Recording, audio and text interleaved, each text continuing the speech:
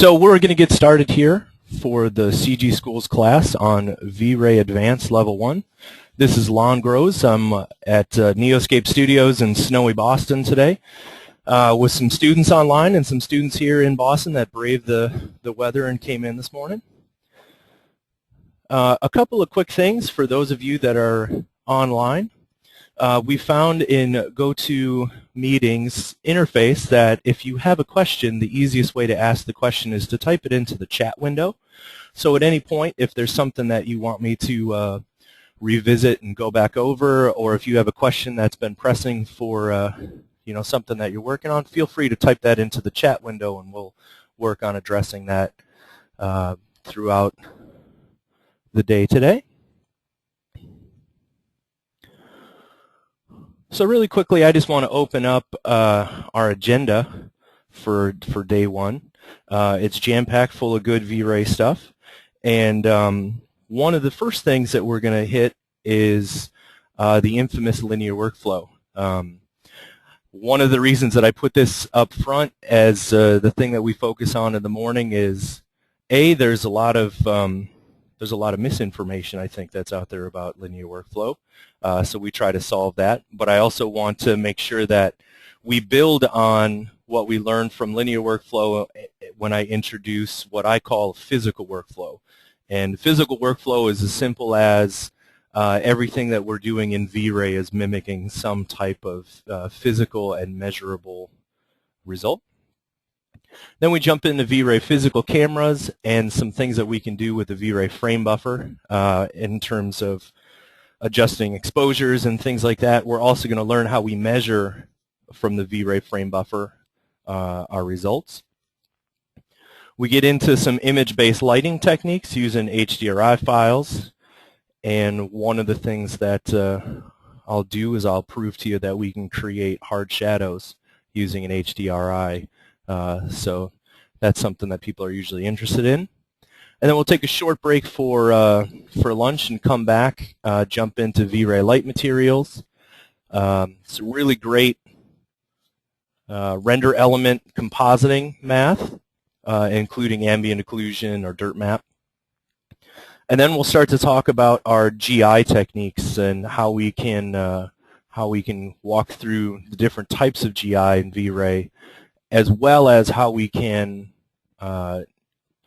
look at how to optimize those things. And then we get an image sampling, and at the very end of the day, Jeff Model, one of the founders of CG School, is going to present on color management. And then a brief look at tomorrow. We're going to get into some production scenes, so we'll talk about what are some of the techniques to do on interiors, and then large exterior scenes. We get into some GI techniques for animation, and we touch on some VRay RT and some tools there that we can implement into our workflow.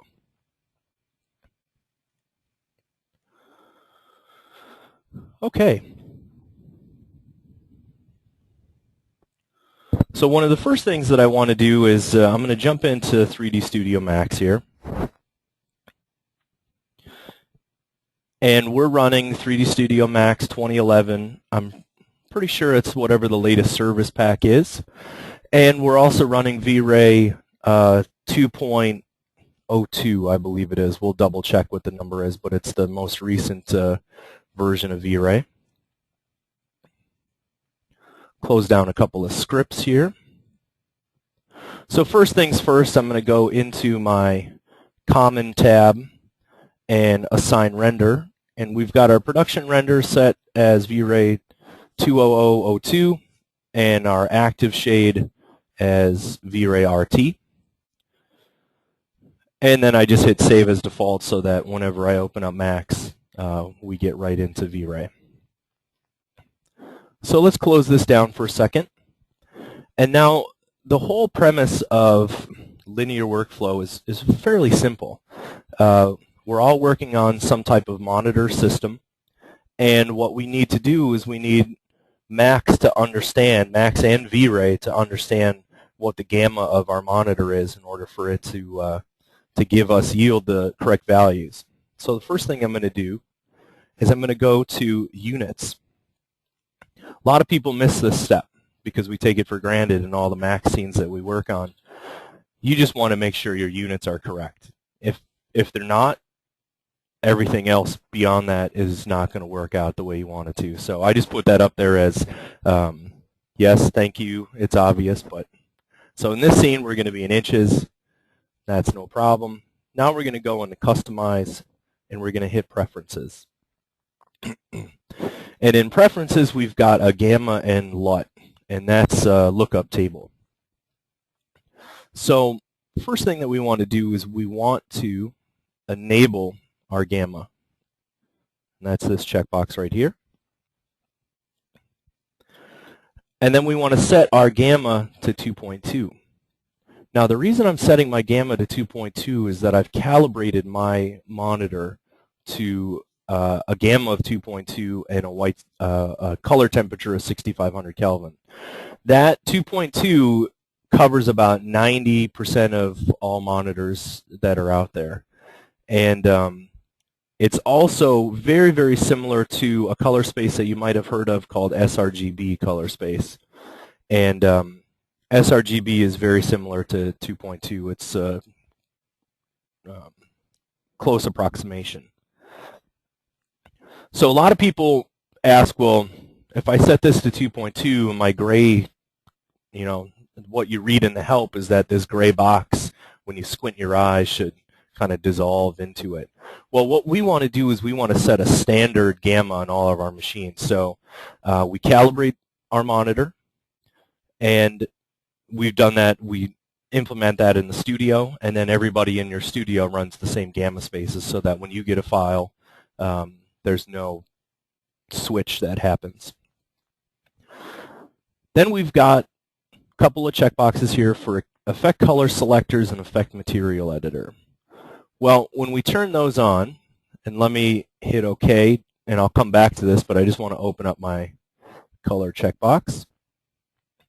What you'll notice is when I have those checkboxes on, my color selector, this gradient here changes, the values change, so those are gamma corrected values. And my material samples also look brighter than they would if I didn't have the 2.2 on. So those are showing me what the gamma corrected materials are, and that's what you want. You want those to be correct. One of the things that we're going to notice right away is that our value of a mid-gray, which is normally 128 for a 50% gray, is no longer 50% in our gamma corrected system. And the reason being is that these values are no longer a straight line. They're no longer linear.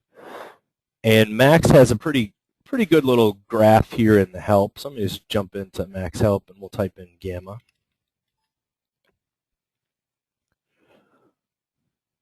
And I'll scroll down.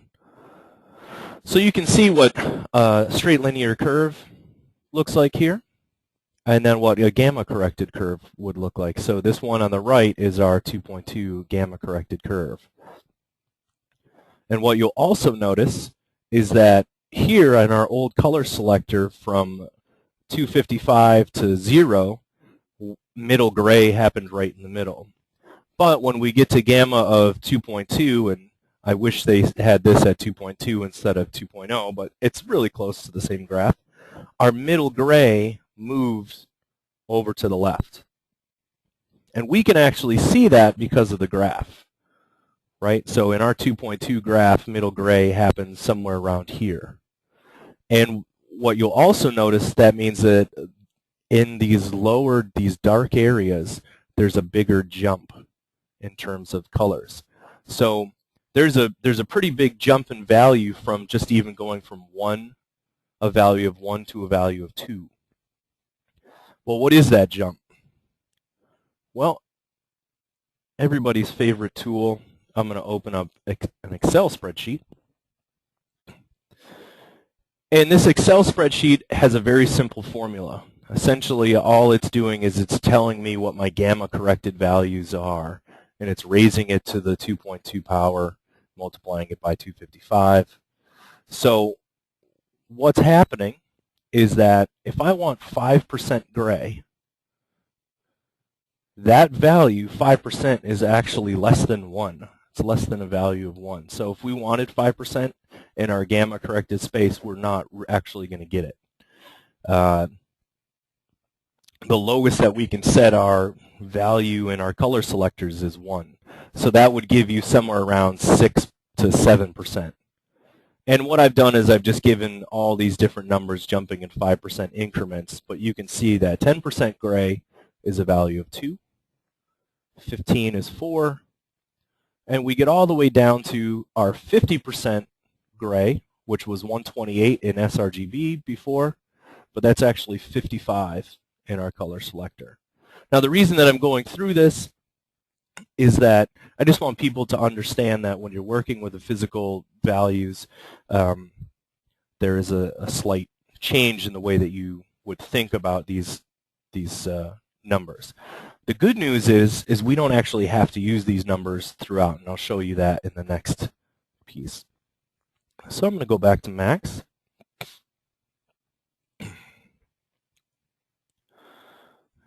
And I'm going to go back to Preferences.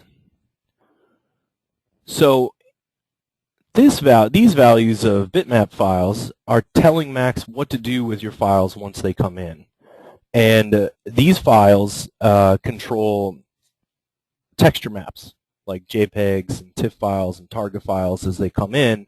What Max says is, okay, I'm in 2.2 gamma space, let's correct this image so that it operates the way we want it to operate. The output gamma does the same thing. Well, now that we've output an image from Max, what gamma should it live in? What should we assign it? But the tricky part of the output gamma is that if you were truly doing a linear workflow, what you would be doing is you'd be rendering out EXR files as float files, as 32-bit float or 16-bit float, and this output would be 1. And the reason that output would be 1 is because a true linear file should have a linear gamma to it. Well, what we can do is we can override that value. So if in your day-to-day you're using JPEGs, TIFF, target files, and you want those to save out correctly by default, you can leave this as 2.0 or 2.2. And then when you render out EXR files and save those out, we can override that in the save dialog to let it know that we want it to be a gamma of 1. And I'll show you guys that in a minute. But the great thing about this is that if this is already set, well then we can go into Photoshop.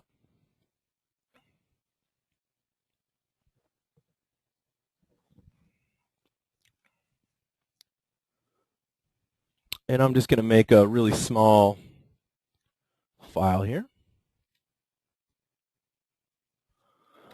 And I'm going to do Shift Backspace, put in 50% gray. So what I've done is I've just created a color chip, basically, that's 50% gray. And I'm going to save this out as a JPEG.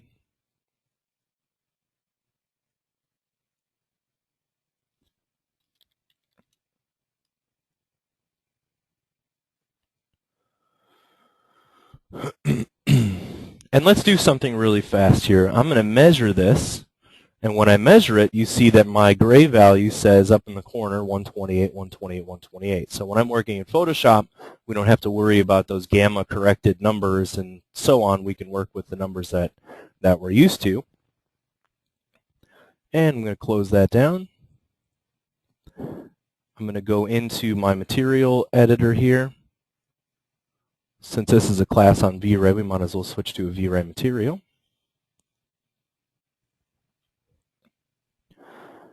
And what I'm going to do is I'm going to load in a texture map.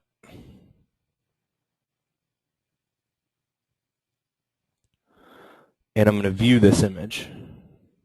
Now it's a small little texture map, so bear with me.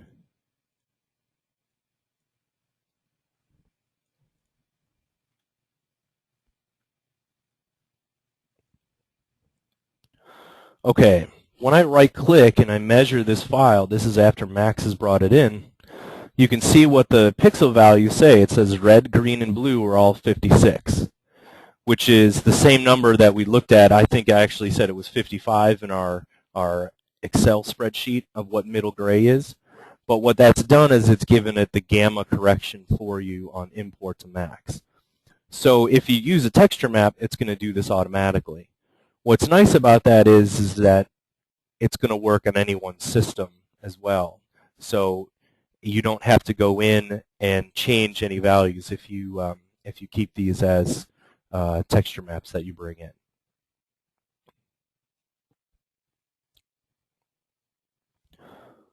So that's one piece of the puzzle, but linear workflow, we've got to do a couple of other things. And that is we need to tell VRay about it. So the prime area that you want to look at telling VRay about your linear workflow is in this color mapping section. And the first thing that you want to do is you want to leave your type at linear multiply. Now, the rest of these, exponential, HSV, Reinhardt, and so on, all of those apply tone mapping to your image. But it's not linear multiply, as you would assume would give you your linear output. So you want to keep that set to linear. The same is going to go with your dark and bright multipliers. You're going to leave those straight at 1 because we're not affecting the tone mapping of these images on their way out. What we do need to do is we need to tell VRay that we're in a gamma of 2.2, but we only want it to see it in its adaptation, in its calculations.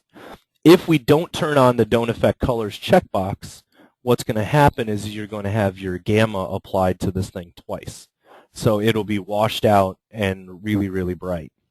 But by choosing gamma of 2.2 and then don't affect colors, we're letting VRay know that it should be looking at the values when it calculates GI and bounces light and samples and so on that, that were in that space. Now, for a true linear workflow to work, you want to be rendering out float files as EXRs or HDRs, but EXRs I think are the most preferred format. Because of that, you're going to get float values that are higher than 1. You're no longer limited from 0 as black and 1 as white. You can get values that are higher than 1, like lights and sunlight and so on, and I'll show you guys how to measure those in a little bit.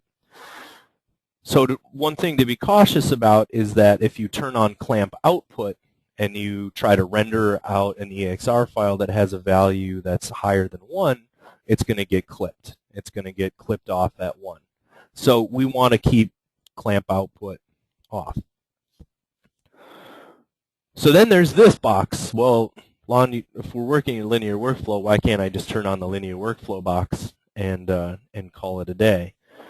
Well, the linear workflow box would actually work if we did nothing to our scene. If we opened up an old scene and we didn't turn on the gamma and all that stuff, and we turned on linear workflow, it's an override for everything. The problem with that is that, and in some cases that'll work fine. In the case that I want to show you guys here as we look through it, there are times when we don't want to actually override everything. There are certain files like bump maps and so on that shouldn't get corrected. So we have a question.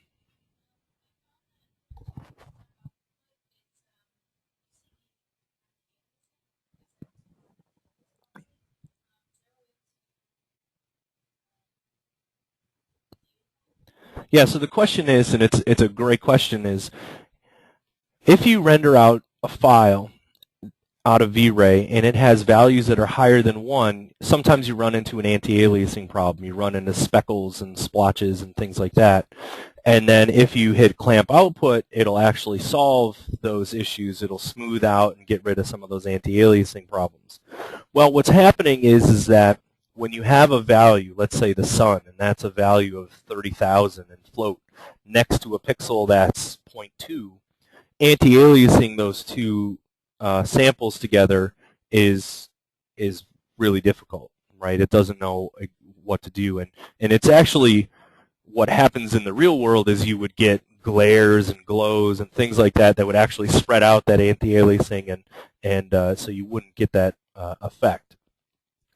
What you want to do is, I would suggest in those cases where it's a problem, if you go through all the stages of your linear workflow and in the physical workflow that we're going to talk about, you get your scene to a point where everything is happening the way you want it to, then you could turn out clamp output to fix those issues if it was still happening. Other than that, you would have to either live with it or apply some glows or some things in post or render it out as a larger scene. But that is a valid issue that can happen. Okay, so now we have Max knows what our gamma is. We're putting in correct colors, and VRay is also in the know about what our intentions are for a gamma. So these are the steps to setting up linear workflow. That's pretty much it in a nutshell. We're going to do some other things as we apply materials and we look at lights, but that's getting into what I was calling before physical workflow. And physical workflow is nothing more than when we get into VRay, when we apply materials, we're going to try to give them physically accurate settings, or settings that are based on physics. When we get into lights, we're going to try to use lighting settings that mimic the real world, that are based on reality. And then we're also going to use camera. We're going to use optics that are based in the real world. If we do all of those things, then we should be able to produce predictable results and measurable results. So let's get started with something like that. I'm going to open up a pool terrace scene.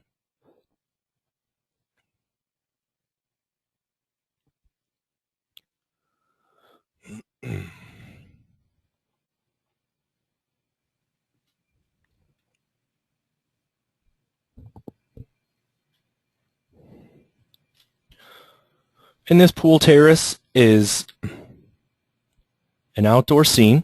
It's got a pool out here. It's a project that was down in the Bahamas, so I figure it's a nice example to look at on a snowy day here in Boston. It's a pretty self-contained scene, so it's a nice scene for us to look at as an example of how to set these settings. So you can see, I'm just going to scroll around the model so you can take a peek at what that entails.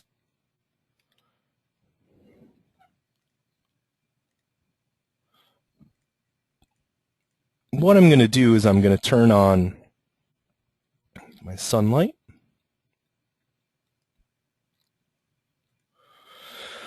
Okay, so in this scene, my units are correct,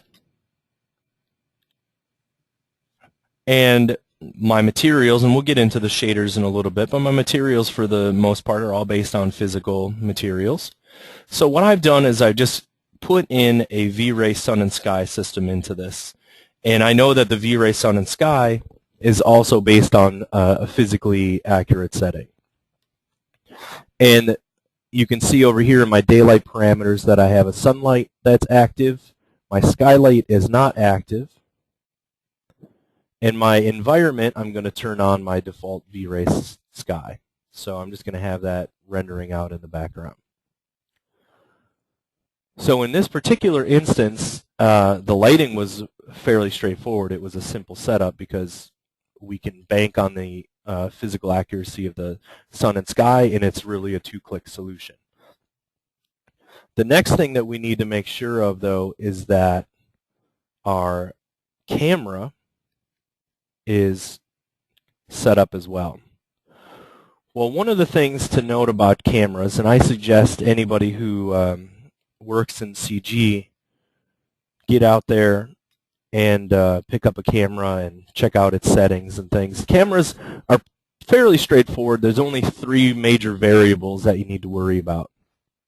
In this case, if I click on my VRay camera, the variables that we're worried about are our f-stop, which is our aperture, our shutter speed, which is how long the aperture is open, and our film speed, which is how sensitive to light our film is. Well, film is not quite what we're using here in terms of our VRay camera, and we also don't have any of the negative side effects that you would have of using an ISO of something that had a lot of, high ISO, which would give you a grainy image in the real world.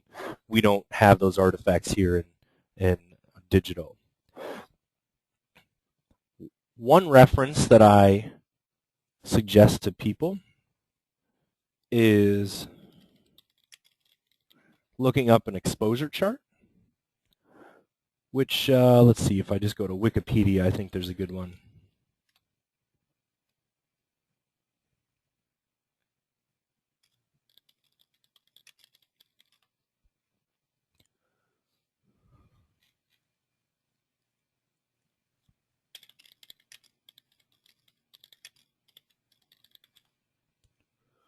There we go.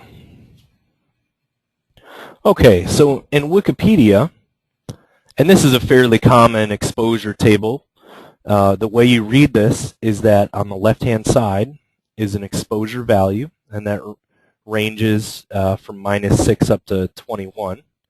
And on the right-hand side, we've got our f-stop, and then these numbers in the middle are the exposure times. So to just put that into perspective, the exposure time is this value right here, which is 1 over the number. So in this case, that's 1/100th of a second. And then our f-stop is 16. Well, in my particular Bahamas pool terrace, we dropped in the sun, and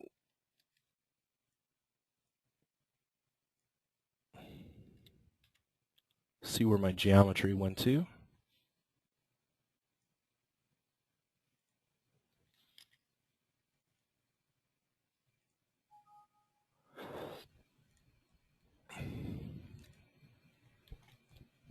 There we go. We dropped in the sun, so this is going to be a bright sunny day that we're working on. Well, if we go to our exposure values, we can look here at the lighting conditions of what these are. So a typical scene in full or slightly hazy sunlight with distinct shadows is in this range. It's an exposure value of 15.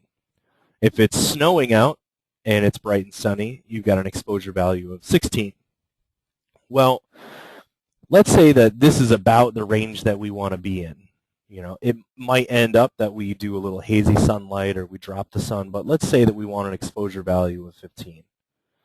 Well, what we can do is we can go to our exposure value of 15 in the table, and we can look at our f-stop.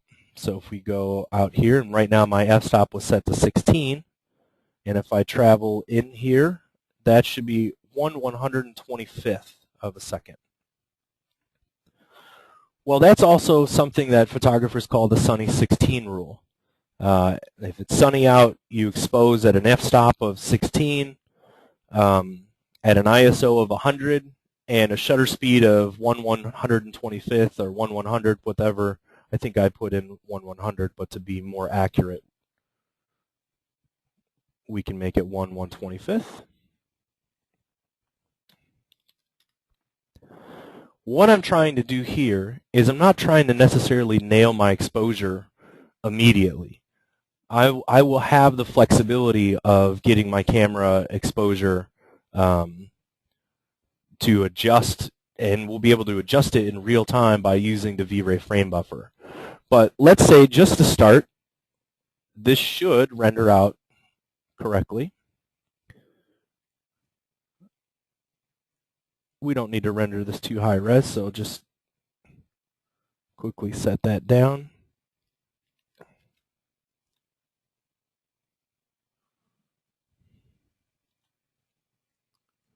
Make sure I don't have any extra stuff on.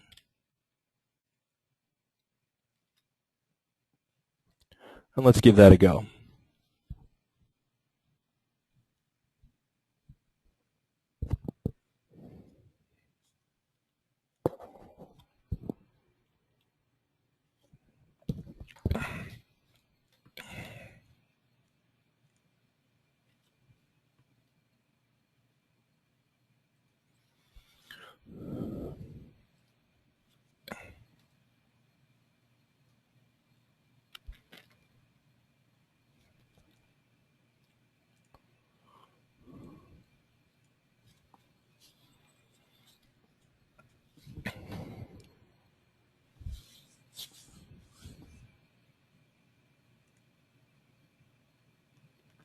I think I may have mistakenly turned on a little backplate card here. So when I did unhide all in my scene.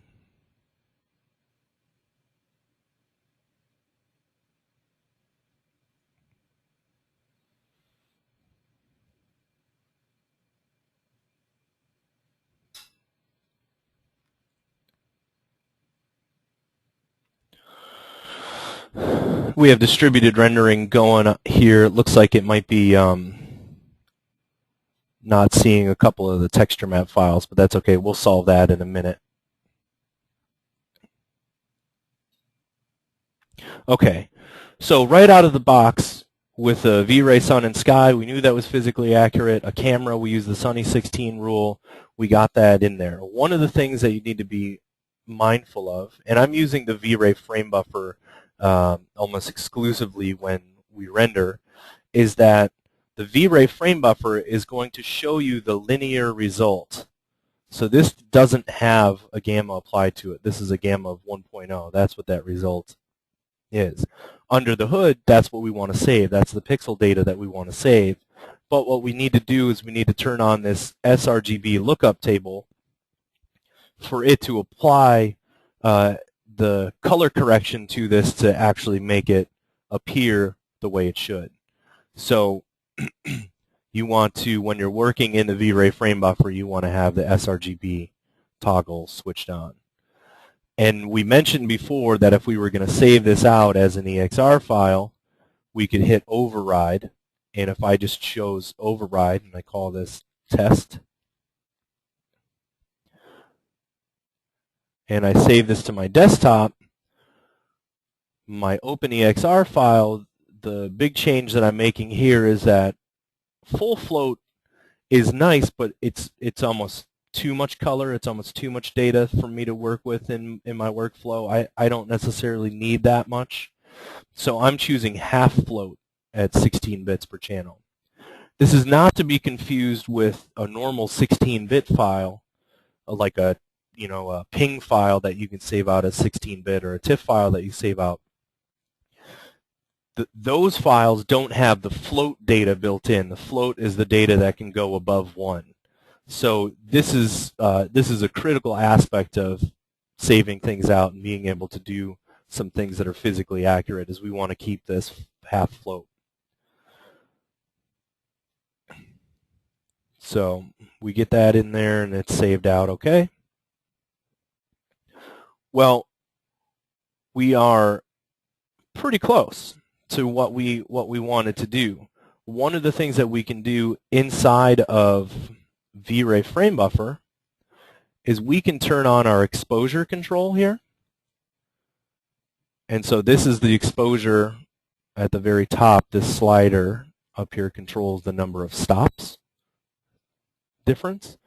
So if I wanted to underexpose this by a full stop, I could drag that down to -1. Now, in our scene, you'll notice that even down 3.5 stops or so, it's not turning into a total gray mess. And the reason that is because we kept our float values intact. So even when I crank this up, you'll see that the exposure is happening naturally the way you would expect it to. The nice thing about that is just like when you go out and you shoot camera raw with your camera, you have more data that's built in. Well, this is like camera raw on steroids. You have multiple stops built into one file. And if I were to have changed the camera setting in VRay to be brighter by 1 stop, so the way I would do that is select my camera. I can either leave the shutter open for twice as long, right? So this would actually be, you know, a 60th of a second. That would leave the shutter open longer, and that would essentially give me this exposure that you see on my screen, and it would render out the exact same way. The alternative to that is you could change the sensitivity of your film speed, so you could drop that down to 50 if you wanted to, and that would essentially give you another stop, just like our exposure. Or we could change our f-stop, and we could reduce that so that it becomes more sensitive to light. The one thing that you want to be careful about when you're adjusting your f-stops is that the f-stop, your aperture, is going to affect your depth of field. So the higher that number is, an f-stop of 16 has very little depth of field. There won't be a lot of blurring from, you know, foreground to background. Architectural photography, the kind of work that we spend a lot of time here at Neoscape doing, often relies on a really high f-stop, an f number of 16 or 22 when you're actually shooting practically, because you want the whole image to be sharp. If you want to get depth of field, then what you would do is you would lower that value so that the depth of field becomes more pronounced. I'm going to quickly take a look at my asset manager here and find out what files might be missing. Should be okay. I'm not sure why that was missing a texture map.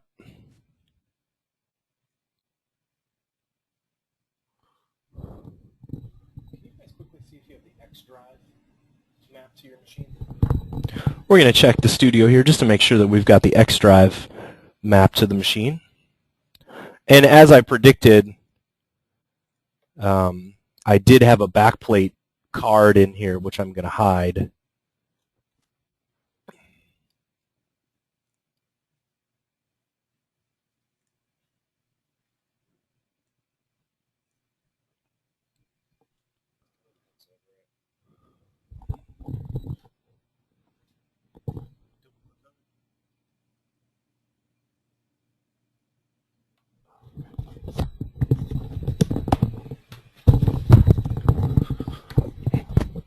Give us just 2 seconds here. I'm going to come right back to you.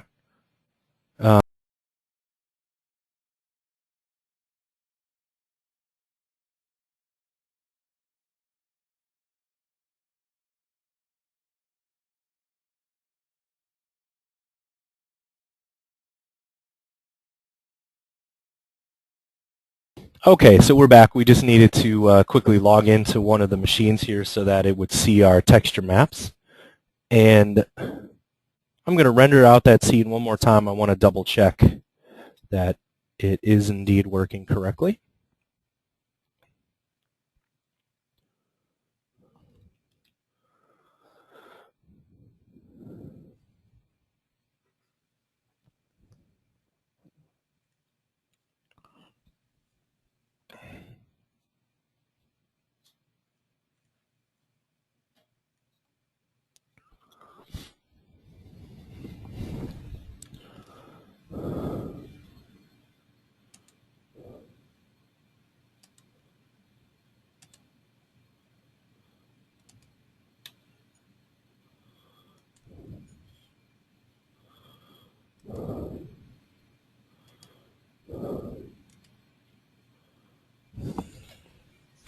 There we go. Now that's looking the way that I would expect it to.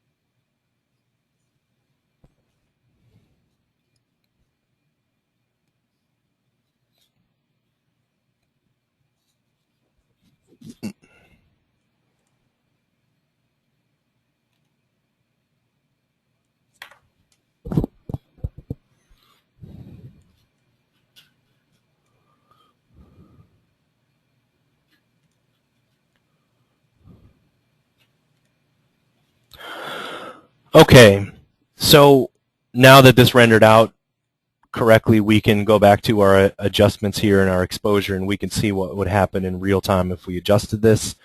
And the idea is that if you get it into the ballpark and you're not using clamped output, you got to make sure that you're not using clamped output for this to be correct. You can get in here and measure it. Now, one of the things that that you should also look at is that VRay is implemented into their frame buffer this pixel information, this little information window, and they've put in a checkbox here that allows you to measure corrected colors. And then the thing that's nice about that is that if we started our exposure here at 0, and I measure this color where the sun is hitting this bright area, or I measure this umbrella, or even here, those would be the values that you would expect to be getting the brightest in our scene, right? That's where the sunlight is hitting it most intensely. And we can look and find out how close they are to 1. Well, as a photographer, what you would want to do is you would want to take your values that like this and push them as close to 1 as you can, so that you've got the most the best histogram possible. Well, what we can do is if I bring this up a half a stop, I can actually get in here and I can measure these colors, and you could see that what I've done by going up a half a stop, my color float says it's 1.028 in the red channel, 1.068 in the blue channel, and 0.993 in the green channel. And that would tell me that what I've done is I've overexposed my image. I can also measure this wall, and you can see that my red is 1.15, my blue is 1.093. So it is good that I still have data in one of my channels that's not overexposed. But in an area like this that's not a light that you wouldn't expect to be brighter than 1, we can reduce this down so that we at least keep our 2 color channels inside of that below 1. And now what that's done is it's given me an exposure that I can live with. So we lifted it up 0.3 stops in post, but it's protected me from, it's given me the ability to protect overexposing those values and controlling the sort of blown out areas. Okay.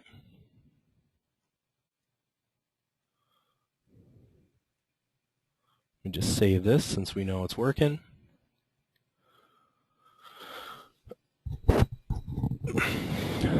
Let's take a look just at some of the materials that are applied in this scene.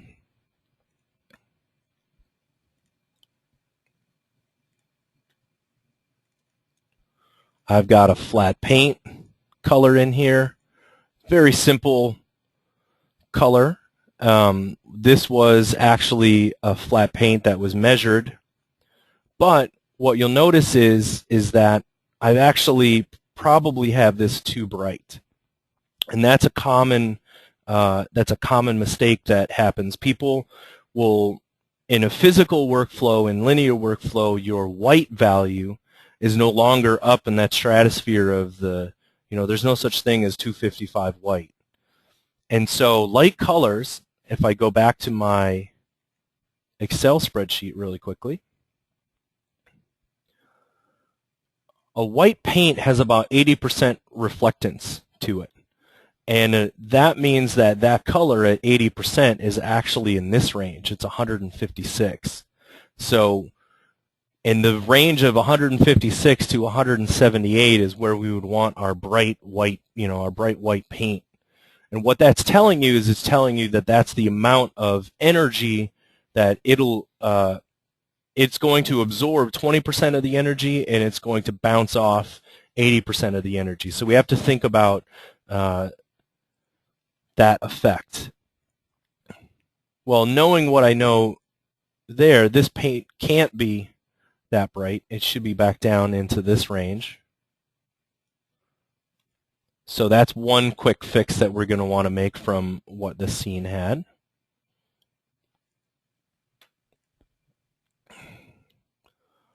Another thing I'm going to show you off the bat is that when I'm rendering these out, these scenes, I'm using a whole list of render elements here. And I'm going to show you what all these render elements do as we cycle through them.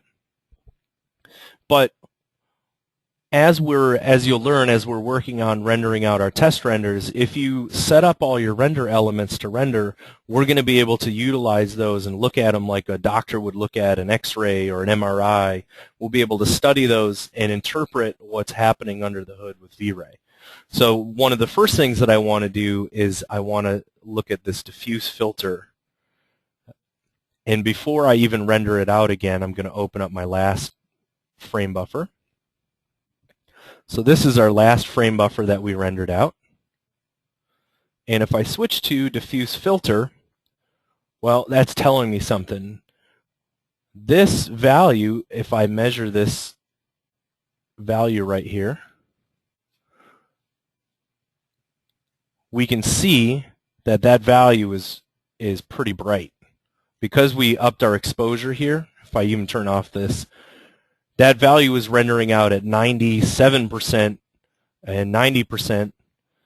And what we just talked about white paint is we want those values to be in like the 80% range, the 80 to 85% range. So this is a good indication of the fact that I'm off. But I did that on purpose. So now let's go ahead and render out our new one.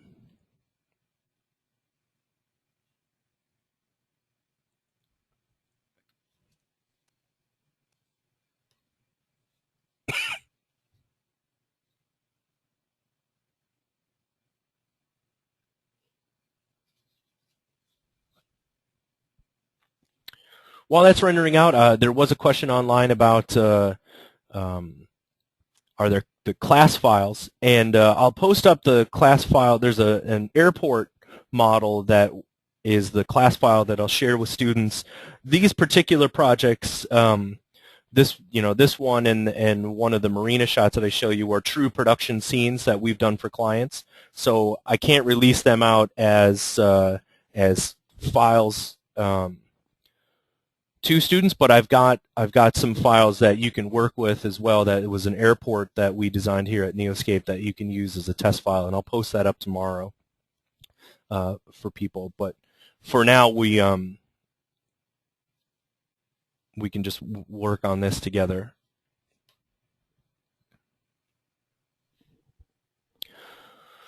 Okay, so now that's rendering out, and if I switch to my diffuse filter, well, there we go. Now that color actually looks more like what we thought, and that value is in the 70% range, or 68% range.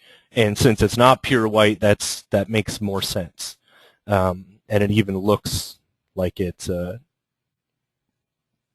makes more sense. So that's one thing to keep in mind, is just as we're doing this, we want to look at as physically accurate materials as we can.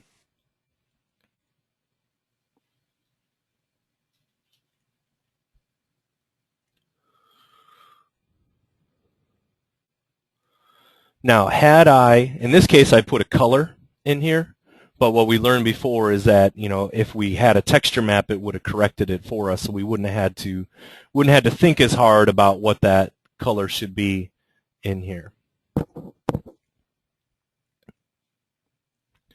The same is going to go for materials that have reflectivity. What we learned is that low values actually make a big difference, right? Because if it was 50%, it's at 55. That's 50% reflective. So low values that are down here actually have quite a bit to do with how reflective a surface is, if it's 10%, 20% reflective. And the other thing to keep in mind is that those values also translate to when you're working in a fall-off map. So if I had a Fresnel fall-off here, these values affect the percentages the same way.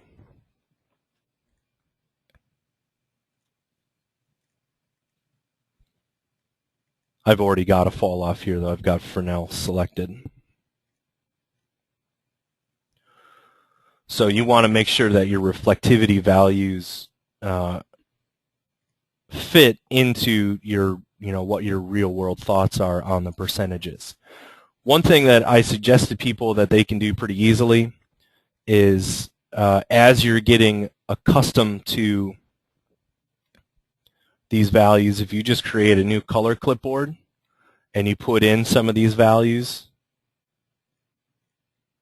you can just type them in, create a color clipboard. So if you want 10%, if you want 20%, 50% gray, you could just have a color swatch that you could drag into your materials, and then you don't have to think about it anymore.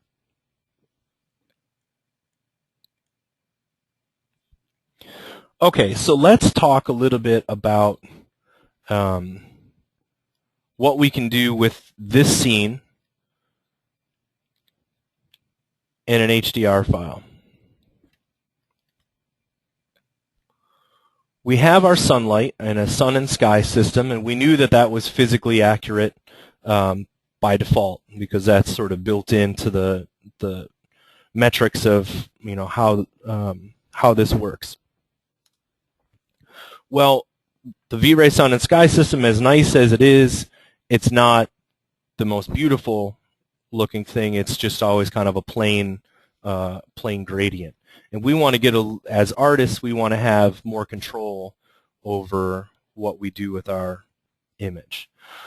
So there are two ways to go about putting in an HDR file. And the first thing we're going to do is I'm going to load this up and just check which one I have in here.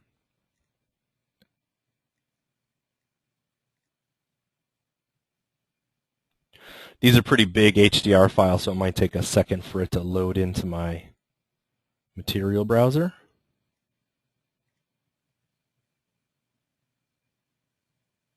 Okay.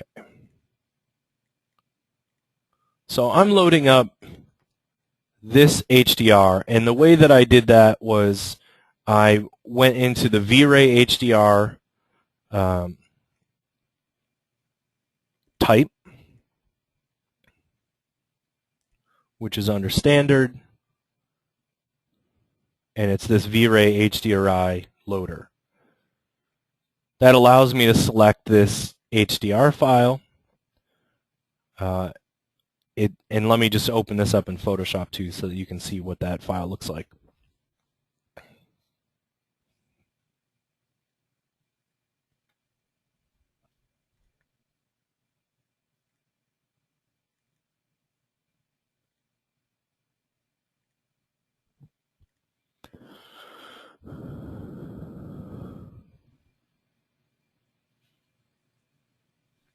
All right, so I just opened this up in Photoshop. And one of the things that you can do with a 32-bit file in Photoshop is you can look at the exposure. So if I just click on this arrow here and I choose 32-bit exposure, I can now drag my slider left and right. And I could look at the exposure of this image. If I double-click it, it'll go back towards the center. And that works just like our VRay frame buffer did, right? We're able to look at that in real time. So this is the sky that I've decided to put back in my scene. But what we need to do is we need to match the value of our sun in our VRay HDR with the value of our sun from our VRay and sky system. Well, if I measure it in Photoshop, if I just put my cursor on it, you could see that it lists it out as 255 white. And if I click on the color, it tells me that the intensity is plus 7.5 stops, and it's got a float value of 20. So it's a float value of 20, then it's plus 7.5 stops. I actually not sure what math Photoshop is doing here. Maybe one day I'll understand, but what we actually want to get at is we want to get at the float value of this number. So in order to do that, there's a couple of different ways to go about that. I want to, let me see if I have HDR Shop.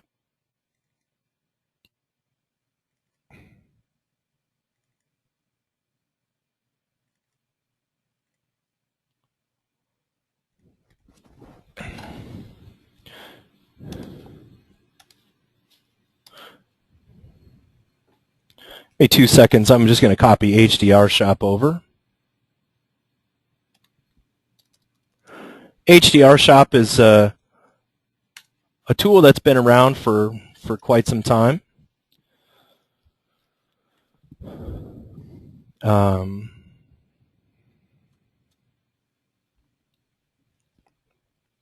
Coincidentally, we can actually open up this HDR file in something like After Effects and measure it, because that'll give you the float values correctly.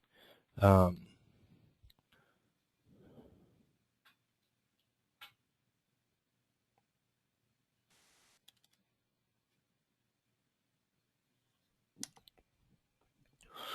let's do this. It's 9 o'clock. Let's take a break for about 5 minutes. I'll get HDR Shop loaded up, and then we can come back. Let's come back right at 10 after 9 a.m.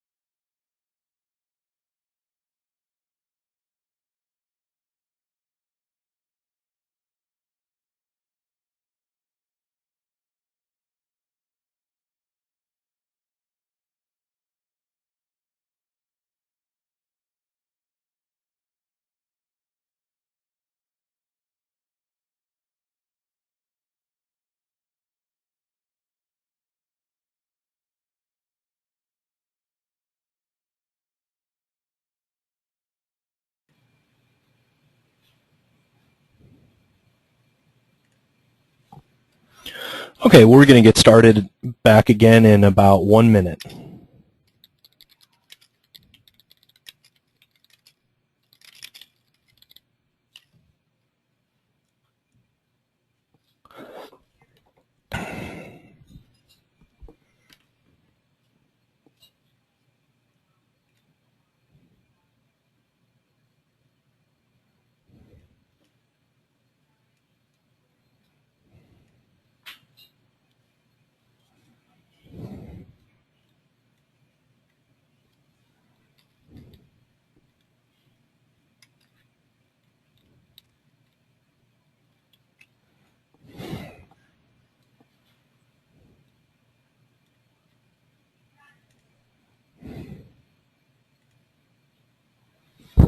Okay, welcome back, everybody.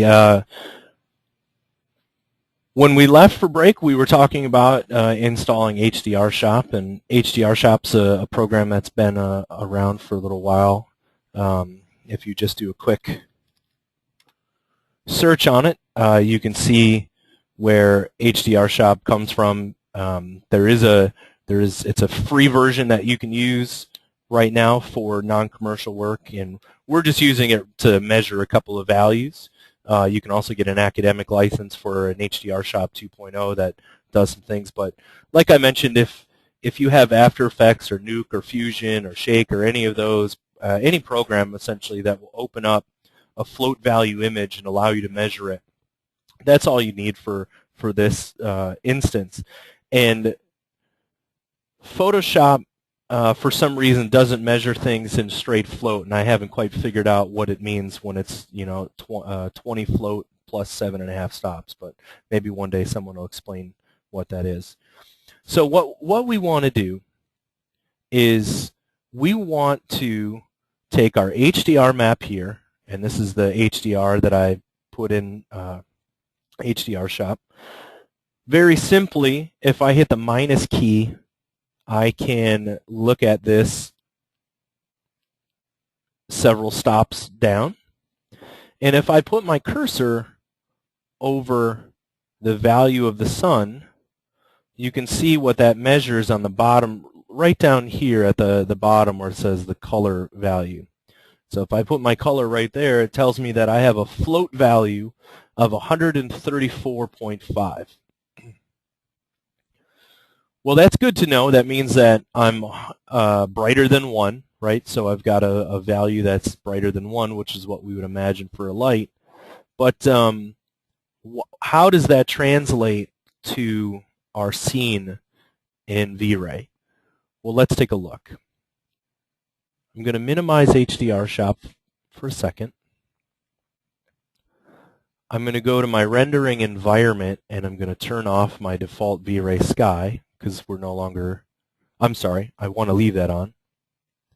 I'm going to keep my default VRay Sky.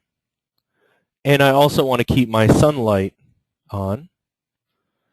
In this case, I don't necessarily need to have my geometry on. And what I've also done is I've created just a dummy camera here.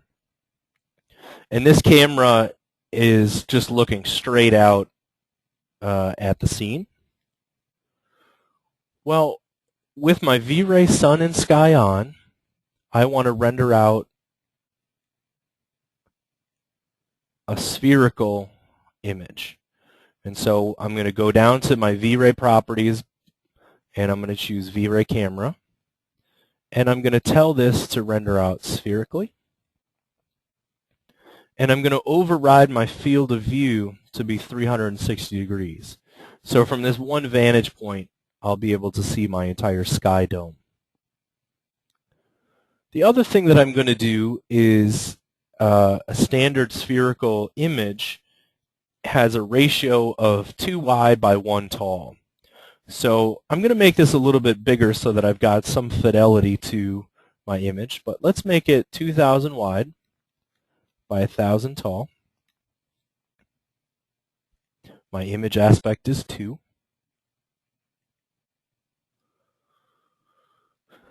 I'm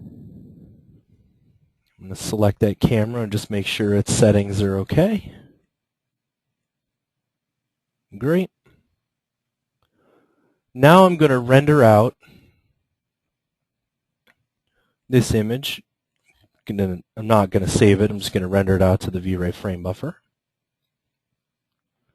And we'll hit go.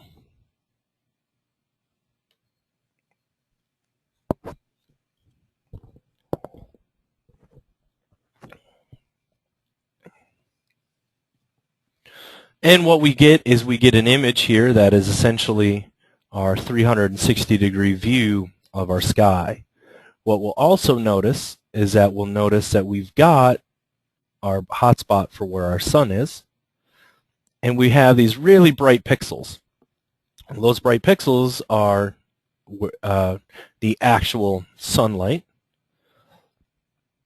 So if I turn on my information, my pixel information, and I right-click on these pixels, I can measure my float value of what's happening in that scene. What these numbers are telling me that it's 46,000 in the R, the red channel, 44,000 in the green channel, and 35,600 in my blue channel. So what we want to do is we want to make our HDR file match what these values are. Our HDR file, if I go back to HDR Shop and we take a look at it, HDR Shop here, just to remind us, was 134.5. So we want that value to get up into that 35 to 40,000 range. That means that if we were to put this HDR file directly in our scene and try to have it mimic the sunlight that was happening, it's not going to work. And that's one of the key issues that people have when they put in an HDR file and they expect it to render out exactly the way the sunlight file does, is because the values were not captured with enough stops or not captured bright enough to mimic the real world values. So that explains why there's that softness that happens, or partially explains why there can be the softness. So, well, what we need to do is we need to edit this HDR file in order to give us those higher values. Well, the challenge that we have here is that if we go back to Photoshop, I'm just going to shrink this down so that I can see where those values are coming from. If I go back to Photoshop, what I want to do is I want to make a selection of these pixels. Something like this, just in that where that sunlight is going to be. And I want these pixels to be bright enough to give us that 36 to 44,000 value. Well, what we can do is I'm going to feather this just a little bit. I can adjust my exposure on this, and I can lift these values up a number of stops. The issue that we have is we don't know exactly how many stops that needs to get raised in order for us to get our value. So there's a little bit of trial and error involved in making this happen. But let's say I bring up my exposure 4 stops. And then we look at it as the normal scene, and I save out this image, and I call it 4 stop. Since I have one called 4 stop, I'm going to call it 4 stop A.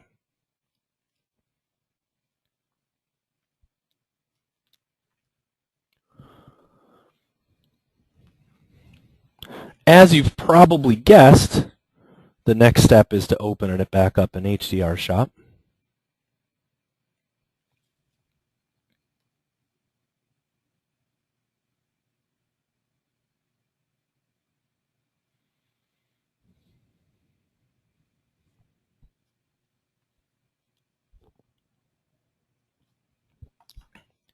And I'm going to hit Control minus to zoom out, and then just the minus key to dip that down. So now we can see that that's where we adjusted it. Okay, well, we raised it up quite a bit. We got it from 134.5 all the way up to 2,136, but we're still a little ways off. Well, if I go back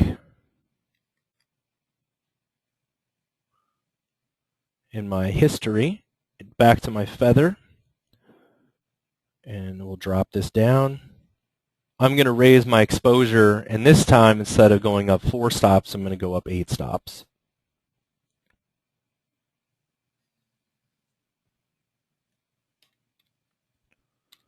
There we go. So we raise that up 8 stops. I'm going to save that.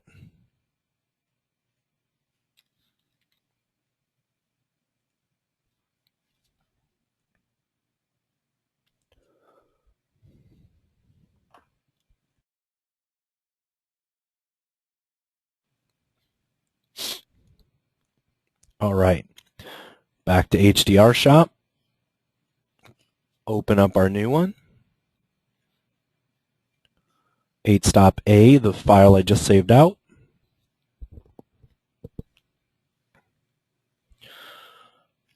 Control minus to zoom, minus to drop our exposure so we can see where that hotspot is. There we go, now we're getting there. So this is right around that 35,000 range.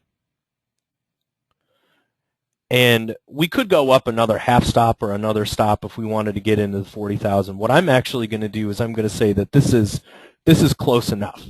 Partially because one of the things that we're doing is, and there's something to be said about being physically accurate, but there's also something to be said about being able to control the universe.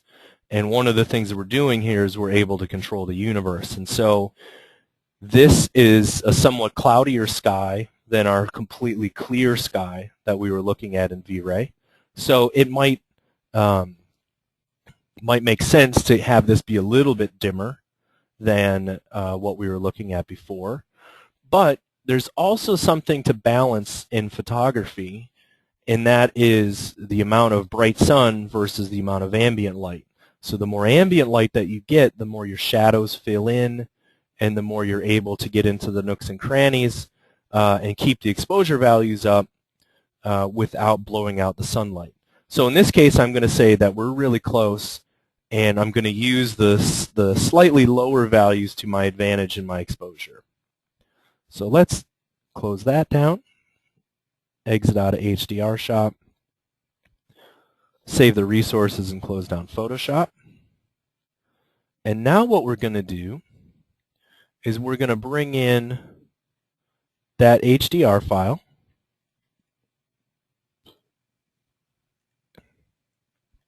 And I'm going to turn off my default sky. And I'm also going to turn off my sunlight. And I'm going to take a dome light, just a regular VRay dome light. So I've got a dome. I'm going to turn that on. I think I had the wrong one.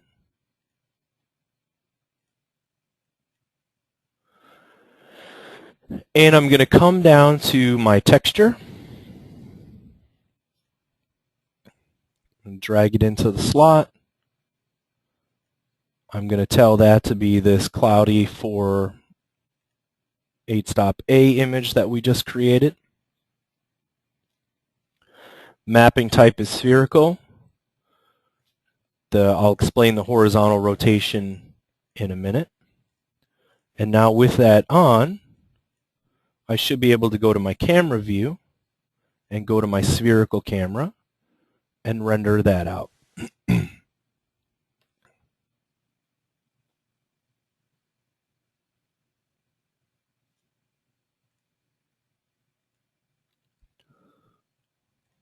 One of the things that you have to make sure is that your dome light is not set to invisible, otherwise it won't render in this case. So let's turn that so that it's visible.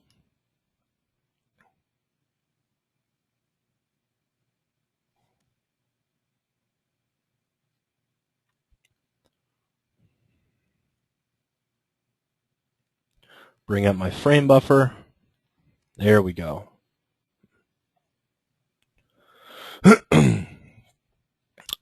Now if I go to my exposure control, I have to turn it on. We drop that down. We measure that value here. Well, wait a second. It's saying that that value isn't that 35,000 value that we had before. Well, what's going on?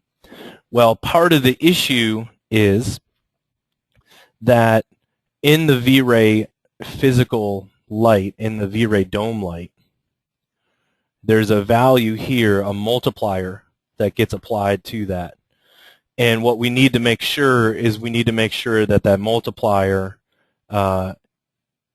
correctly gets us the value that we want. So if this is only reading out at 15,000 and it should read out at 36,000, what we can do is we can just quickly calculate it. Oops. So if we need a value of 34,000 something roughly, and we divide it by the 15,000 that we were getting, that value needs to be 2.26 times brighter than what it was. So 2.26 times 30 gets us the value that should make that right.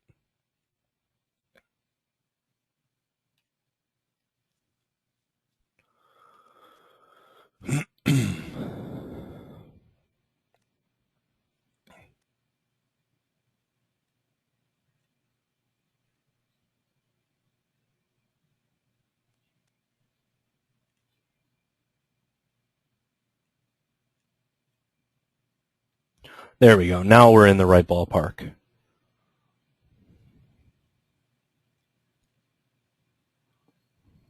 Now I can drag this back up so that the exposure is back to 0. And if we did everything right, I go back to my pool terrace camera and I hit Shift-G to bring my geometry back. I can go back down to rendering and choose default, and so that we're no longer rendering a spherical camera. And I can change my output size to be 400 by 800, or 400 by 500 is what we had before.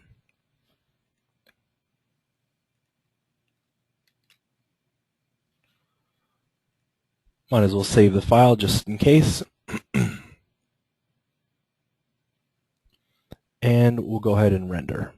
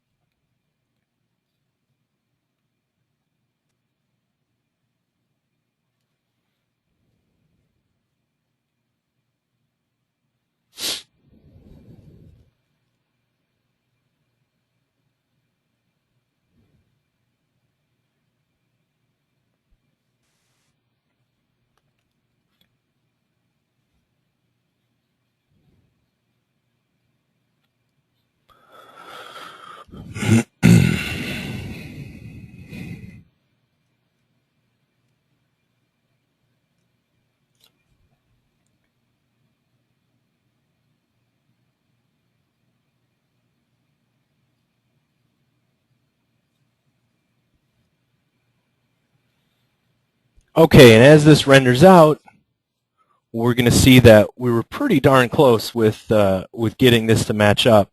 There's some really bright spots in there, especially over on the right-hand side where this surface is really getting blown out. And that has to do with something that we didn't take into account as we were putting this together. We measured all the values, we got it to be set about right, but the issue was that in our VRay Sun and Sky, there was such a very, very limited amount of those couple of pixels that were the sunlight. And now in our skylight, we have all of this stuff that's brighter than white. So it wasn't just those values of the sunlight, our clouds and all those areas around those clouds. There was a lot bigger, brighter area. And that's what's happening here. You can see where the sky is actually hitting it, it's fine. But where the sun and all that extra bright area is quite a bit brighter. So what we can do is we have a choice to make. If I drop my exposure down to bring this stuff back, you can see that this has gotten pretty dark. So what we want to balance out is we want to balance out what those light values are actually going to be. And this is where we've used all the physical properties right now to get us into the right ballpark. Now as artists, we need to take kind of control over things with a dimmer switch, right? If we had the ability to go out and control the sun and the clouds, I think we would do that. So let's do something here. I believe I have another.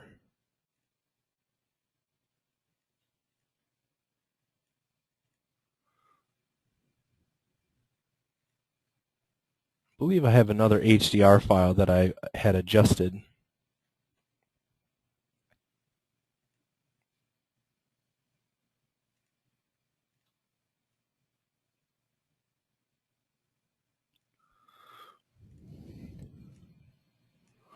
So one of the things that we could do is we could go back over to our light. We have two choices. We could either dim down the entire light, or we can go back to that HDR file and adjust it. So let's try the first option. The first option is, let's take this light back down.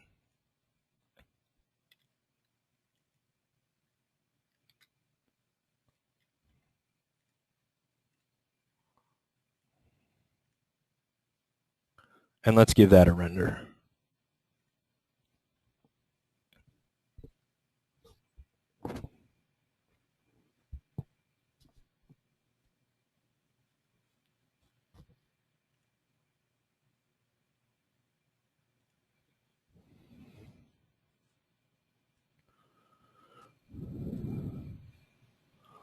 So that's much better. It's still pretty bright on these really hot areas, right? We're getting float values that are above 1 in all of our channels. And the way I'm doing that is I'm right-clicking on these values, and I'm looking at my color float. So I don't even need to let it render in order to know that that's still too bright.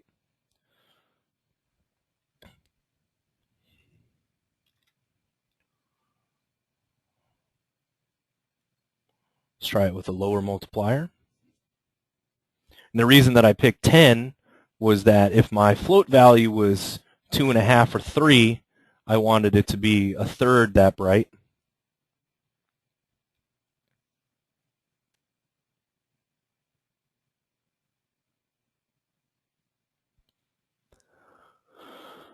And now you can see that our values are actually back in that range that we want, where they're just under 1.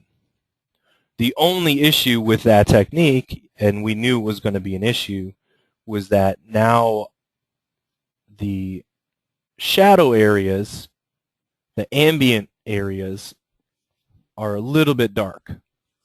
Part of that has to do with the fact that my sun angle, and I've chosen this sun angle to enhance the effect for people to see where this is only getting hit by ambient light, and then we've got a bright sunny spot.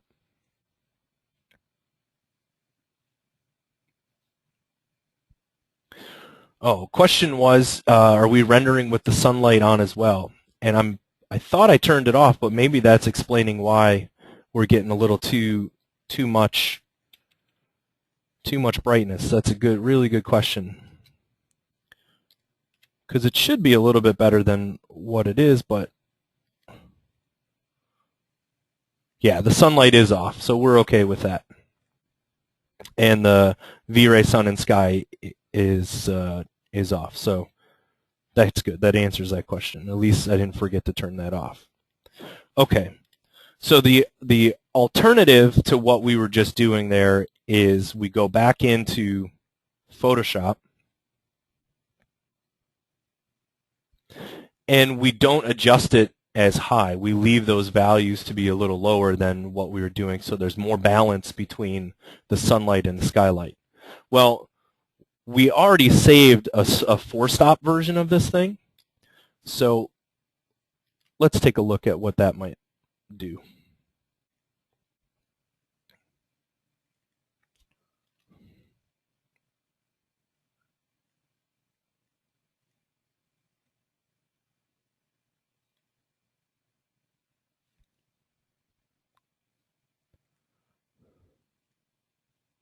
Let's give this a render.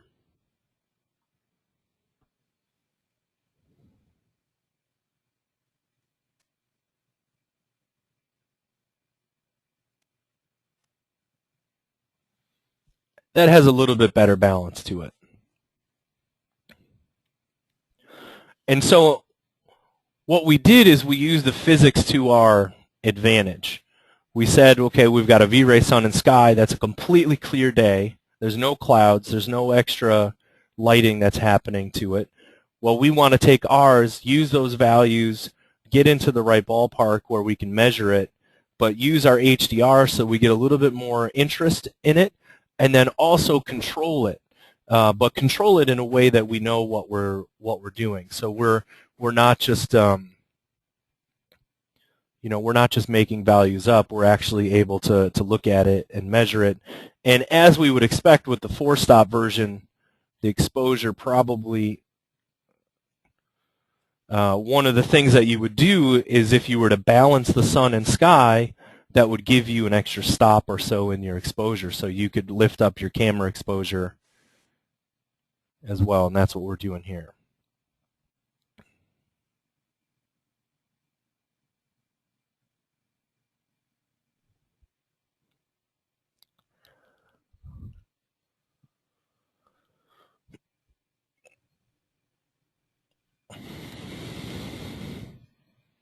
And now this is a nicer balance, right? We're still getting the sunlight hitting it, and that's good. But when I right-click on it, I still have. Let me put on the corrected colors. When I right-click on it, we're still below our 1 value, and even here. So I could probably go up a full stop and a quarter before I start to lose information on these cushions. And what that's done is it's given me a better solution inside these sort of nooks and crannies and overall exposure. Plus, we've used an HDR that's given us a nicer quality to the lighting and environment anyway. So I'm going to render this out at a little bit higher resolution, and I'm going to change my camera because I want to demonstrate one point.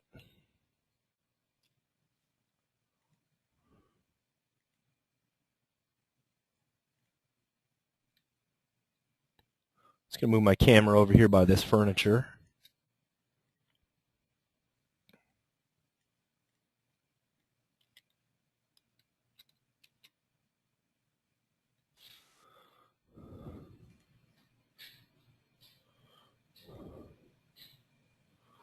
Tilt the target down a little bit so we can see that stuff touch.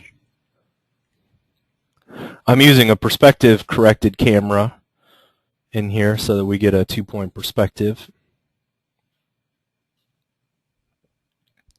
That ought to be good, and I'm going to go ahead and change my resolution just so that we can see a bit more detail. Save this.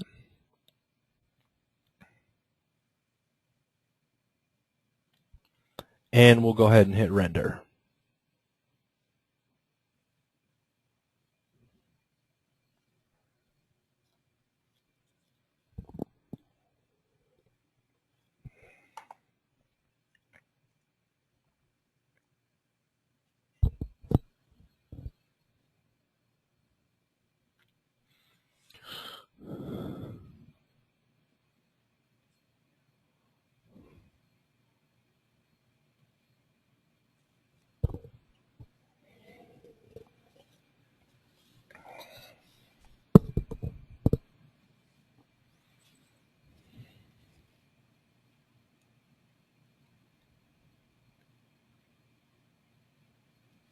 Coincidentally, you can start to see some of those areas that I was talking about that was adding to our increased brightness, because we had the sunlight that was high intensity, but we also had these really light clouds that were adding to that overall light cast from that direction. So that was just one thing we wanted to be careful of. And what we're going to do with this is, as this renders out, we're going to prove that with just an HDR file, we're going to get nice hard shadows.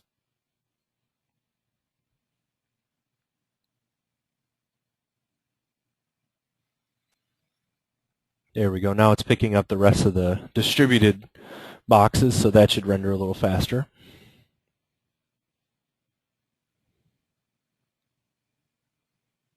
We should note, too, that I've got some probably just a little bit better than test render settings on this for the purposes of making these renders go pretty quickly but still being able to look at decent results. We will get into all the settings of what to look for in order to get balance between time and noise and quality and those shadows and nooks and crannies and so on. But you can see that we've got our shadows, and it's looking exactly the way we want. In fact, it's got a nice little area edge around it too, instead of it being just a totally crisp shadow. It looks very realistic. It's picking up all of these little details. We get a nice gradient of the shadow inside of here from that HDR. So that's one of the really nice things about being able to use this technique to light your scene. And it's possible to utilize a sunlight system and a skylight. You could still use a VRay Sun and then have a backdrop that is HDR, but what you're going to wind up with is you're going to wind up with two sunlights. So if you're going to use an HDR as your backdrop for your sky with the VRay Sun, you want to paint out the pixels that are the sunlight in that HDR. And so you can see we've got nice good quality shadows all in these areas, and this is the best place to look, right? You can see where that's happening. We're also getting nice reflections wherever there's places to see reflections. We're getting a little bit of clouds and so on in that, and that's all rendered with our one single HDR that we created. One of the questions online is how are we getting to the exposure control dialog box? And the VRay frame buffer has these controls down here on the bottom tab. The first one is the show corrections control, and that pulls up this floating dialog. And at the very top, that's the exposure control. That's where I've been dialing in the exposure up here. In order to see it, you need to turn on Use Exposure Correction, which is this dialog here, this little box. Okay, so we were able to kind of make our own version of this sky, make our own HDR file one of the things that I want to show you guys is that I have all of these passes, these render elements that I've put inside here. Well, the first thing I'm going to show you is I'm going to show you what my raw lighting pass looks like. So this is under the hood what VRay is seeing from a lighting standpoint. This is what's lighting our image. And a couple of things you're going to notice about it is you'll notice that, well, that looks about what you would expect coming from that HDR light. There's directionality to it. There's these shadows that are happening. And you could see where you can even measure this. You could see where that's getting additional brightness. Well, let's look at our raw global illumination. Well, this is what our raw GI pass is looking like. And we're going to be using all of these passes to deduce what's going on in our scene from the standpoint of how do we fix some of these properties.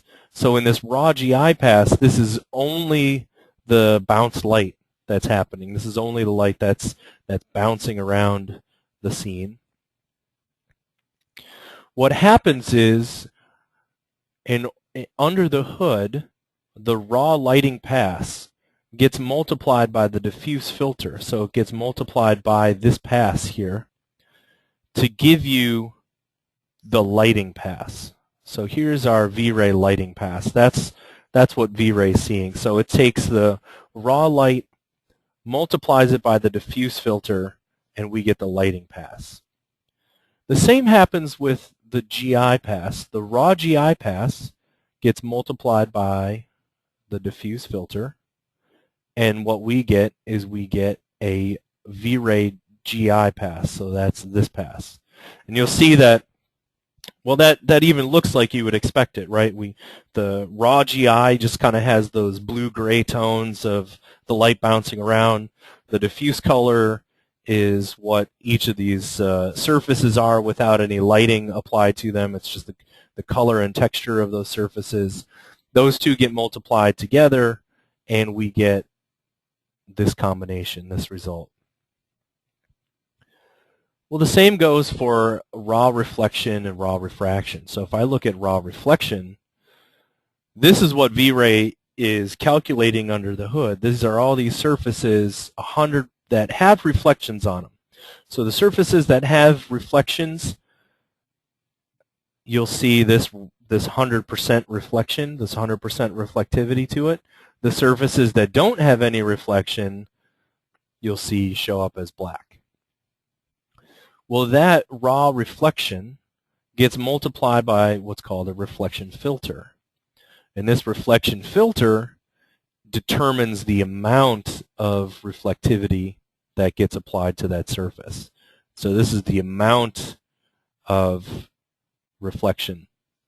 Well, it would stand to recognize then if we've got a very reflective surface, it's going to be pretty close to white, because the more reflective, the brighter the pixels are that get multiplied, the less effect they're going to have. The darker the pixels as they get multiplied, the more effect they're going to have.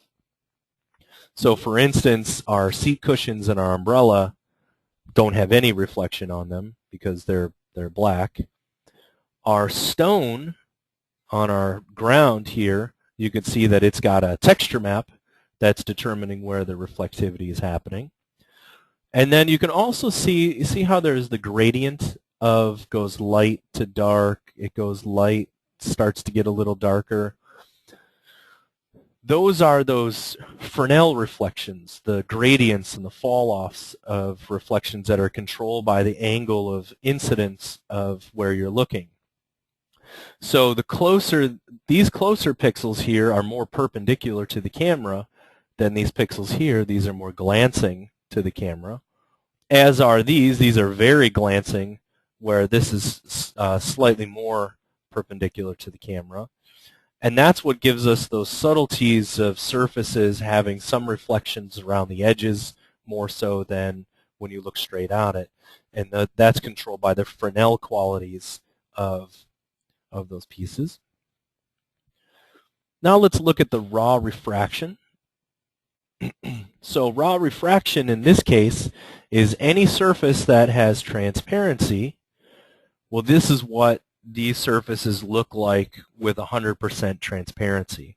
So raw reflection showed us 100% reflectivity.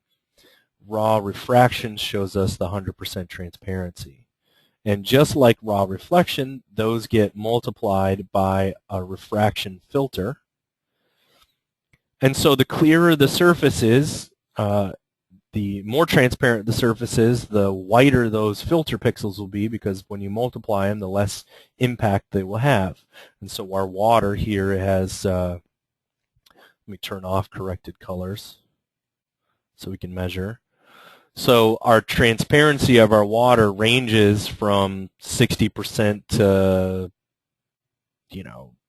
60 to 70%.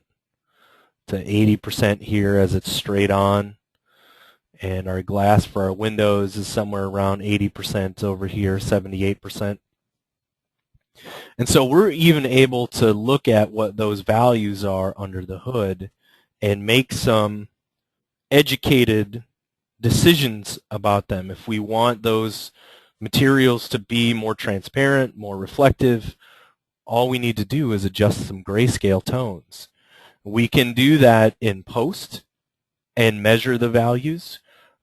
We can also, look at it and just change our materials settings.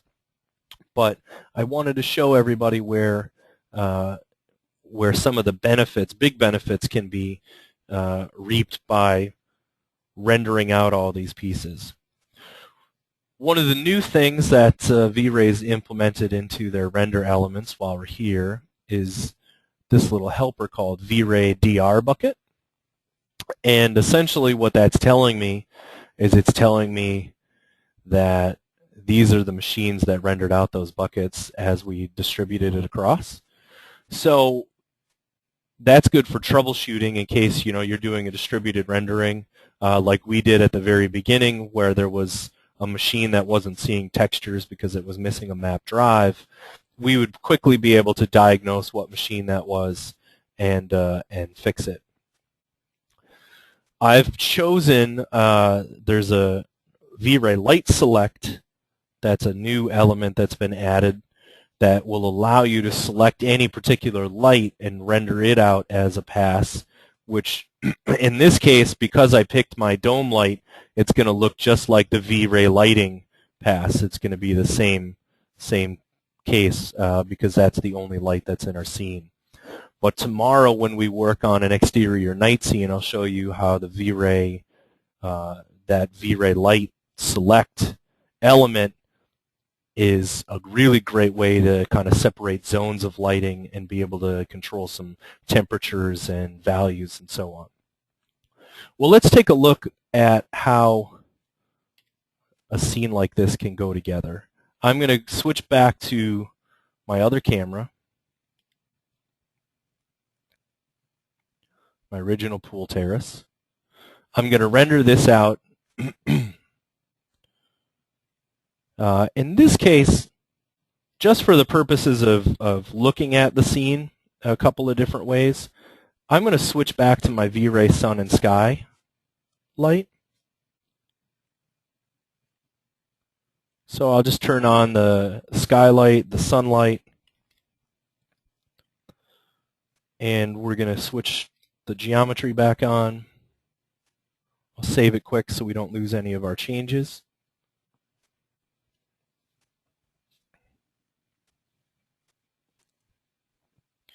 And I'm going to go ahead and render this file out, and I'm going to save an EXR file. So I'm going to go to VRay. Under my VRay frame buffer, I'm going to choose Render to VRay Raw Image File. I'm going to save it to my desktop as an EXR file, and I'm going to call this Terrace Test. Now, in this new dialog box, what VRay 2.0 has implemented is they've given you the option to select EXR. Prior to 2.0, you could type in .exr and it would save it for you, but it was sort of a little-known trick. It's going to save out as a 16-bit float file by default, which is good because that's what we want to have. If you had use for a 32-bit float file, you would click on this checkbox to go all the way up to 32. But our 16-bit float file is still going to give us something like 16,000 colors or something like that per channel. So that's plenty more than the 255 that we're used to, so I think we're going to be okay. Save this to my desktop. 800 by 1000 is fine. And let's go ahead and render.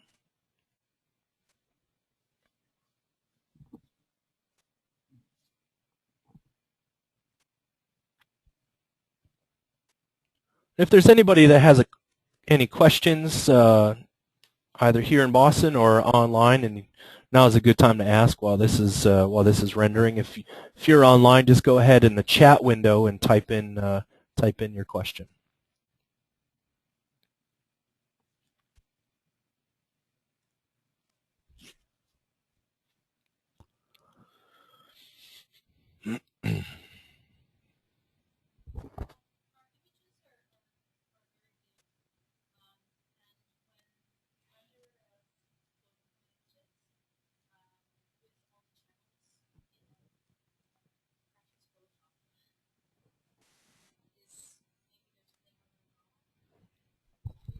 So there's a question here about when you render out an image, an EXR file that has all the different channels inside of it, and you go to open it up in Photoshop, it crashes.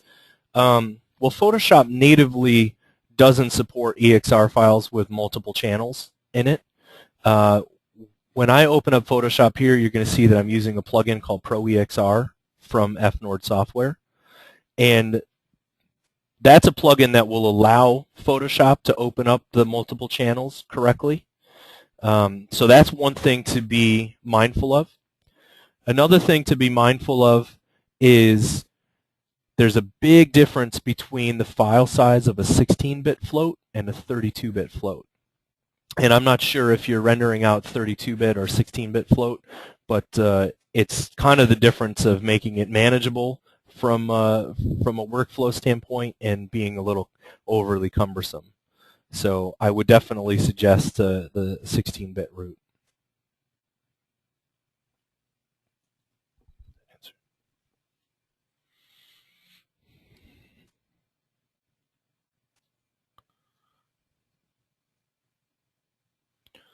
Okay, so it's saved our file here, and for those of you keeping score on our render times, that was 2 minutes and 16 seconds, so not too bad. I'm going to open up Photoshop. And a couple of things to notice right off the bat. I'm opening up Photoshop CS5 Extended. It's very important if you're going to be working in float files to have CS Extended. It will not allow you to layer files without the extended version of Photoshop. So that's one limitation you definitely want to have. What I was mentioning before is I've got a plugin called ProEXR, and that's made by these guys at FNordware. And it's a relatively inexpensive plugin for what it does. I think it's just under $100.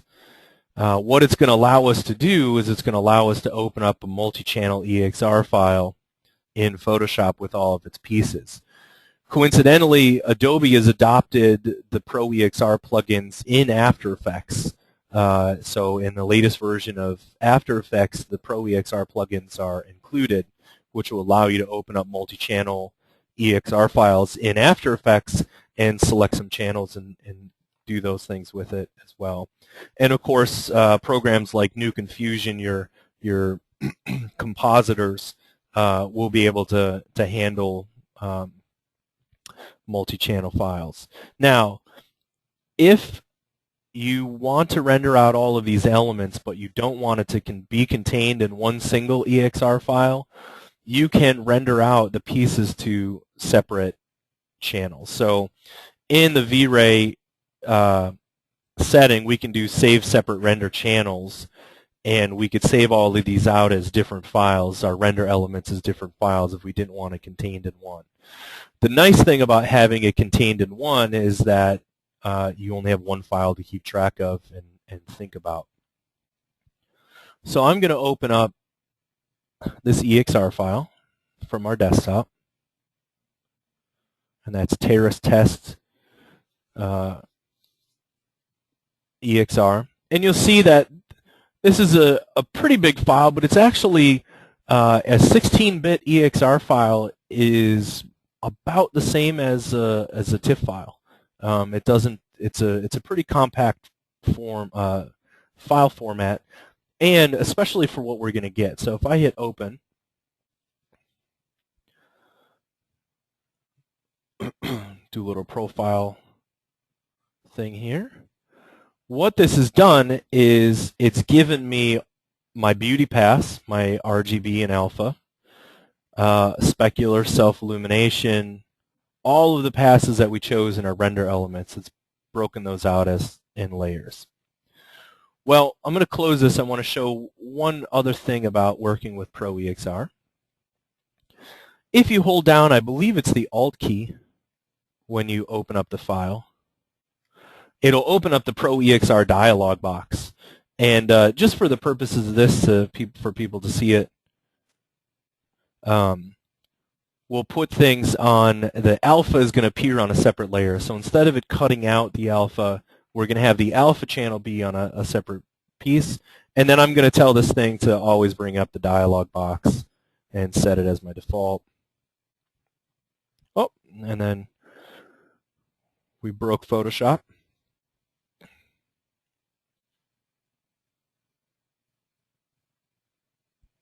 There's a question online while Photoshop is coming back up. Are there any issues with EXR files in Composite?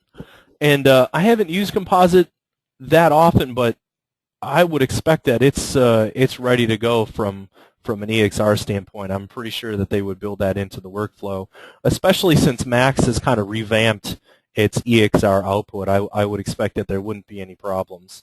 That is something that we can check on for you. So let me try this again. It may just be, for the purposes of the class, I've got a demo version of Pro EXR installed, and there may just be a bug in its ability to put alpha appears on separate layers. Yeah. So that's really all that we're running into, is it's just a bug with the demo version. That's okay. We can still do what we want to do this way.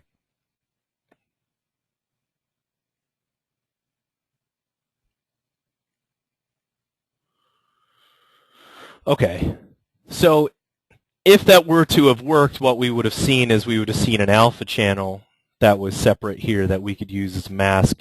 There are some anti-aliasing things that that you would need to think about as if you were to try to work this way from a final standpoint. But what I suggest is utilize these 32-bit EXR files to set up your scenes and measure and get everything the way you want it to be.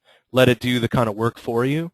And then if you needed to go render clamped output to solve some of the anti-aliasing issues, or you wanted to you didn't want to deal with all the kind of weight of the EXR files, you could use this to start, get everything set up the way you want, and then adjust everything in Max and render it out the other way. First thing I'm going to do is I'm going to turn off all of these layers. The VRay bucket layer we don't actually need, so I'm just going to delete it. And what I want to do is I want to group these passes in a way that allow us to understand what the math is. We talked a little bit about it, how things get multiplied together and so on, but let's really look at it. So this RGBA, this beauty pass, I'm going to leave at the top because it's going to be our comparison. And then what we need to do is we need to take our filters and our raw passes, and we need to put those together.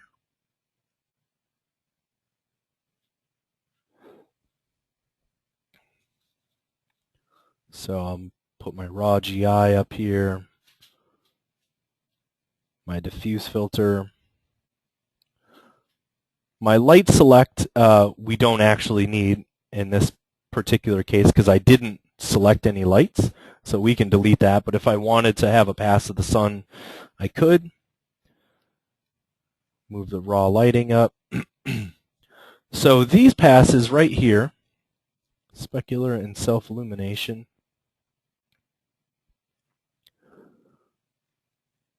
starting with VRay global illumination, lighting, reflection, refraction, self-illumination, and specular.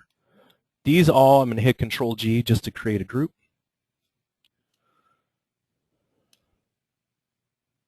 I'm going to call this Group A. These other ones, all of our raw passes, Control-G, I'll call raw. So here's our VRay GI pass. This is what this looks like. Well, the VRay GI pass is really the same as our raw GI multiplied by our diffuse. So the diffuse multiplied by raw GI should yield the same. I'm just going to group these together and change this over to multiply.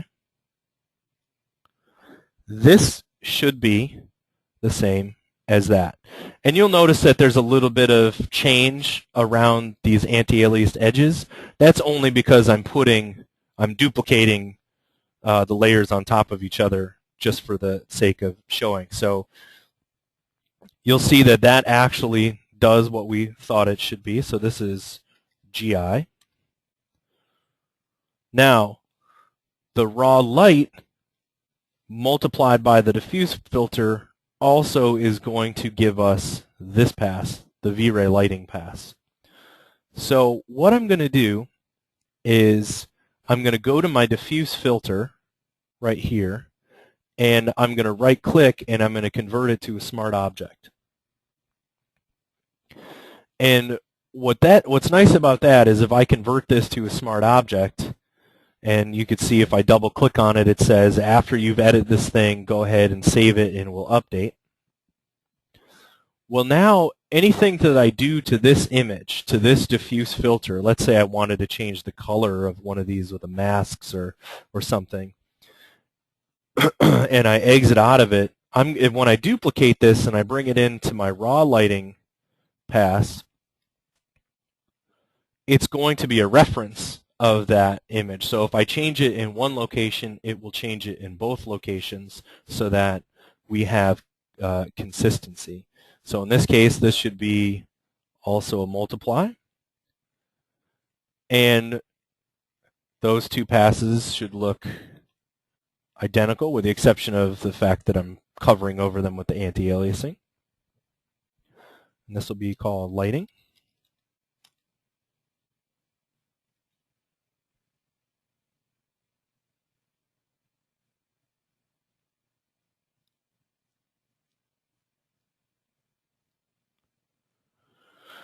Okay, and then we've got a reflection filter and reflection, so I'm going to put this in here, call this reflection.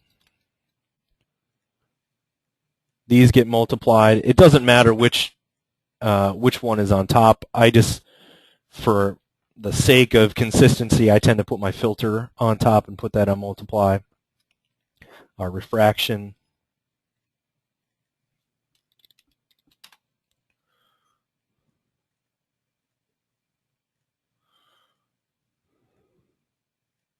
So reflection, there's reflection, here's reflection, those two match, here's refraction, those two match.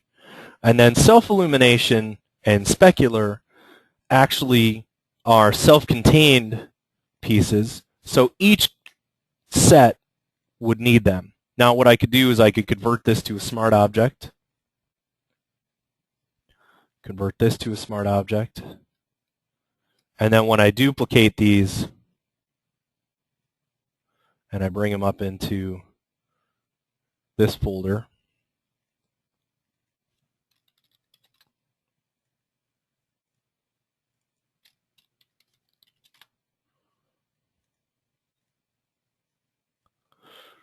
anything that I do in one set will change the other. All right, so how does this all go together? Well, the easiest way to put this together is that these all just get added on top of each other. So the VRay lighting, switch to add. VRay reflection, switch to add. Refraction, add. Specular, add. Now when I turn on the RGB at the top, again with the exception of what's happening with the doubling up of the pixels around the edges, you'll see that these are identical. There's one slight difference in it, and I leave it in here just as a caution. You see these planter pots have a slight change. Well, the reason that is because those planter pots don't have a VRay blend on it. They have a standard blend. And when you're working with elements and render elements and compositing math and so on, you want to make sure that all of your VRay, you have VRay materials, VRay blends, and so on. I would shy away from standard materials. Standard materials will work okay, but in this case, the standard blend has an issue. So what we've done is we've separated out all these passes and put them back together the way that VRay would assemble them under the hood as it was rendering. Well, let's do the same with the raw passes. This lighting group will get an add. This reflection will get an add. Let me turn off the RGB at the top. Refraction. Self-illumination, which I don't think there is any. I think that was just all black, and then specular. And then the same goes. We can compare the two, and we've been able to put it back together again just the way we would. So why would we go through the trouble of doing all this? Well, once you do this a couple of times and you kind of have all these pieces memorized, you can either put it together really quick or you could script it. You could set it up so that it takes your render passes and it tosses it into a composite, whether it's a composite, whether it's actually the software composite or Fusion or Nuke or Photoshop. You could build an action for it. And what this is going to allow us to do is it's going to allow us to get at the different elements. For instance, if I'm just going to make a copy of my reflection filter and bring it up to the top so we can see. And I'm going to turn this on normal. For instance, my reflection filter looks like this. And if I said, you know what, I want to play with what it would look like, to have my water be more reflective or my glass be more reflective or any element, we could render out a matte pass and bring that in. We can make a quick selection like this, and if I wanted to,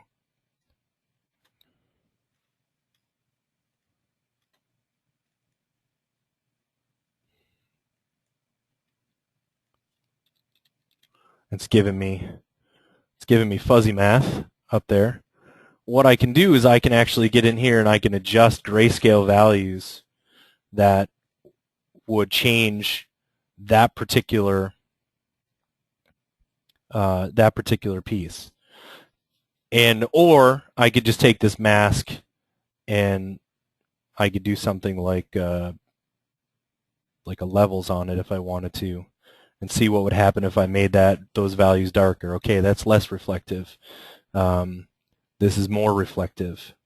Oh, that looks better with more reflection on it and less transparency.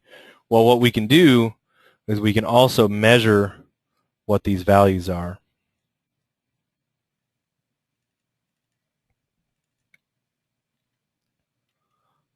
Just bring this up here, switch this on to normal, and I could say, okay, my eyedroppers tells me that this should be white and this should be, 115 gray. And so you can go back into Max and you can adjust your fall off or your Fresnel to have it, the reflection settings change. You can also do it with refraction, right? If you wanted the glass to be more transparent or less transparent, you can get into, for instance, let's say I've got the lighting pass here, and I'm just going to, I find it's just easier to make a copy and bring it up to the top so you can see. Well, let's say that this lighting pass, is fine, but you were really hoping that it was, the sun was a little pinker or a slightly different color.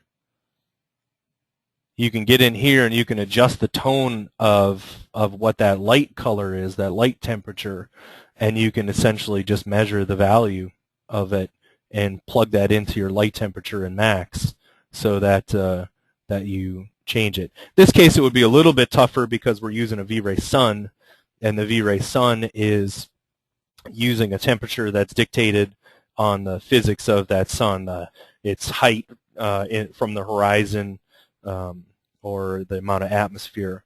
But what you'll notice that we can also do is we don't necessarily need to use the VRay Sun anymore because we're able to physically measure it, put in our own light with our own temperature and our own shadow controls, and make it any color that we want. So as much as we say that we're changing things and we're using this physical workflow, the whole idea is that we're trying to give ourselves the ultimate control so that our artwork or our final image can be the best it possibly can be.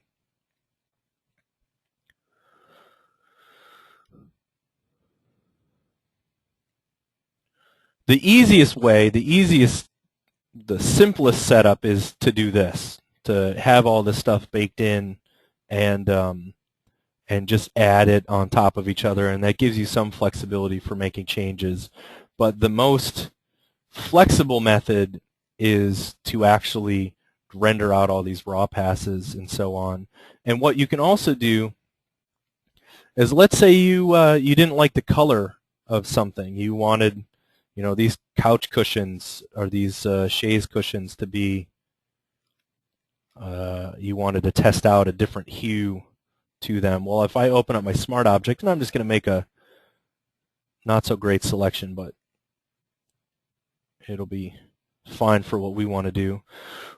We can either decide we could put on a solid color up here, change it. I would put this on multiply so that it's keeping the texture in it. Let's say we wanted to have this color on our cushion. Well, what this is going to do is, in the diffuse color, remember this is a smart object, so as soon as I save this, it goes into 2 locations. And now what it's done is it's multiplied it by the raw GI, it's multiplied it by the raw lighting, and this has given me what it would look like if I had made that cushion a totally different color. It's not a great color, I just did it so that we could see it. But what you're noticing is that this is exactly what Max would do. If we were to have changed that color in Max to be this, it would look this way when we render it. There would be slight differences because if the light hits this kind of aqua green color that we put in here, the light that bounces off of it would pick up a little tint of that color, but for the most part, this is exactly what Max would be doing under the hood by rendering it. So one of the things that I'm sure people run into, at least I know I run into it, where somebody gives you a physical material sample and they say, we want this to look like this color, and the lighting is wildly different and so on. Well, this is the place where you could show the fact that it is that color, it's measurably that color. And tomorrow, we're going to start the day. I'm going to show you a little trick we can use with a device called the Color Monkey that will allow us to actually put a device on a color chip and measure its reflectance, and then put those values directly into Max and make it a no-brainer. Okay, it's probably a good time to take a quick little break and come back at 10:30. So let's do that. Let's tune back in at about 10:30.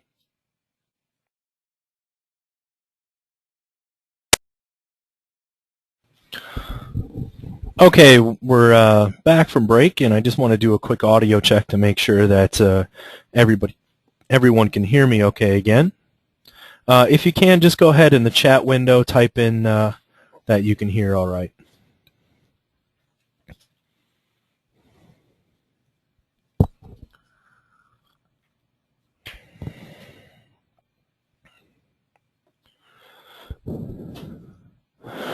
Well, now is actually a really good time in case anybody has questions of things that we've covered so far.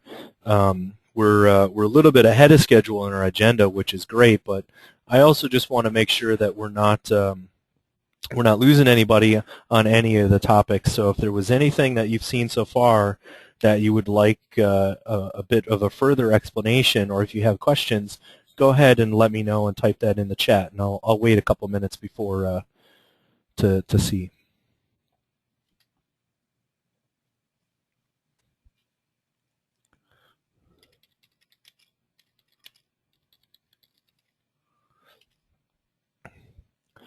There was one question here in Boston. It's a good question. When we rendered out our render elements and we chose to put that into one single EXR file, by default, those files are all, they're floating point and they're contained as an EXR. If you were going to render out those elements as separate files, would you still use an EXR file type for those? And the answer is yes. You would still want to render those out with the floating point values so that when you're putting them back together again, they will composite correctly. Specifically, the unclamped values, the values that are higher than 1 for lights and so on.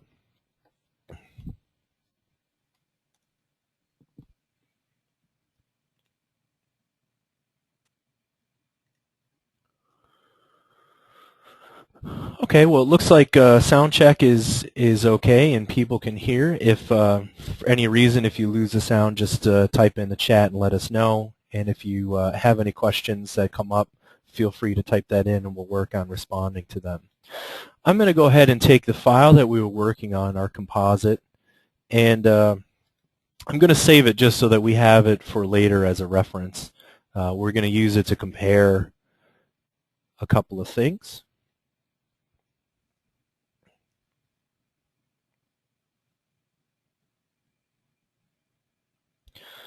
And I'm going to close out of Photoshop here. Okay. So one of the things that I want to do, and it's a quick thing, is I want to show people how you can render out ambient occlusion and where ambient occlusion would fit into the equation. So there are two different ways now. Well, there are multiple different ways, but there's a way that's been built into VRay that's kind of a nice addition. Under indirect illumination in our VRay setup, we now have a chance to put ambient occlusion directly into our GI. And that's this checkbox here that allows you to turn it on and off. And it also gives you a radius that you choose, and that radius is a physical distance between objects that it'll render out. And then the number of subdivisions, how tightly or how many subdivisions it uses. The 0.8 is a multiplier or a mount that the higher the amount, the sort of darker the ambient occlusion will be, and the lower the amount, the more faint the ambient occlusion will be. So that's one option that we can do, and that is going to bake it right into our rendering. Another thing that we can do, and we'll go over this more in depth when we get into our radiance map settings, but we could turn on detail enhancement in our radiance, and what detail enhancement is going to do is similar to ambient occlusion, where it looks at a radius between objects. It looks at neighboring objects. But in this case, it's going to look at them and apply brute force GI in those nooks and crannies. So detail enhancement is still a physically accurate version that would allow you to put brute force into kind of the small details, whereas ambient occlusion is sort of a quick trick, as it's a fake. And let's talk a little bit about where you would put ambient occlusion. And one of the mistakes that I've seen people make is they'll take a dirt map or an ambient occlusion pass and they'll just put it right over the whole image, and they'll put it on multiply at 20% or something like that. And while it does bring out some details in the kind of nooks and crannies, what happens is if you do that on your image, it's not taking into account where direct light is hitting, and it's not taking into account transparent surfaces like glass and those types of things. So you want to be cautious about where you do that. Ambient occlusion, if we render it out here, and let's go ahead and do that just as a test, and I'll show you in the render element how that looks. So I'll reduce my render size to 400 by 500. I'm not going to save it. My render element, I have my raw GI pass. That's something that that we're going to want to look at. And let's go ahead and with our ambient occlusion on, we'll hit render.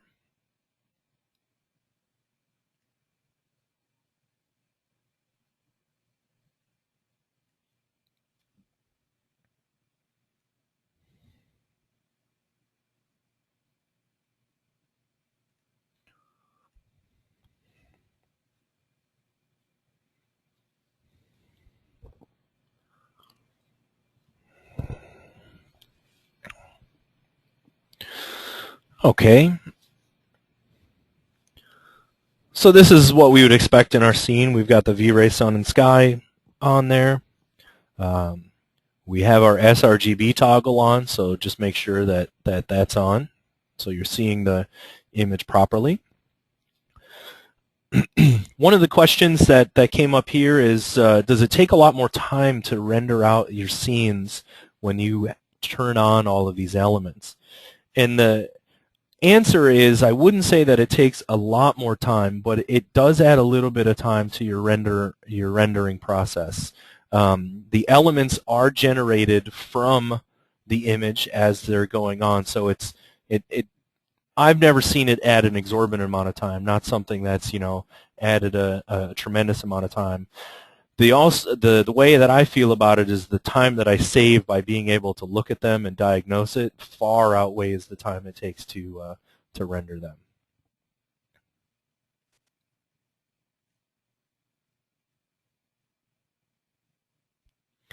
So one of the questions online right now is, you know, what is ambient occlusion used for?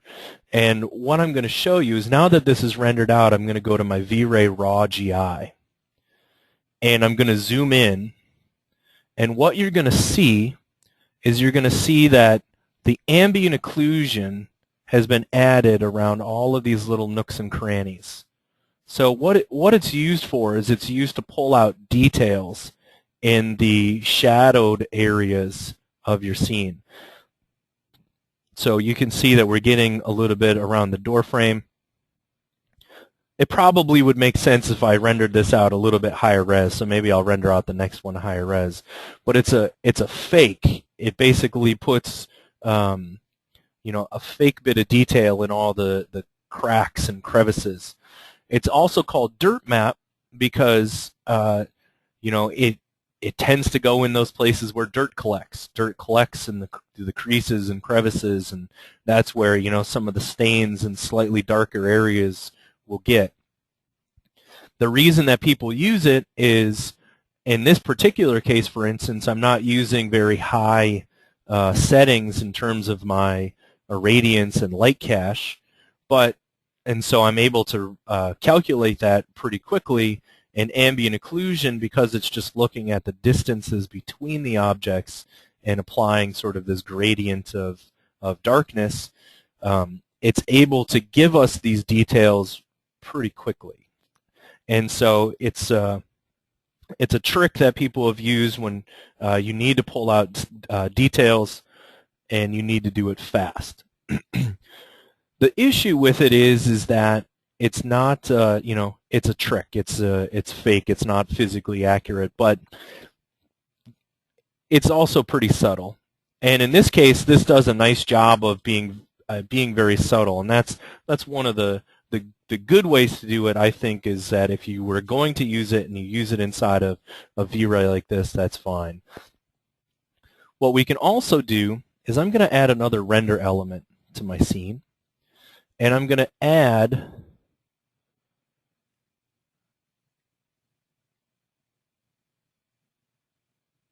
an extra texture. This guy, VRay extra texture. And I'm going to hit OK. And what VRay extra texture is doing is it's asking me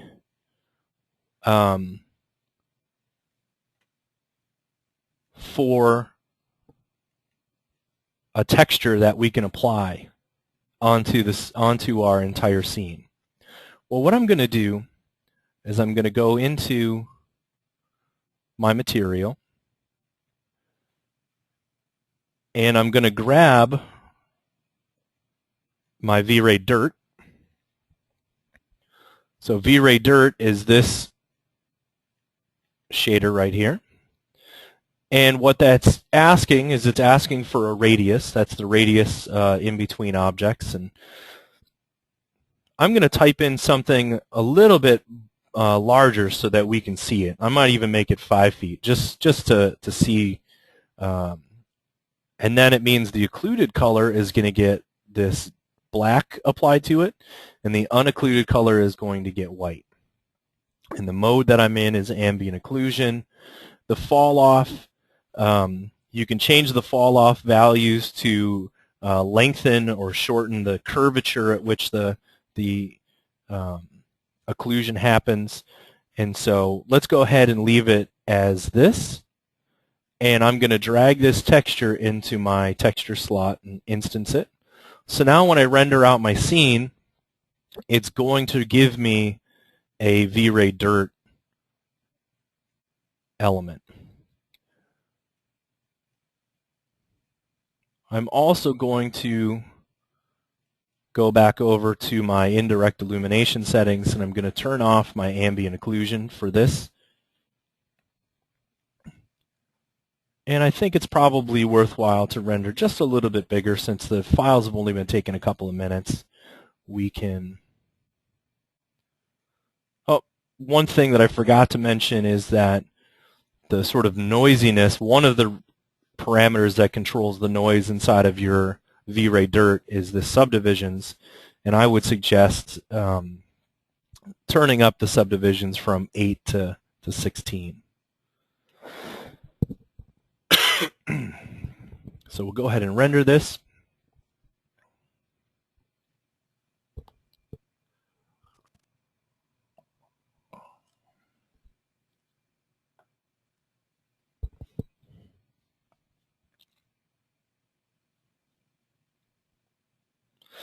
Now, you don't necessarily need to render out that extra texture element. The reason that I'm doing it this way is because it's a nice trick to be able to show that you can basically get it automatically by, you know, rendering out the scene once. You don't have to render it out a separate time with just a dirt map applied to it. The issue is going to be, though, is that it's going to apply dirt map to all of our surfaces. And I'll show you in a second when we go to composite this why that could be problematic.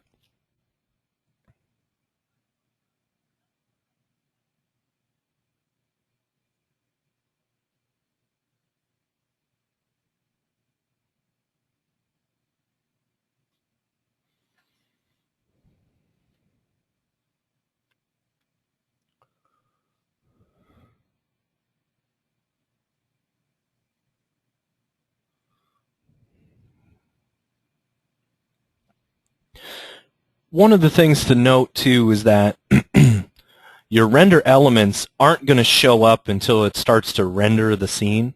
So if you have this set, like we've been diagnosing our scene on various different render elements, don't get nervous if you're in a render element and the whole thing looks black and you're wondering why the scene's not rendering. Just make sure that it has actually started to render, and then you'll see it begin. So if I go to extra texture, well, there we go. Now we can see while this is rendering, it's giving us an ambient occlusion solution at the same time.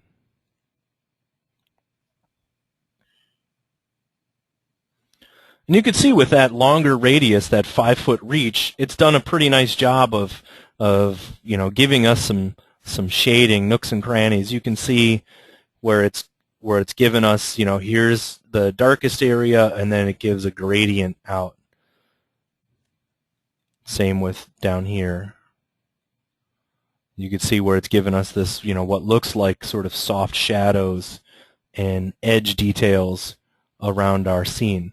So it can be kind of a nice, it's sort of a nice looking rendering on its own, and you could see why, it could be a quick fake. If I save this piece out, we'll call it occlusion.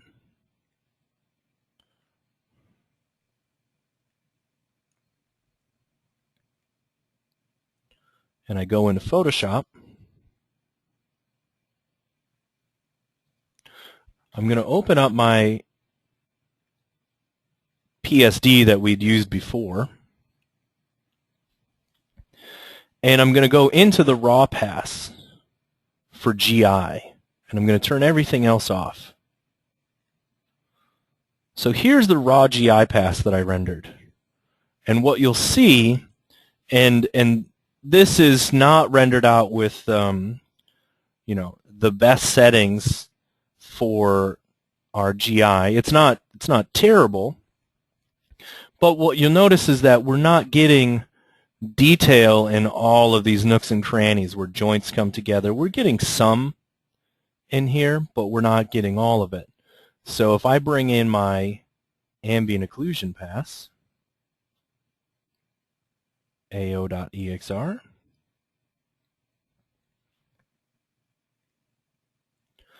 and I bring this into my scene, I'm just going to control drag it. Well, now the proper way of using an ambient occlusion map, and this is what happens when you turn on the VRay ambient occlusion, is that it goes on top of the raw GI pass, and it gets multiplied on top. So this image, wherever it was white, it has no effect, but wherever it was dark, it fills in and gives us some of these details. Now, it doesn't necessarily need to be on there at full strength. In fact, it doesn't, even at half strength, it does a pretty good job. You could see there's without, there's with it, and we're getting more finite detail around these edges. So this would be the place to use it. Where it has a physically inaccurate effect, I'm going to turn it all the way up to 100 so people can see it. Look in this corner right here. Let me turn off the grid. This corner, there's sunlight that's hitting it, and it's bouncing up in this corner. So that's actually making this spot light. And that's why this looks the way it does. This GI is correct. These areas are actually lighter. Well, when I put on this ambient occlusion, because it says these surfaces are close to each other, it's putting this dirt in here, and it's combating those pieces that we had in our GI. So it's working against us in the GI solution. Now, in the case like this, it might not be so bad. So if I turn on the rest of my passes, and we look at it all together, you could see what the ambient occlusion is doing. It's putting in this little bit of detail in the nooks and crannies, but it's also making it look a little dingy. It's nice to get the surface change. So when you do use ambient occlusion, I suggest that you keep the effect to be very subtle, and I'm going to actually change. I'm going to get rid of our color change on our cushion because it wasn't a beautiful color. That you do it and you limit it to being a very subtle effect. It can be nice, but you just want to be cautious about using it. What is nice about putting it into the raw GI is that the lighting pass, and this is the lighting pass here, by the time this gets added, this still gets added on top. So it's going to reduce the ambient occlusion in the places where it should reduce it.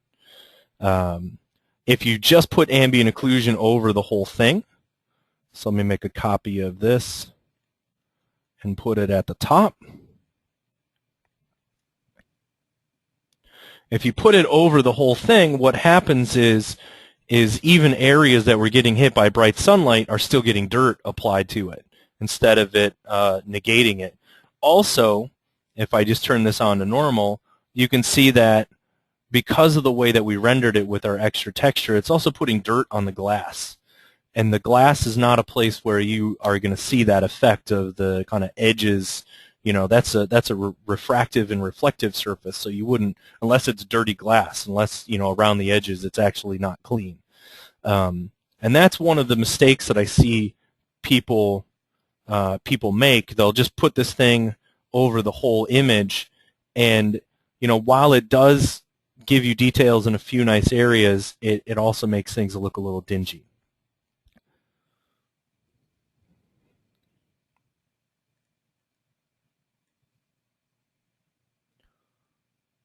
So that's a good look at ambient occlusion. I'll save this Photoshop file so in case we need to come back to it.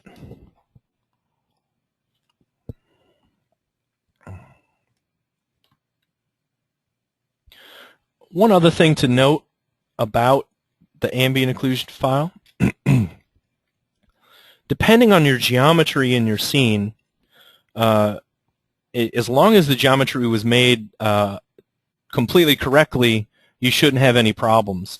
Occasionally you're going to run into an instance like this, where this doesn't look like it's rendering correctly.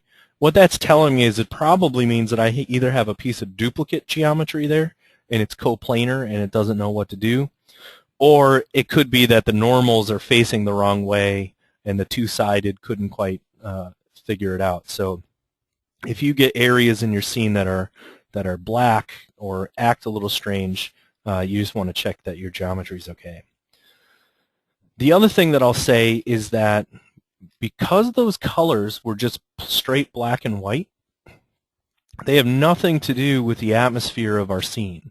So we talked earlier when we set up our sun and sky or our VRay HDR image that the light in the shadow area of your scene is all generated from the sky. So the sky is the light that gets into the nooks and crannies. It keeps the shadows from looking completely black. So this light that's not being hit by, this area that's not being hit by sunlight, should be getting some kind of bluish skylight to it. Here what we've done is we've just put straight black and white. And what that's going to do is that's going to accentuate that dinginess of it, because what we've done is we haven't given it any type of coloration that matches our environment. So one thing that you could do is you could give this a little hue in the darkness. You want to be very slight with it and very subtle, but that can also help the realism of your ambient occlusion by giving it a little bit more of the ambient color of your scene. Okay, so let's close this down, and we'll close down Photoshop. And just to review, what we did is we added a render element called extra texture. We created a VRay dirt that had a radius. This is where you would change that coloration of your tint. You know, if we wanted to get a little bit of blue in there to match our environment, maybe we would change that slightly. And then we gave it a number of subdivisions, which we changed from 8 to 16 just to help to combat some noise. And we adjusted the type to ambient occlusion. You can also use this as a reflection occlusion as well, and that's a different kind of technique, but not something we're going to cover in this class. I think if you were interested in that, the parameters basically are very similar to what we just went over. All right. So now let's get into some scene diagnosis. What we want to do, and the purpose of this class is, I'm not going to come out and just say, these are the settings that you should use for every scene, because that actually just doesn't exist. Every scene is a little bit different, and while some are similar, you can, you know, bank on certain things being sharing similarities. But what I want to be able to do is I want to arm everyone with the ability to look at a scene and diagnose what's happening and make some educated decisions that will help you become more efficient in your workflow. So the first thing that we're going to do is, for my test renders,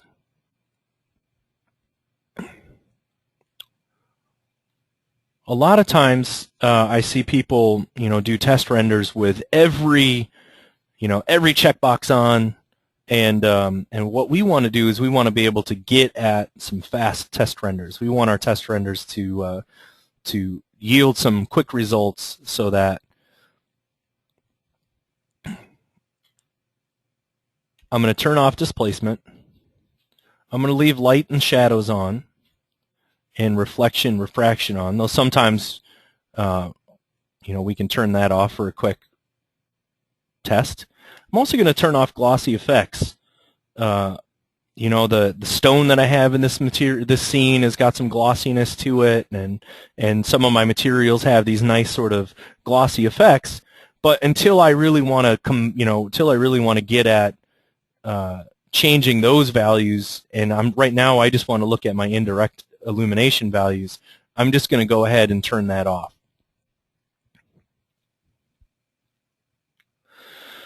My anti-aliasing, you know, some people for test renders just put it on fixed at, you know, fixed with a sample of 1, which would essentially be kind of the fastest solution. The anti-aliasing is not really going to be my big slowdown, especially once I turn the glossy effects off. So I'm going to leave it at adaptive DMC, and I'm also going to leave it at 1 and 4. You'll notice that I don't have an anti-aliasing filter on. There's really no need to have an anti-aliasing filter on unless you want to blur or sharpen your image. And anti-aliasing filters do take a little bit of time and a little bit of memory to calculate. Where this would come in handy is if we were rendering out an animation and we wanted to kind of soften up the pixels a little bit so that they're from frame to frame, there'd be a slight blurring, in which case you might use something like quadratic or cubic. Video's probably a little too soft. That's all, I believe, a matter of personal preference and the way that it looks.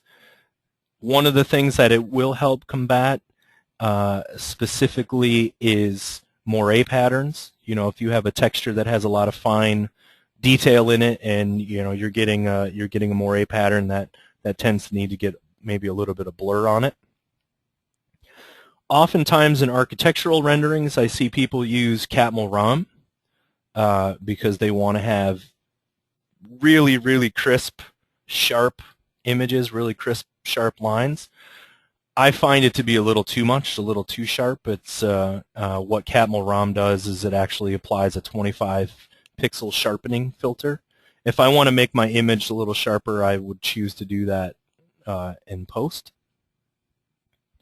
And if you look at even the sharpest photographs, they're never quite as sharp as this with the Catmull ROM. But again, it's a personal preference to what people want to do. I'm just going to leave that filter off. We will get into what all these settings mean and evaluating them. I just want to show some example of where we're at right now for our test rendering. So I'm going to leave my color threshold at 0.01. One thing that you will notice is that I have used DMC sampler threshold. I believe that's checked by default. I do have that unchecked. But when this is checked, use DMC sampler threshold. That means when I go to settings, my DMC sampler, it's going to use this threshold. In this case, in this instance, that threshold is 0.01, and in my anti-aliasing, it was also 0.01, so it didn't matter if I had that checkbox on or off, it has the same value. We talked about our color mapping for our linear and physical workflow. One of the reasons that I like this workflow, and again, it's a personal preference. You can certainly get great results by adjusting the tone mapping settings and doing all that. Is that it removes variable out of the equation.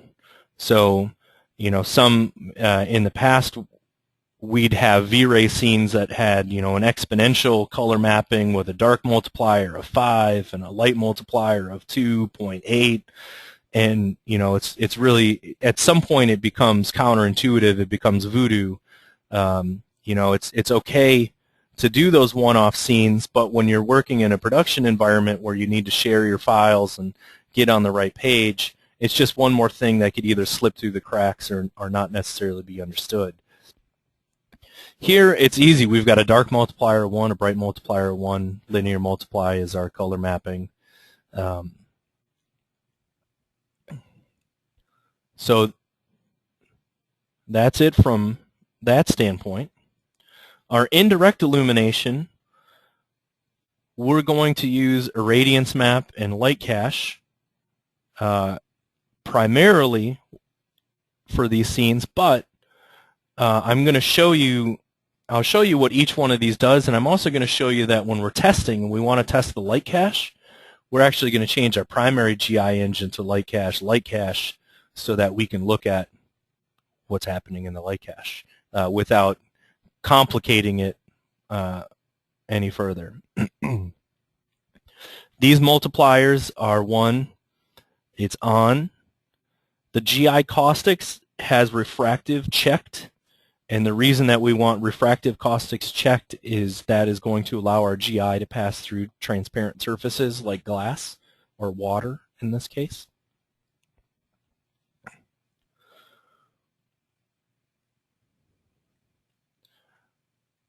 I'm sure everyone who's used VRay is very familiar with being able to pick things from the presets, and it is resolution dependent. So, the min and max rates that we use are dependent on how high res or low res you're rendering your image, and we'll talk a little bit about that. I know some people they'll work at, they'll just punch these in very low, and one of the nice things about VRay is that that if you wanted to get in and get a pretty decent rendering, you could just grab some things down from the presets and run with it. What I want to do in this class is I want to show you what those presets mean and how to understand and evaluate the values that you're actually changing. We talked a little bit about detail enhancement. Detail enhancement I would not use for a test render. That's more like when we're further down the road, we're getting our radiance and light cache are looking pretty good, and we just need that additional detail in the nooks and crannies. One personal preference check that I do here is you'll notice that, well, let's continue along these lines. The show calculation phase, I do like to see that just to give some idea of what's happening. Show direct light, I also like to have on there so that we can see, you know, what's happening with our direct light. That doesn't affect, these checkboxes don't affect how the final output is going to render. They just affect what you see on your screen while it's rendering. Show samples is going to be our friend when we're going to evaluate how this is all looking. So show samples is going to be a checkbox that we're going to use to our advantage. And then as I was getting down here to multipass, it's just a personal preference that I have that I turn off multipass instead of VRay going around the image in 3 passes. Pardon me. I choose to let it do each bucket. When you turn off multipass, it will go through all of the passes per bucket. So it'll go through -4, -3, then it'll move on to the next bucket, do -4, -3, instead of going all the way around each time. Doesn't change the output. I haven't noticed it change any of the timing. It's just, again, like I said, a personal preference. Randomized samples we are going to want to keep on, and we'll talk a bit about that later, as well as some of these interpolation types and sample lookup. And we'll get into the modes. Right now we're just going to use single frame. Let's talk a little bit about the light cache. Light cache has a number of subdivisions. That is also dependent on what you choose here. Well, I should say that the sample size is dependent on what you choose here. So for instance, if this value is 0.02, that means that each of the samples that it uses is going to be 2% of your render size. So that is also resolution dependent on your rendering. If you change this to world, it's going to use these as physical units. So if I type in 3 inches, that means it's going to make, you know, it's going to spread out my samples every 3 inches in there, and we'll see what that does. Store direct light. Let's go ahead and turn that on for now, so that we can evaluate what it's doing. Store direct light is, well, we'll see what the effect of that is. Store direct light can save you some render time, especially when you have a lot of lights in your scene, but it will sacrifice some of the clarity to what those lights produce. So let's turn it on and see what happens. And then we've got all these reconstruction parameters down here of pre-filtering and the retrace threshold and the filtering, interpolation samples, all of that stuff, and we'll talk about it. It's easier to show that, I believe, when we're doing it. Okay, so this could be a pretty decent test render scenario, but I want to reduce it even further. I want to actually change our setup, our GI engine. I want to change to light cache, light cache. And so what that's going to do, and this is not going to be a final render, we're not going to use this to be our final output, but what we are going to do is we are going to use this to evaluate what is the light cache actually contributing to my scene. And what we're also going to do is we're going to change filtering to none. So the reason that I'm doing that is I want to actually see the samples that the light cache is producing without blurring them together, without taking the nearest samples and blurring them together. I want to see what's actually going on. So that's the first thing that we're going to do. Now the number of passes has to do with that's sort of core related on your machine, the number of cores that you have. I believe that this is an 8-core machine. It might be 4, but it's fine. We can leave it at 8. And then I also, in case I wind up making a really nice light cache setup, I'm going to choose don't delete, because if I want to save it after I render it, I can go ahead and save it and store my light cache so that I don't have to render it again. All right, so first test render, we're going to do light cache, and I'm going to keep, let's try it with a resolution of a low res of 500 by 400 for now. If we need to up it, we can. And as I mentioned earlier, you know, we're going to use the render elements a bit like a doctor would read a, you know, CAT scan or MRI. And the render element that I really want here, that's the most important to me, is this raw GI pass. This GI pass, this raw GI, is the one that's going to show me exactly what's happening in my light cache when it renders. So let's go ahead and hit render.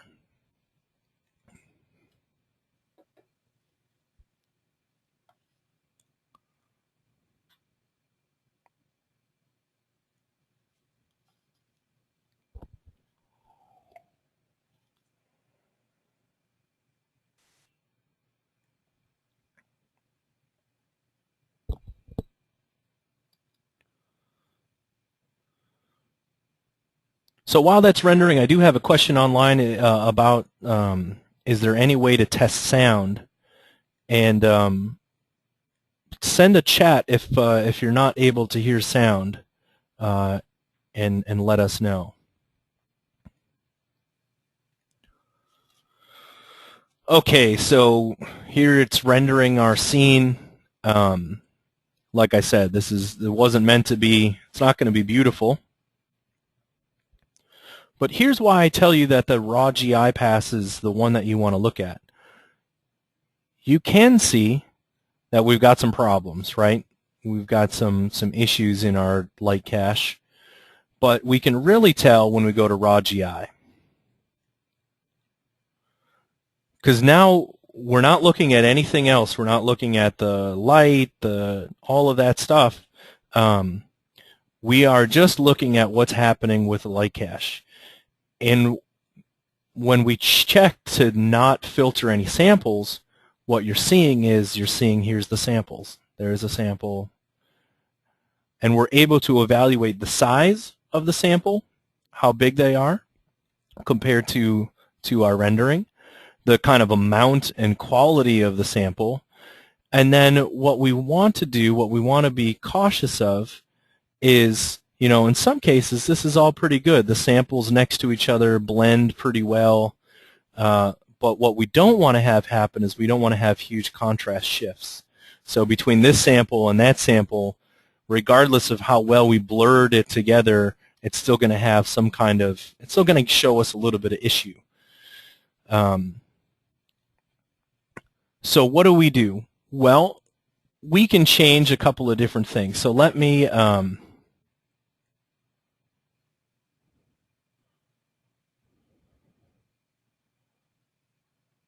let's just make a copy of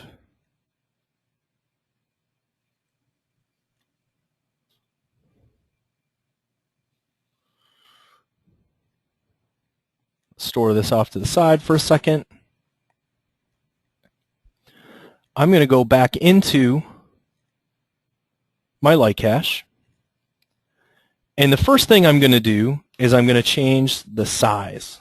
So let's look at what happens if I say, all right, well, instead of 2% of my screen size, I want it to be 1% of my screen size. And let's render out what that looks like.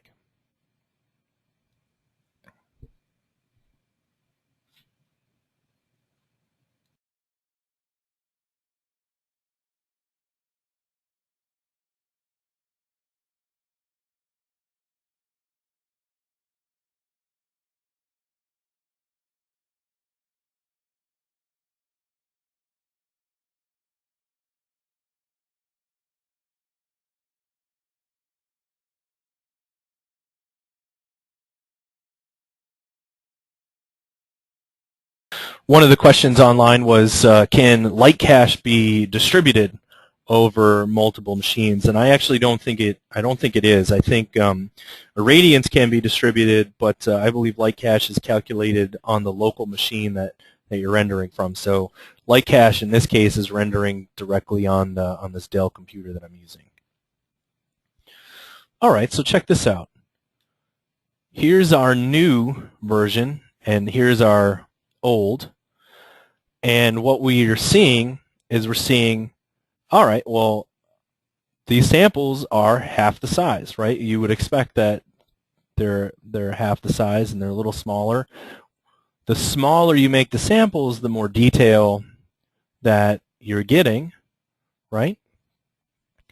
But you'll also notice that the smaller the samples in this case, we're introducing certain artifacts that might not have existed before. For instance, if you look at these pixels in here, there's a shift that's happening between the color of that to that. And so when this gets blurred around, we might have more detail, but we might also have created more areas that there was splotchiness to. Okay, so we'll keep this around.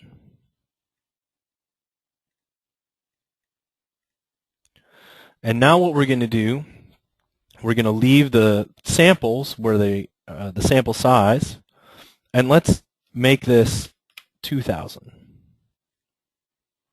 Let's really get this up there.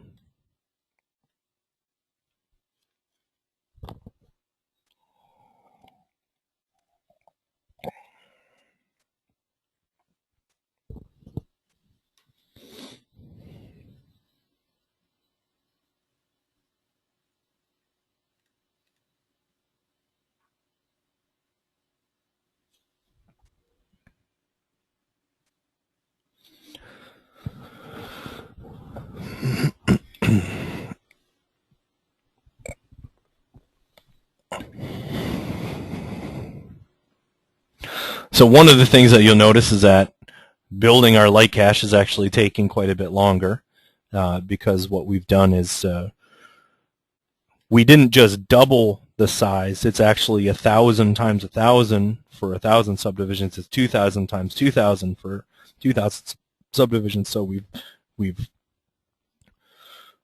in this particular case, we've quadrupled the number of samples.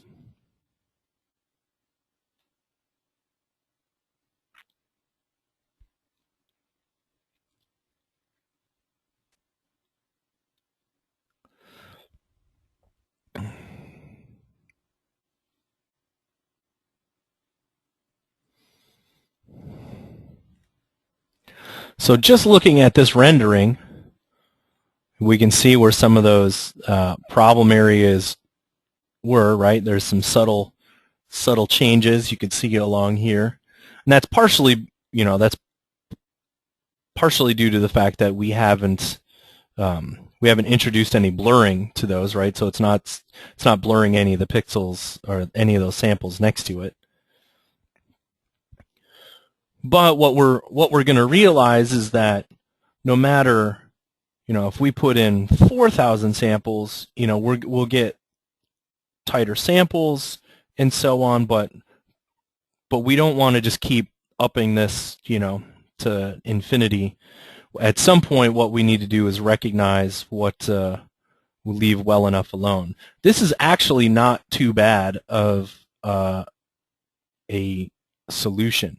What I'm going to do is, because there are a few little artifacts in these areas, what we should do is we should just quickly take a look at what happens when we filter this. But I don't want it to render out my light cache again. And here's a nice thing to know.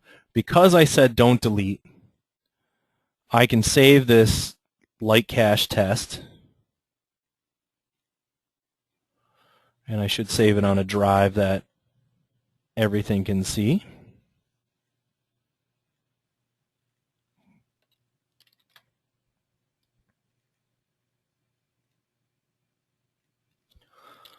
So call this 2,000.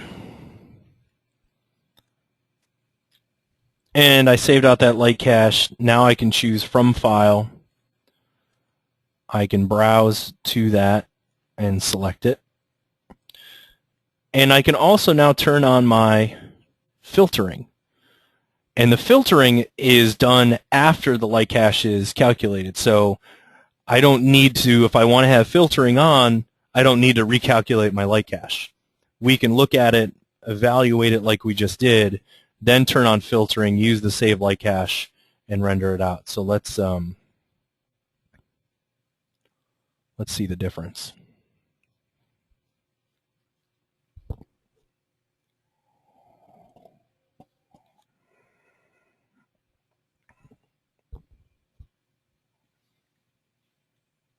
And you see now it's gone in there, it's filtering it, it's grabbing the nearest 10 samples and blurring those together.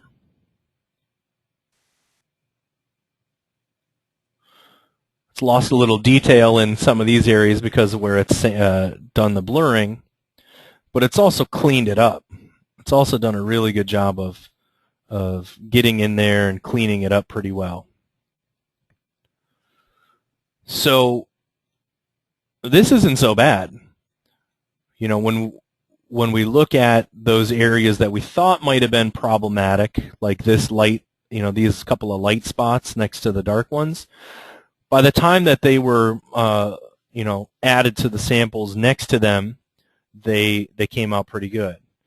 The thing about light cache too is we have to remember is we're not rendering our final image with light cache. We're going to apply the irradiance map on this as well. So the light cache will have an effect on the final image, but it's not going to have the full you know, 100% effect. So if we were evaluating this, we would say, all right, I think we've got a pretty good solution to this scenario at 2,000 samples and 1% size of our screen. If here's where time could be a factor. If this seems to take a long time and you can't afford to render out 2,000 samples, then you have to cut it back and figure out ways that maybe you use fewer samples and a little bit bigger size, and you sacrifice some detail to it. What we really want is we want to make sure that there's no artifacts. Well, we've got a little bit of artifacting here, right up in this area. And the reason that we have this artifacting and the reason that I wanted to show you store direct light is because that's exactly where that's coming from. Those artifacts are happening because the light cache is storing the effect of the direct light, in this case our sunlight. And that's why this is happening. But when I actually look at my RGB color, it's much less noticeable than it was before, but it's still there. Well, let's turn off that store direct light and evaluate again.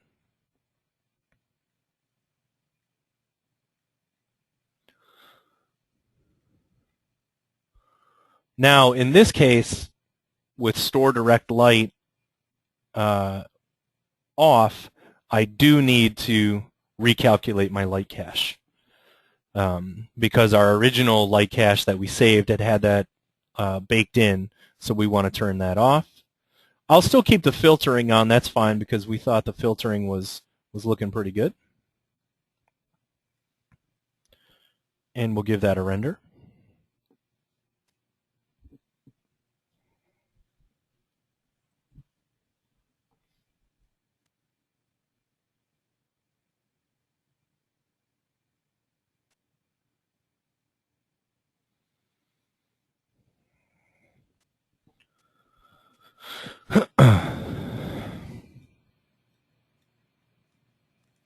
Switch to RGB color and we could see it building the light cache here.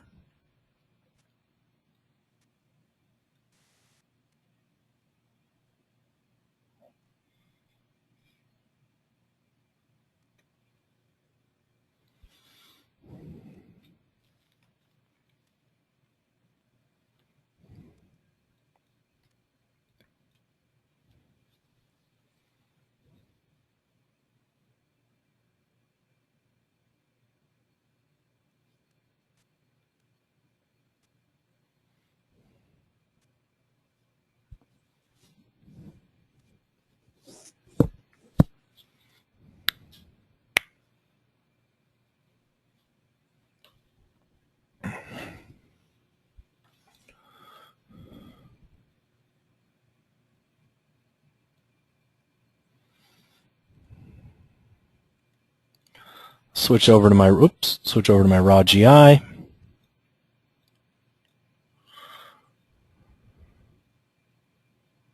What you'll notice is that all of these elements that before were storing with the direct light, it's now not storing those into our light cache setting.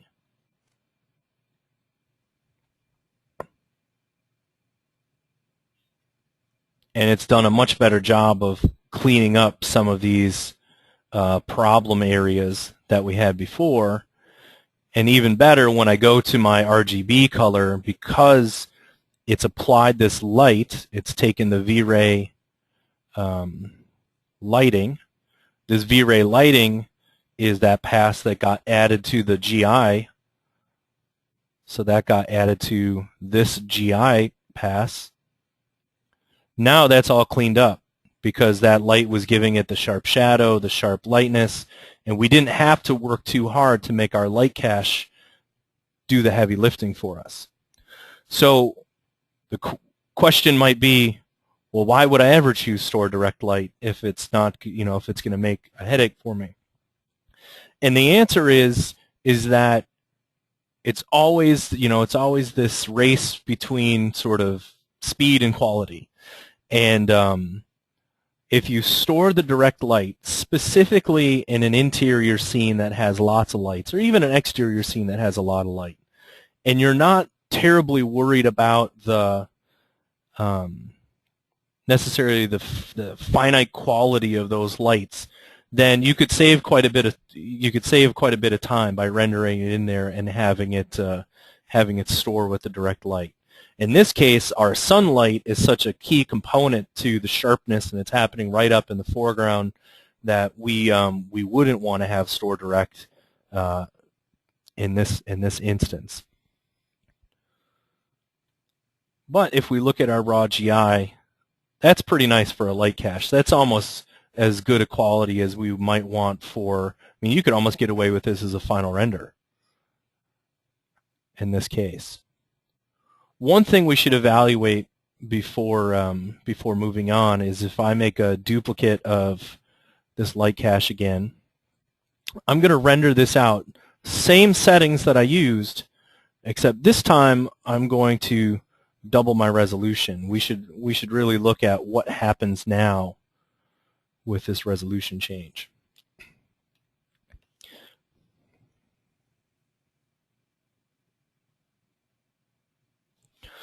While this is rendering, if anybody has any questions, feel free to type into the chat window and let me know, or if anybody here in Boston has any questions thus far, just put up a hand.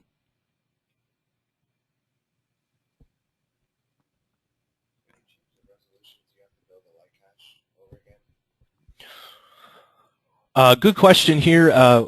When you change the resolution, do you have to build a light cache again? And that's actually, yes, you would build a light cache again if you wanted it to have the detail of that resolution.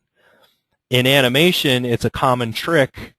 If you're rendering out, let's say, an HD animation at 1920 1080 or 1280 720, build your GI and your light cache at, smaller resolution, 720, 854, and let it scale up. It just depends on, it will scale up. It'll just be less detailed and it'll have a little bit more softness and blurriness to it. But yes, you could take advantage of rendering out at a smaller resolution, saving the light cache, even saving the irradiance, and then using that for a larger resolution render.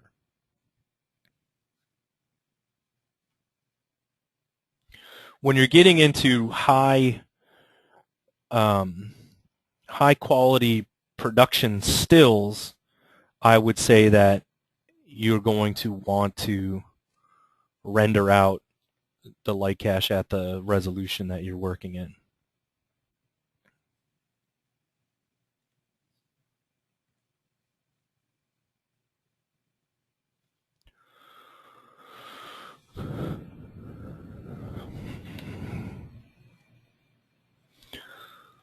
So this image is at 1000 by 800, and the image to the right is at 400 by 500.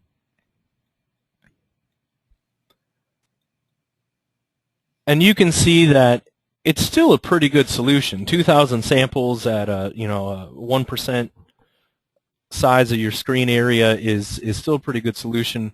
We're actually getting an artifact in a few spots, which could be caused by a bright sample that it's receiving. It could be caused by anomaly in the geometry, which is what I think some of these artifacts that are happening at the doors could potentially be from either duplicate geometry or a normal issue. But what you'll notice is that it's resolution dependent. We're missing a little bit of sample detail in here, whereas in our 400 by 500 it got it through there. And you'll also notice that there's more kind of detail in nooks and crannies because of the resolution and because of these areas that it's getting in. But I will say this, I will say that we've gotten pretty close by doing our low resolution test. We've got ourselves in the ballpark of where we wanted to be. One thing that I would suggest doing, and we can do it quickly, if I save this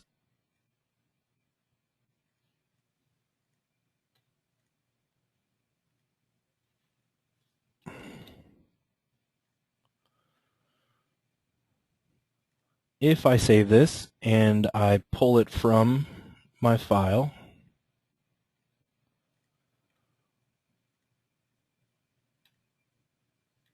I'm going to go back to none and render out, because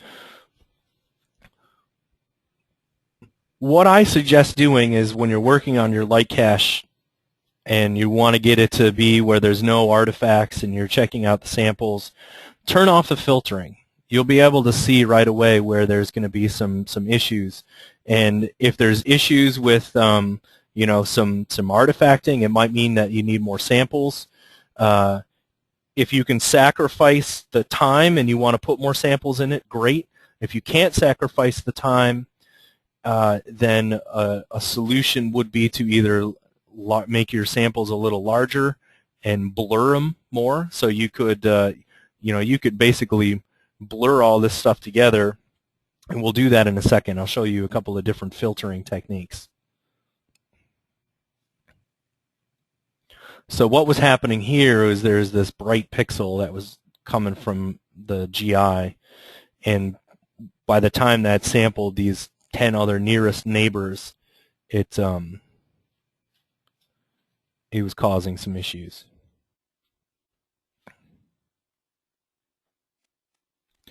And the more you blur it, the less artifacts that you have, but the less detail that you have in the nooks and crannies.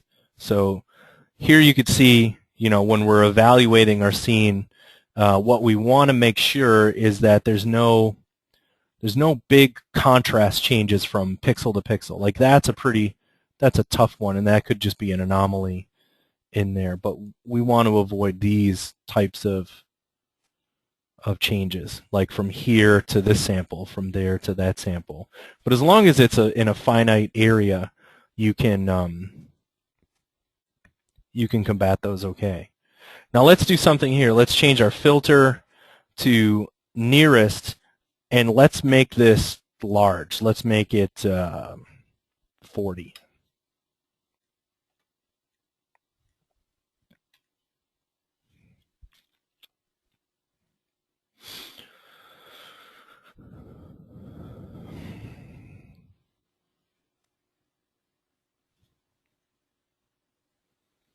So now what that's going to do is that's going to take a bigger subsample of areas around it, and you can see we're losing detail in the nooks and crannies, but it's smoothing this all out. It's really blurring it all out and cleaning up our result.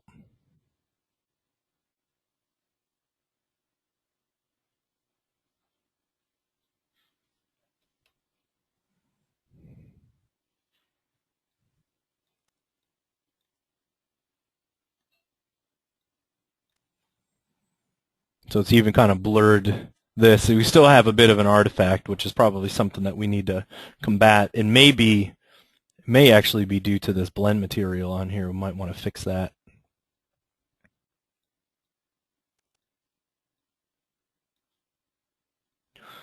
So what's the goal? The goal for the light cache is to get as detailed and as fast as you can get with the least amount of artifacts. That's the goal. But you have to keep in mind that if I were to prioritize what that means, the least amount of artifacts is the #1 goal. Detail we're going to be able to bring in via other techniques. The irradiance is going to get detail in there. We saw ambient occlusion could be a way to layer in some detail if you need to bring it back. Detail enhancement is one option. I'll show you a couple of ways to selectively brute force objects if you wanted to get into that. So the light cache, one of the ideas is that you want it to be speedy but no artifacts. And in this case, by blending more samples next to each other, I've reduced the amount of artifacting that's taken place. And by first glance, you know, by the time you look at it with all the light and the materials and all that stuff applied, that's a pretty decent solution. And that's just light cache. So not so bad for you know, a 1.5 minute test render. Now we are doing distributed, but that's okay. So it's probably a good time to take a break,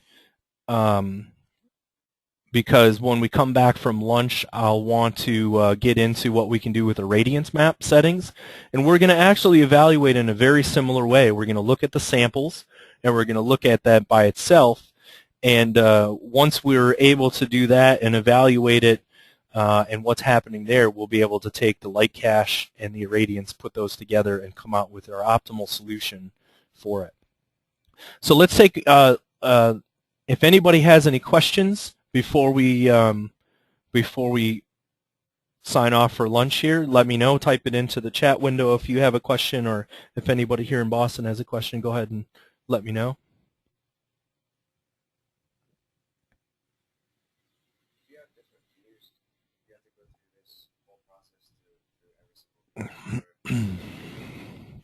Good question. So one of the questions here is, if you have multiple views, do you need to go through this for every view? And one of the things that you can do if you have multiple views is you can actually, yes, you would go through this to some extent, but you can also add information to your light cache, and you can add information to your irradiance. So what you can do is you can, because it's 3D information that's actually being added, you could make a light cache from one view, go to the next view, get it, you know, get it optimized, and basically add it to that light cache, so that when the light caches are combined, you can use that one light cache file for all of your views.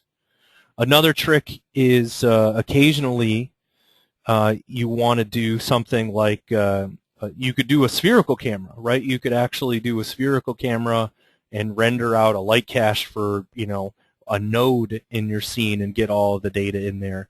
You would just want to, your samples would need to increase because you're seeing more of the scene. You would have more to evaluate, but from one location, you could essentially build a pretty solid light cache. And occasionally, that's a good solution for doing something like an animation of an interior, or do an animation where you take several views and you add one single light cache or one single irradiance, or both, and you use that to render out your scene. One of the questions online is, does world option and light cache change a lot in speed quality? And that's a good question, and that'll be one of the first things I think we should address when we come back from lunch, is I'll switch this over to world instead of screen, and then we'll be able to see what happens with our light cache, how it calculates when you choose world settings. It all depends, to answer the question, does it change in speed and quality? Well, it's going to be a different type of solution. The world option is actually, I find, a good way to do animations that are moving. Places where you're going to be going down, the camera's got some movement towards it, especially down a hallway or in a room or something like that, because if the light cache is just based on your screen size, it's something that's off in the distance is not going to get very many samples. But if you move towards that object, it's going to become noticeable. Whereas in a still image like this, it's not as noticeable. So that's a good question. We'll address it as soon as we come back from lunch.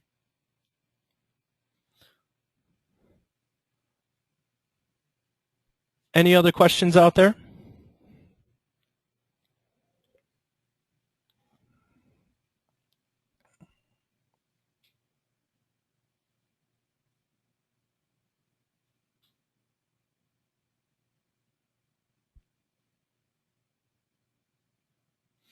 Okay, well, if anybody thinks of any questions while we're on break here, feel free to type it into the chat window, and we'll go ahead and we'll address it as soon as we come back for lunch.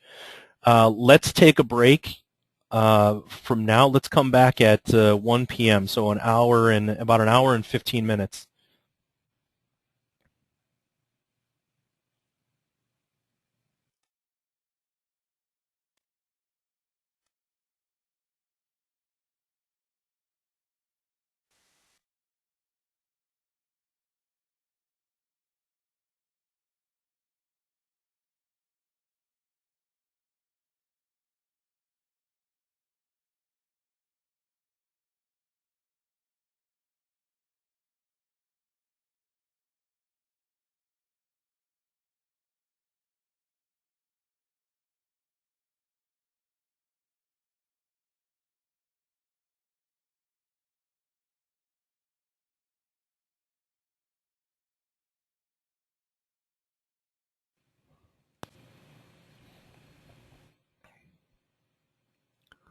Sometimes switching back and forth to the microphone. Okay.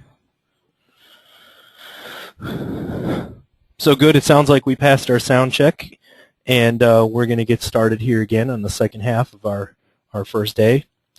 Where we had left off was we were looking at how we set up and evaluate our light cache solutions. And we were doing that first and foremost by turning off the filtering so that we could actually see and look at the samples before they were kind of blurred together.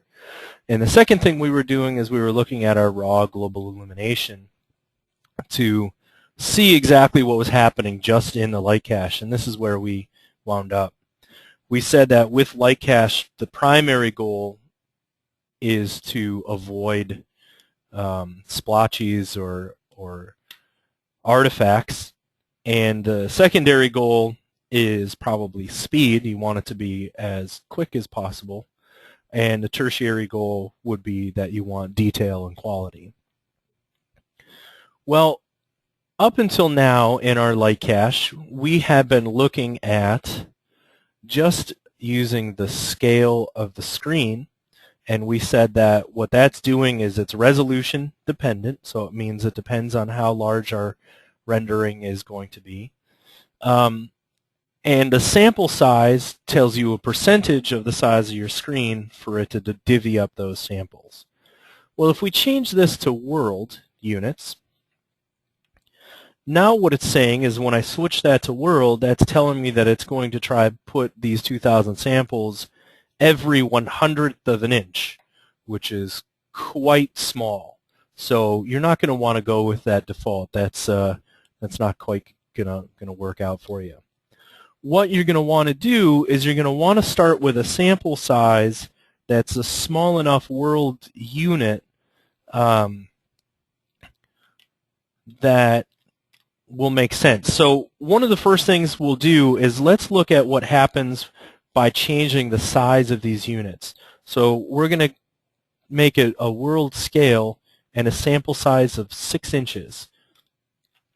And that corresponds to a physical dimension in our scene rather than a corresponding to a screen dimension. And I'm also going to change our filtering to none so that we can evaluate what we're looking at. And I'm going to change my subdivisions down to 1,000 in this case. Just like we did our previous one, we want to look at what happens with fewer subdivisions and work our way up. So we have 1,000 subdivisions and 6 inches of world space here. And I also have my store direct light turned off because, as we witnessed before, that wasn't helping us. Okay, so I'm going to go ahead and render this out. It's worth mentioning that I still have my render elements on and will throughout the process here so that we can open up our raw GI and evaluate it.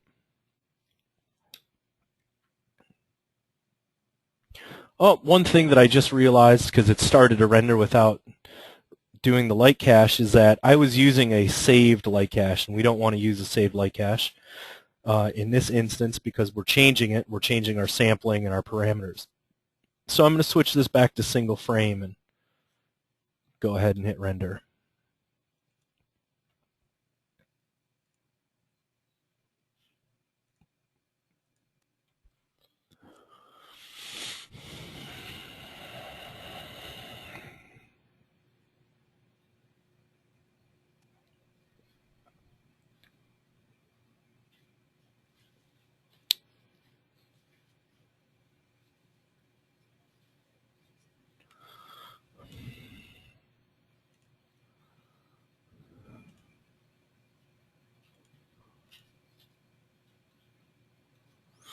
All right.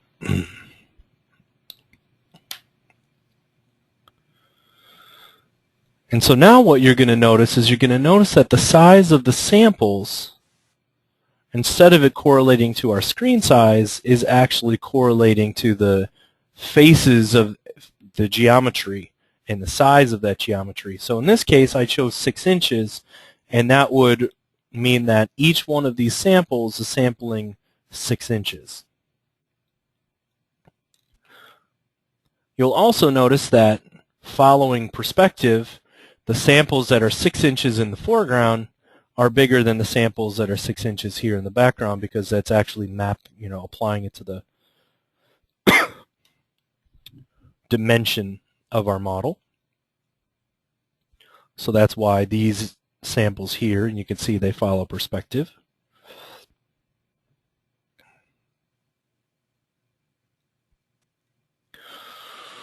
Okay, so let's talk about what our results are here. What we have is we actually have quite a bit of difference between each one of our samples. There's a lot of this contrast that's jumping back and forth.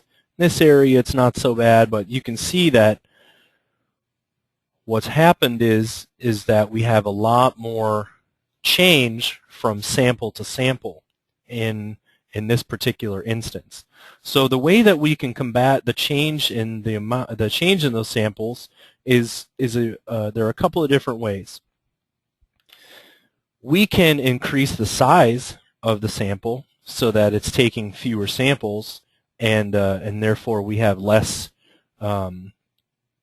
samples to worry about. But by doing that, we've learned that the fewer samples, the less detail that we get in our map. So we can also increase the number of samples to try to get it to try to sample it more and refine our solutions so that we have more samples included in our calculations. And then, of course, the last thing is we try to blur these things all together. But just looking at this and what we learned from before, I would say that we should look at what happens if we increase our samples. So I'm going to go from 1,000 up to 2,000.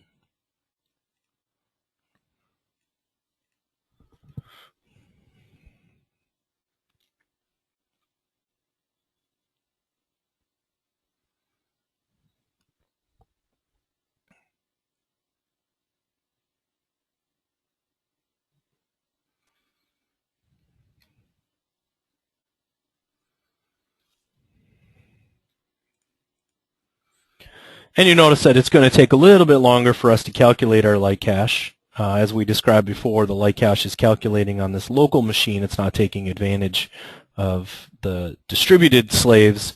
So it does take a little bit of time because it's on one machine.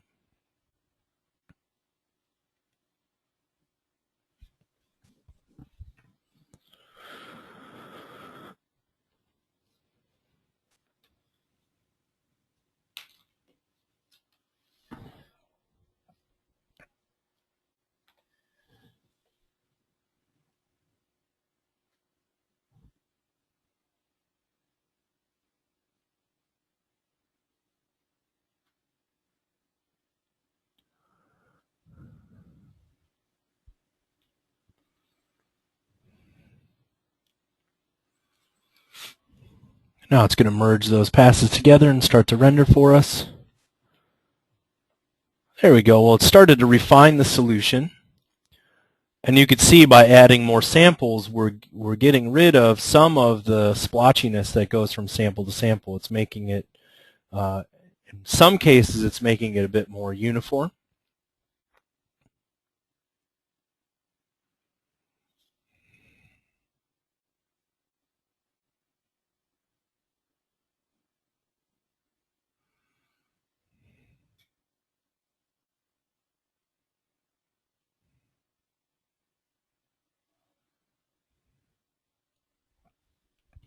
And we are still rendering this out at our 800 by 1000, so we're looking at a decent size image. It's certainly not going to be the final, would not be the final resolution that we're working on, but for the purposes of our ability to zoom in and kind of take a look at some details, this will be fine.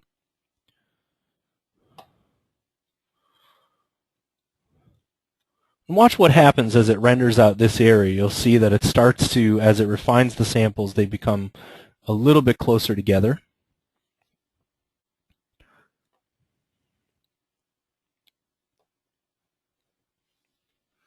Even in this area, it should start to blend. There you go. So it's starting to smooth that out.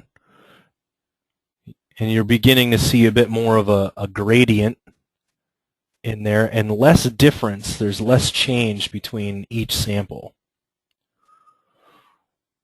And if you look at the two side by side, I've got my copy on the right and my one on the left, you can see that these samples that had contrast in between them versus this one that are starting to smooth out, now we're realizing what 2,000 samples did instead of 3,000, or instead of 1,000. So what we should do now is we should look at one more iteration of this with really upping the samples, and we'll make it 3,000.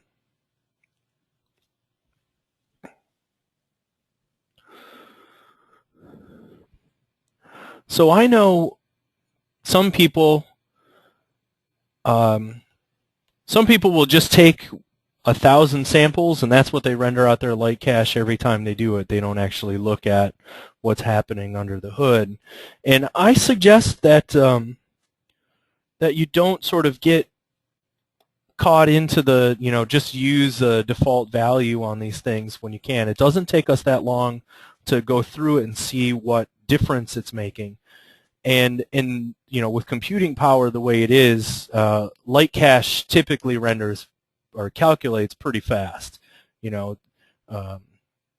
Between a couple of minutes and maybe 10 minutes for a full-size production render. But you'll see that the more you put into the studying of it to begin with, the less you're going to have to combat in terms of artifacting and so on. And the great thing is that once we do all these tests, if we like what we're getting, we save the light cache out, and then we move on to the irradiance, and we do it, and we don't have to ever think about the light cache again unless something in our geometry changes. So the nice thing is that even though our settings might change from scene to scene, once we figure it out for that scene, we usually don't have to go, it doesn't vary wildly. So once you figure it out, you can check it off the list. So this light cache is looking like it's going to take about 2.5 minutes to calculate, which I think is perfectly acceptable. And we've got a lot of samples in there. We've got 3,000 samples. What we're going to do next is we're going to take a look at the comparison between, the 2,000 and 3,000, which, mind you, is 2,000 times 2,000 and 3,000 times 3,000. So it's quite a few more samples. It's not just doubling it or moving it up by a third.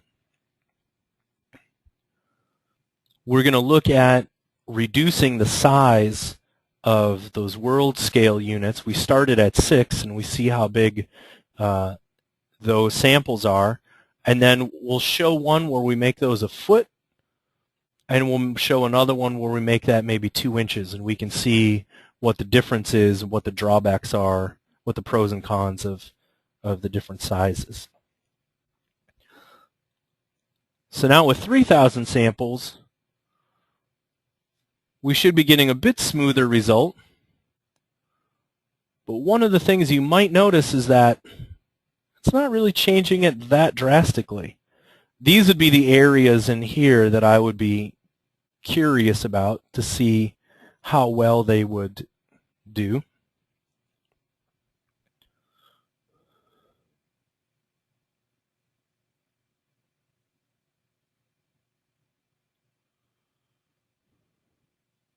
So we're getting a bit of refinement, and they're a bit more smoothing.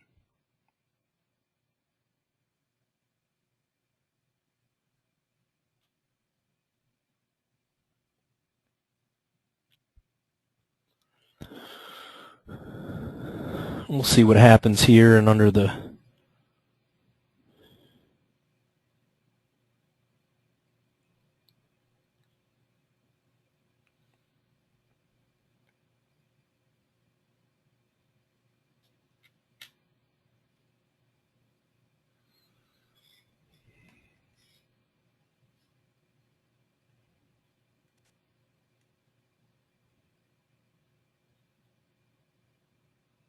One of the questions online is, what should you do with the light cache if you double the resolution of the image? And that was something that we looked at earlier when we had this scene and we were doing 400 by 500 resolution versus 800 by 1000. And it depends if you're using world scale versus screen scale, because world scale, technically, you shouldn't have much difference between resolution. With the screen scale, the resolution is going to be 2% of your, if our sample is 1% the size of our rendering or 2% the size of the rendering, that'll be a lot smaller in a larger resolution image. So what you should do is you should look at these tests at the resolution that you're going to be rendering. But we'd also mention that in some cases you can get away with using a light cache that's calculated at a lower resolution. As long as there's no artifacts in it and you're not counting on it for a lot of detail, you might be able to save it out at this resolution and then use it for your rendering at a higher one. One thing that I will say is that as the resolutions of your image increase, the number of samples tend to increase as well. So that's one thing to keep in mind. So if we look at the difference between our last rendition, we have them all up on the screen at once.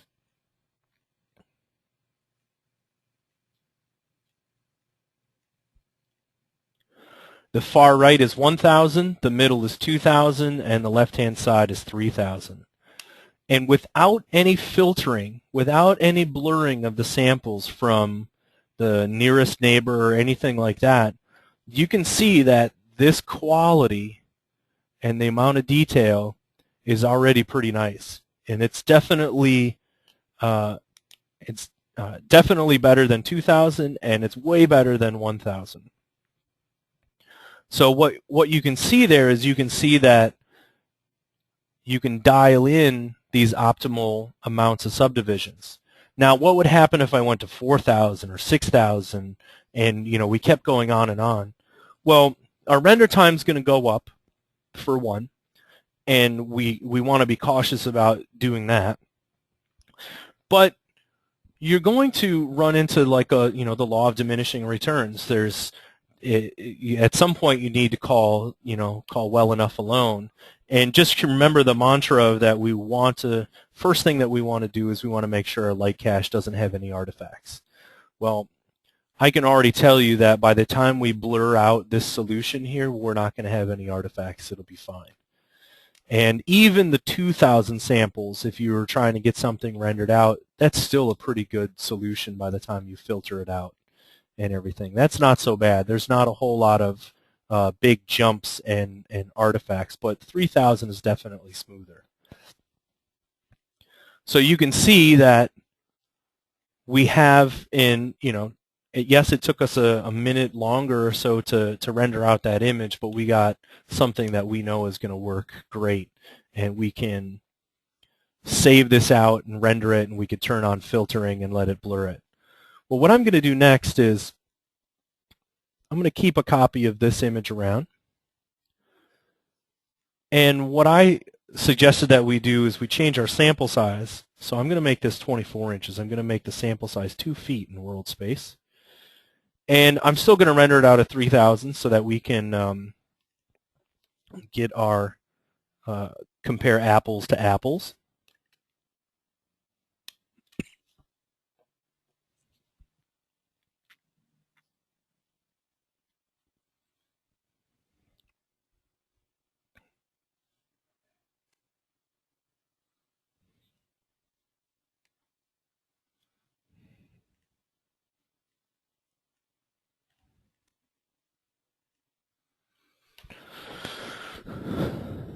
So it should take just a couple of minutes to render out our light cache.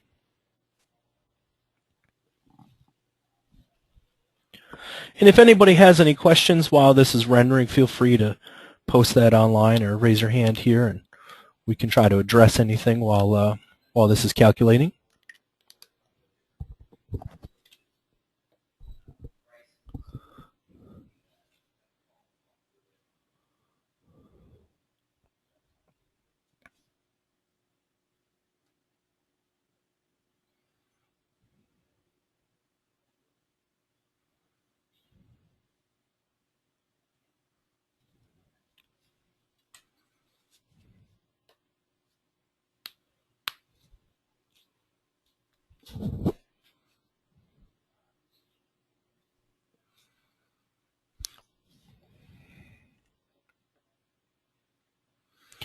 So there's a question here of what are the advantages of using world scale versus screen scale? And the advantages are this.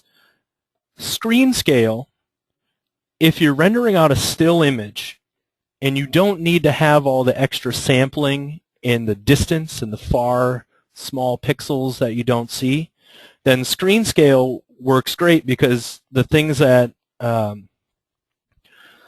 basically it doesn't spend time putting extra samples in areas that it doesn't need.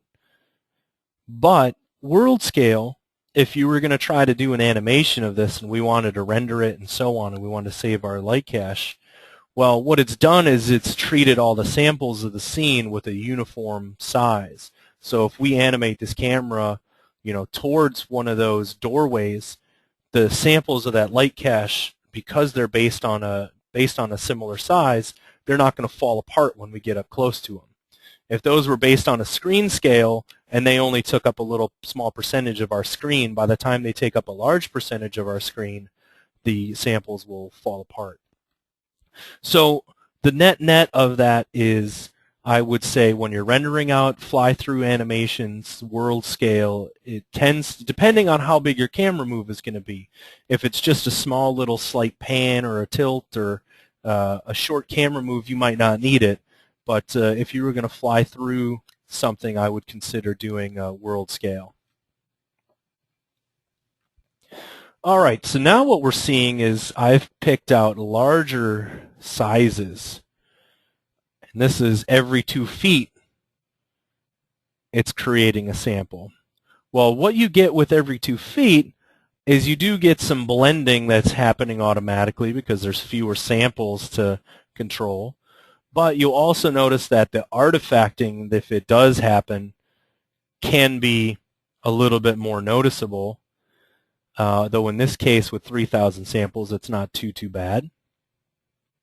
But the big thing that you sacrifice in the size of these samples by making it 2 feet is that we lose detail. We're not getting the refined edges around the sort of nooks and crannies of elements and so on. In some cases, though, that's just fine because you're going to go in, let's say you're going to go in with your irradiance and you're going to get all those settings detailed, then the light cache is just giving you a bit of general bounce light illumination, and as long as it's artifact free, you'll be okay.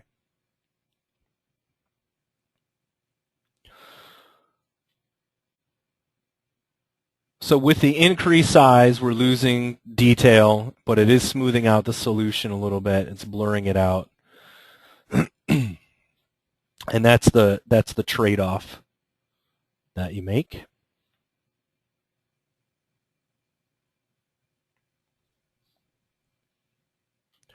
But you can see in here, right in this area under the balcony or this area above the trellis, it's a little big. We're not getting near the kind of detail that we were getting in here and that sort of nice quality. This is just a little bit more uniform. So now let's go to the other direction and let's look at what happens if we make this, instead of 6 inches, we make it 1 inch.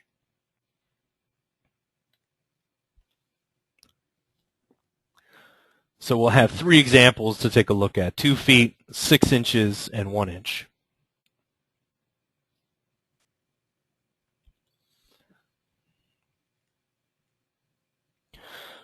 What you'll notice here is that with the 1 inch sample, you're probably going to add a little bit of render time to it.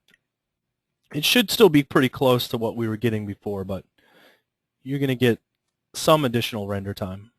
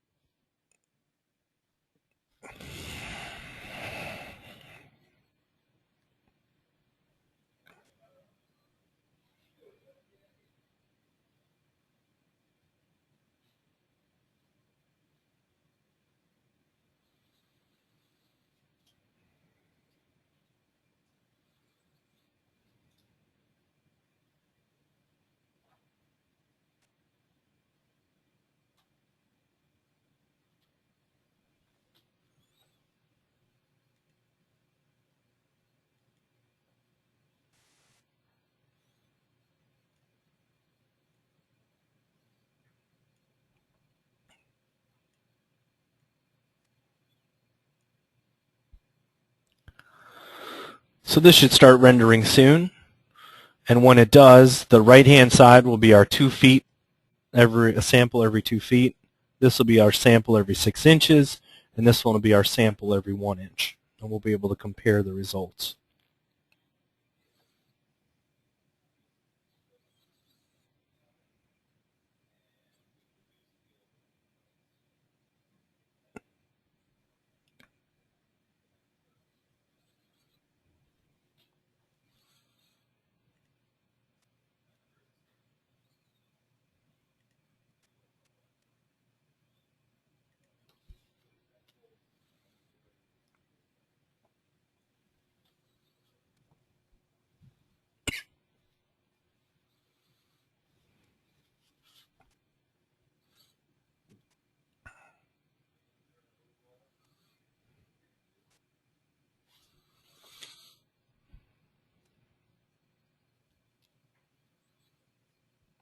The good news is that when we move to irradiance from light cache, we'll be able to rely on the distributed buckets to split up that irradiance calculation. So for the light cache, we don't. It doesn't quite work that way. So it does take a little bit longer for us to do our test renders here, and we're also using a pretty pretty good solution. We've got 3,000 subdivisions, and we're doing a pretty tight solution. So, you know, this is production quality at this resolution.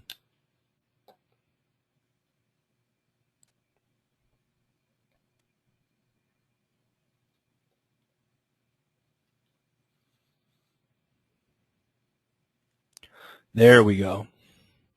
So look at that.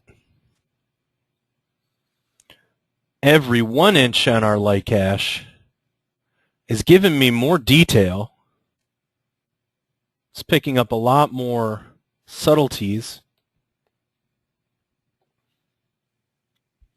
But I'm also getting a lot of variation in my samples.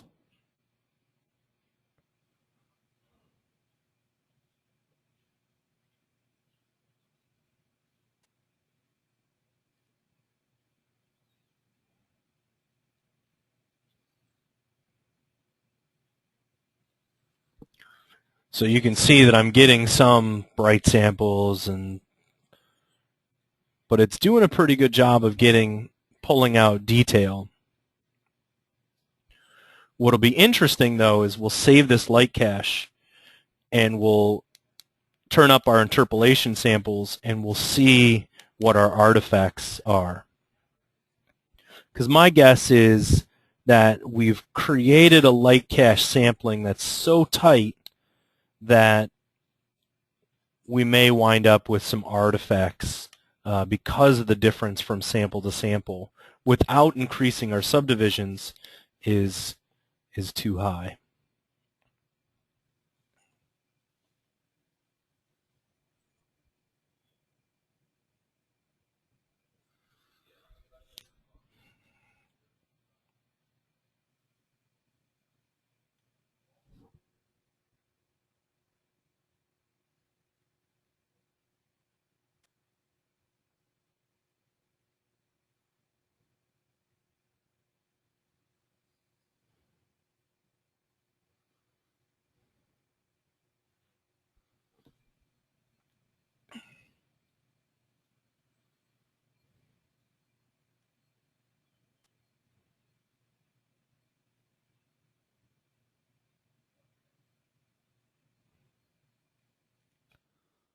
So it's given us some detail, some good nooks and crannies. There's a lot of noise to it.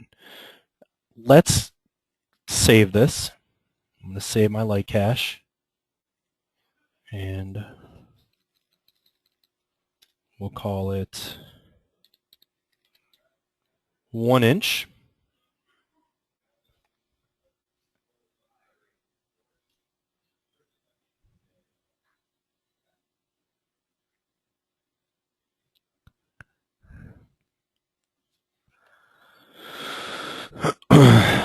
Give my machine a second for the screen to refresh.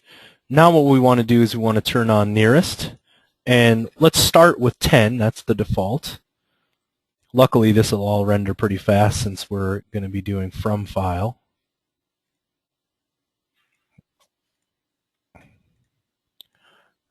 Close some of these down. And now what we're going to do is we're going to take a look at, well, we made a really small sample size and we gave it a lot of samples and we're getting, you know, some detail in there, but can the filter actually combat some of these areas that are too different from sample to sample? So let's find out.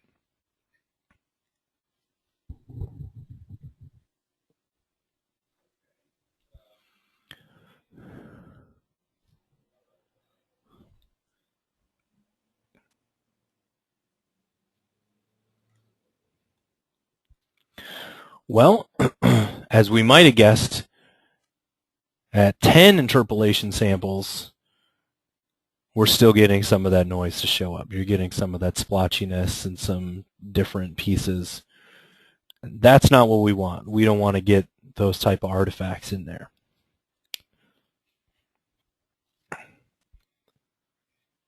So you can see the difference. Here's with no blurring. Here's with the blurring of the neighboring samples. Well, instead of taking 10 and putting them together, let's try 50. Let's grab the nearest set of 50 and see what happens.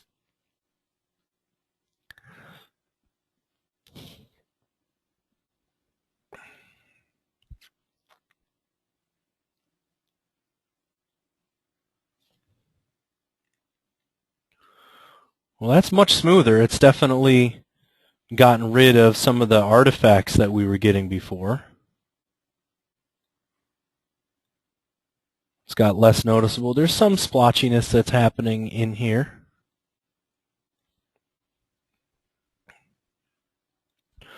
So that's a better solution than it was at 10.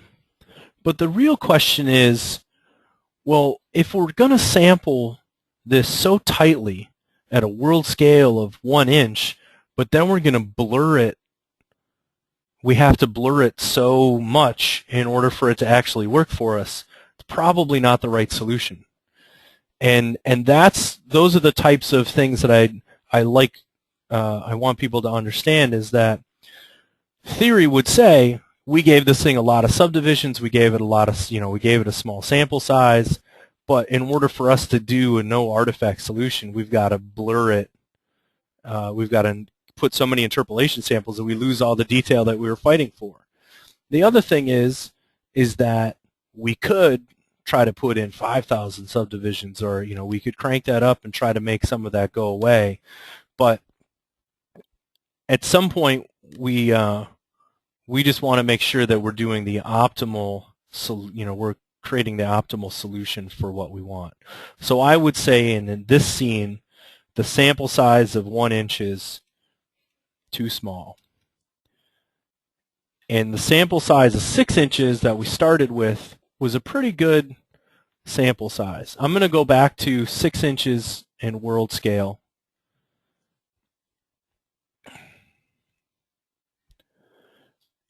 And an interpolation sample of 10. And I'm going to render that out. Oh, I'm still using my saved light cache. Let me switch that off.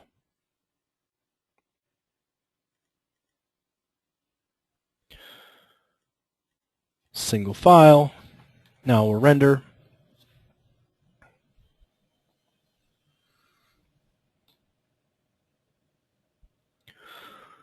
We're actually going to find that this type of evaluation, and I know we've spent quite a bit of time on it, is going to go fairly quickly for you. You're going to maybe make 2 iterations of this thing, and you're on your way to figuring out your irradiance, and you'll be all set.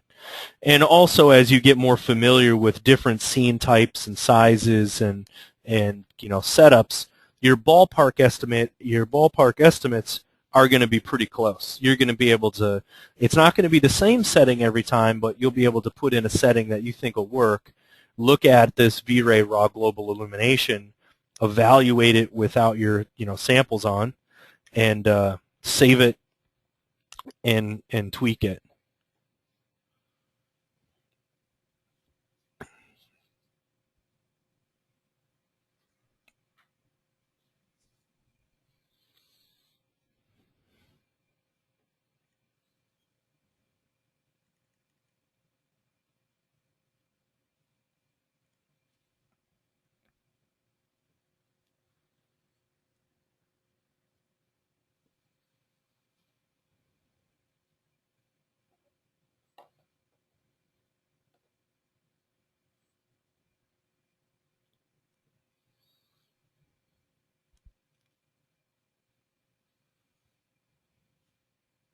And hopefully this will be the last time we have to render out the light cache in this scene, because I'm pretty sure we all want to just move on and quit looking at these samples.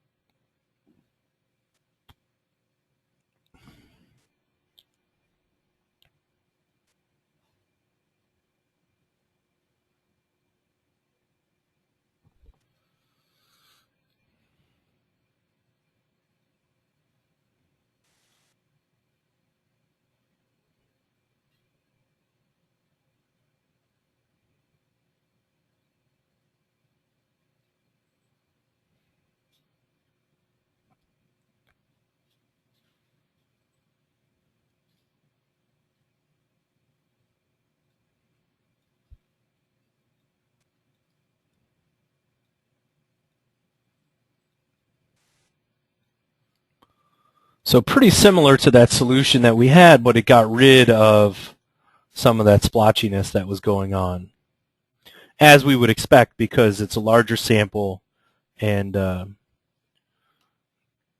by virtue of it being a larger sample and then using 10 for the interpolation samples, we should get a smoother result.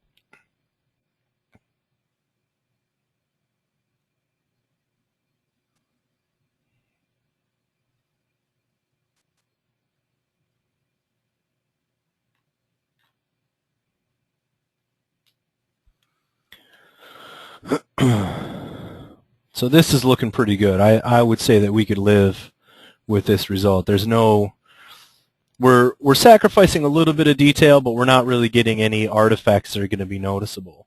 The artifacts that we might be getting that we think might be noticeable could happen on this door.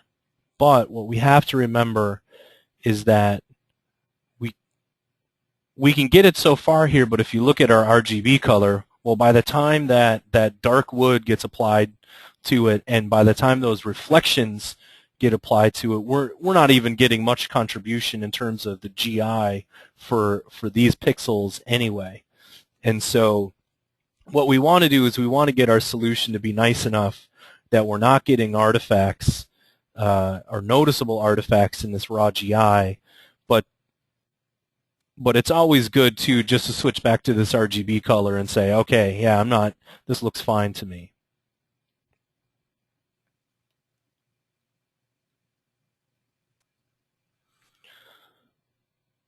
And so we got a pretty smooth result. It's got some detail in it. It probably could stand to use a little bit more detail in our overall solution. But the key ingredient to our light cache, as we said, we want it to not give us artifacts, and I think we succeeded. So what we notice is that whether we use 3,000 subdivisions at our world scale of 6 inches, or if we used our screen scale that I think was 0.01 or 0.015, somewhere around there, both of those solutions worked fine for us, and they gave us a good result. In this case, because this one is the world's, this one was world scale, it'd be good for saving for animation. I'm going to save this one so that we don't have to calculate it again. We'll just say, yep, this one's good enough for us to go on.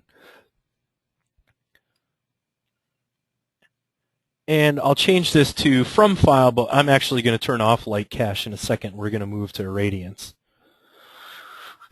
So the thing that I would suggest is if we were starting this all over without having to explore each one of these settings, the default was 1000 and 0.02. Well, for an image that's 1000 by 800 and a scene like this, that I know has nooks and crannies in it, I would know by default that 1000 is probably not enough subdivisions for me. If this was, a far away, mall or a box or a skyscraper or something like that, where I wasn't relying so hard on the light cache, 1000 probably fine. If this was an interior scene and I was really counting on the light cache to get around some nooks and crannies and try to solve a uniform piece of piece. I know 1000's going to be probably a little too small. I would start this at about 2000. Where we ended up, we saw that the difference between 2000 and 3000 was noticeable, but not severe, right? So if you had to cut corners and maybe put a few more interpolation samples in to keep it at 2000 because that was your timing, fine, no problem. We also have to remember that light cache, at the end of the day, if we're doing irradiance map light cache or we're doing brute force light cache, is not the primary component to your GI. It's a part of it, but irradiance and brute force are both going to sort of outweigh the light cache. So had we decided that we would have started this at about 2000 and 0.02, we would have evaluated our results and said, okay, we turned off the filter to none, we say, okay, well, either I up my subdivisions or I turn on my interpolation sample and call it a day. And we upped our subdivisions, we made our sample size a little bit smaller, maybe to 1 or 1.5% of our screen. Or the world scale, which was fine too. We used world scale at about 6 inches. So it would have only taken us 2 steps to get where we wanted, 2 to 3 steps. And at 2 minutes of rendering, we could probably live with that since we know the result is going to be in the bag now. We don't have to think about it again.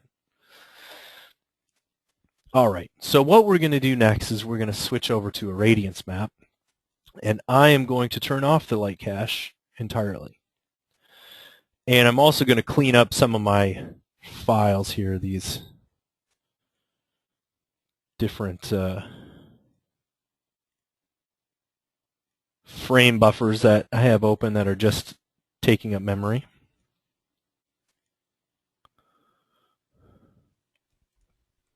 I guess I could store them into the render history. That's probably a better way to do it. We can start using that. We can enable the frame buffer history, and I'll give this a path. So I'll just tell it to choose the C drive. And we can save a lot to it, so I'll tell it to be 1,000.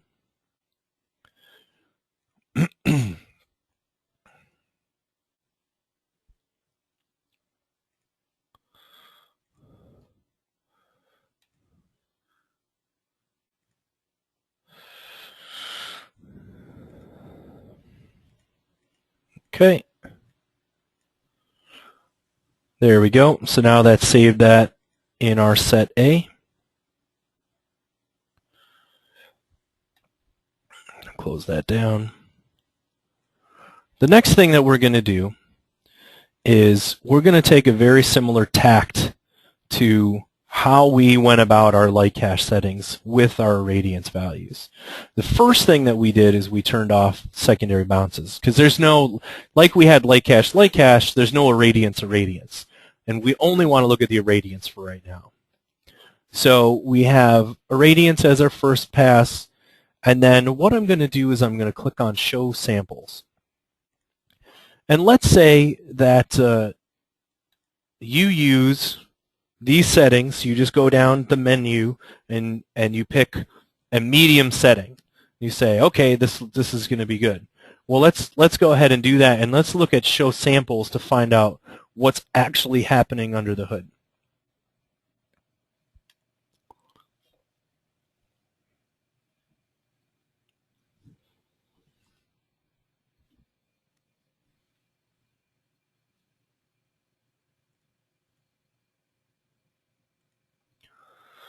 So it's going to go through, and you'll notice that I turned off multi-pass before we talked about that, and that's why it's saying pre-pass 1 of 1 instead of pre-pass 1 of 3.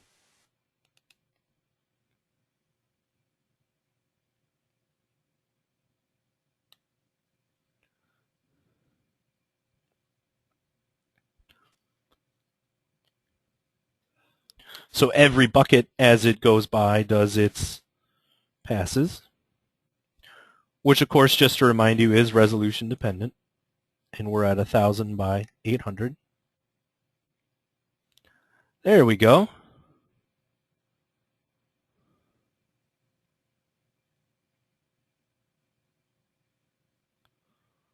So what the heck are we looking at? Well, this is similar to when we did light cache and we looked at samples without filtering on.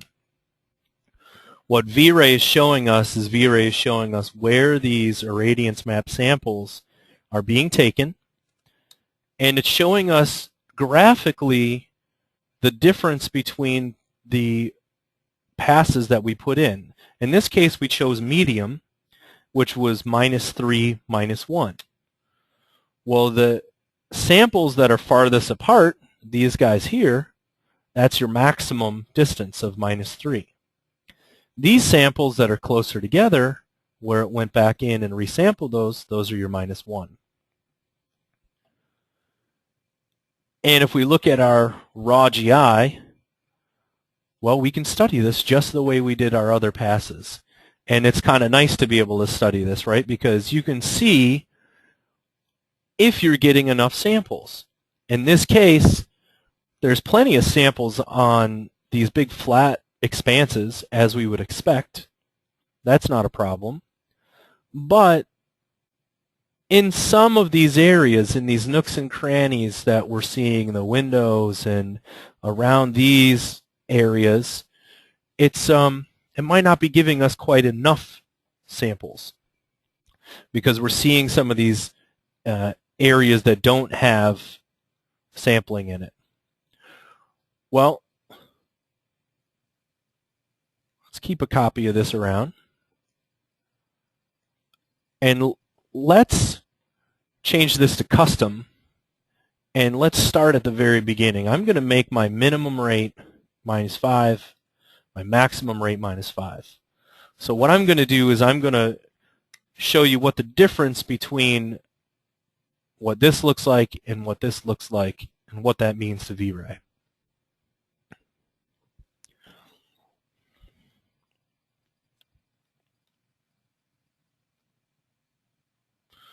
Well, the first thing you notice is that it rendered really fast. It cranked right through that. It didn't have to go through any more subdivisions. Second thing you're going to notice is that looks pretty far apart from a sampling standpoint. There's not going to be enough samples in our radiance to pick up any detail, because it's going to blur from sort of sample to sample, and it's missing all of these little nuances and ins and outs.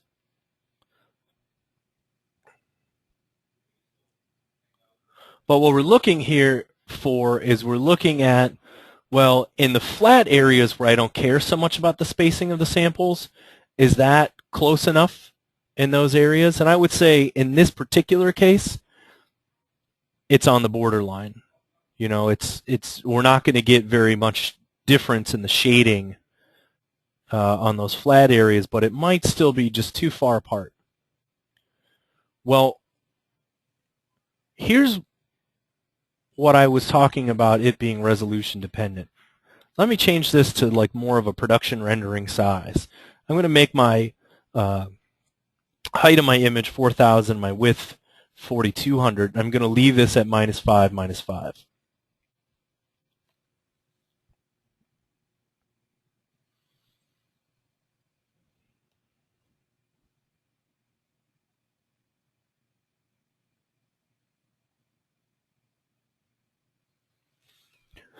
And it's going to work its way through that prepass, which you can see it's doing pretty quickly.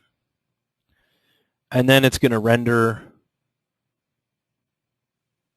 our image, which might take a little bit of time to do. But notice the difference. -5, -5 means something different, dramatically different, for an image that's 4K versus an image that's 1K in size. And so here again is one of those instances where there's not a magic value. It doesn't mean that you should go to the default and put this in there. I would actually say that -5, -5 in these flat areas is doing a pretty good job of the size between the samples. That's not so bad. If we were just to use medium like we chose at the beginning, which starts at -3, we're probably giving ourselves too many samples on the flat areas. We're making it think a little harder than it probably needs to. Now, is it bad? No, it's not necessarily bad. It just could cost you some render time. It could lead to some artifacting on flat surfaces, but I won't necessarily let this render all the way out. You guys can see the difference between you know, the fact that it makes a difference between what resolution you're rendering at. Switch this back to 1,000. Okay. So what I would suggest is, in our indirect illumination, let's make this -3, -3. Okay? What that's going to do is it's not going to go back in and fill in any details. It's just going to uniformly give me an irradiance sample at the minimum size here.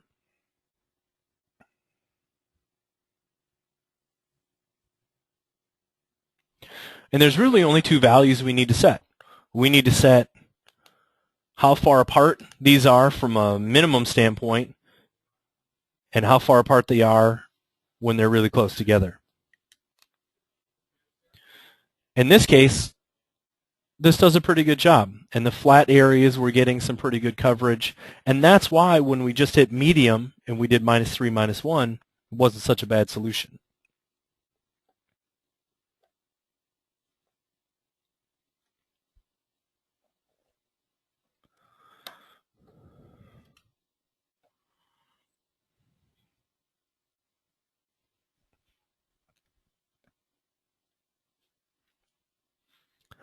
So this is our minimum coverage here.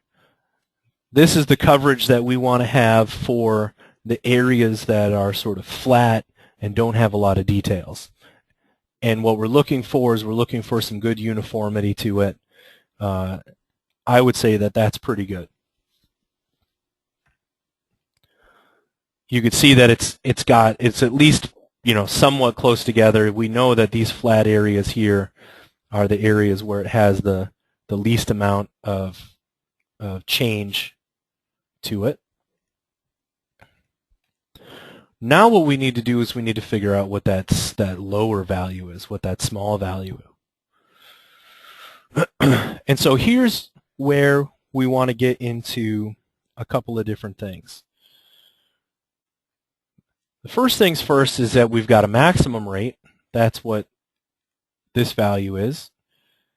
Medium gave us -3, -1. We can make this 0 so that it is at 1:1 with the pixel levels. But we also need to take into account the color threshold and the normal threshold and the distance. We also have hemispherical subdivisions to work with too, the number of samples.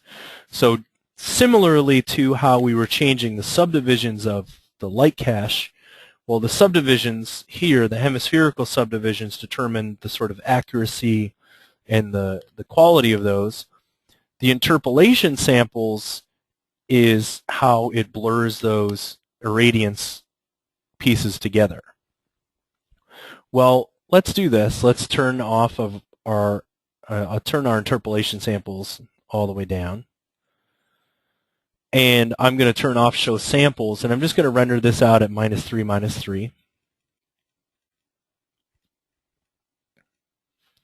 So that we can see what's happening when we render it.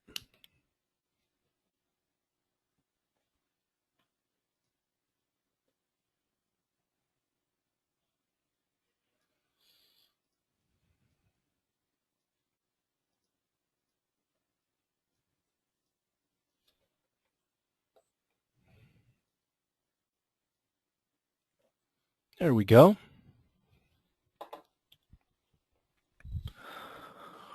Hopefully some of you are looking at that going, that looks an awful lot like what we were just doing with the light cache, where we turned off all of our samples. It's no longer blurring the elements together, and we're taking a look at each of the individual samples here. Well, just like we did with the light cache, the more subdivisions you put in there, the closer the colors next to each sample will relate to one another. So what I'm going to do next is we're going to change the hemispherical subdivisions from 50 to 100 and evaluate what the results are.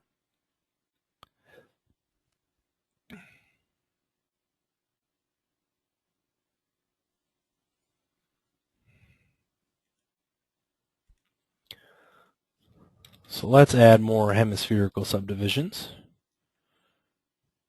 Now what we would expect to have happen here is that our render time will probably go up, but we're also hoping that the difference between each of these samples next to each other is slightly better, slightly closer together, but we'll find out.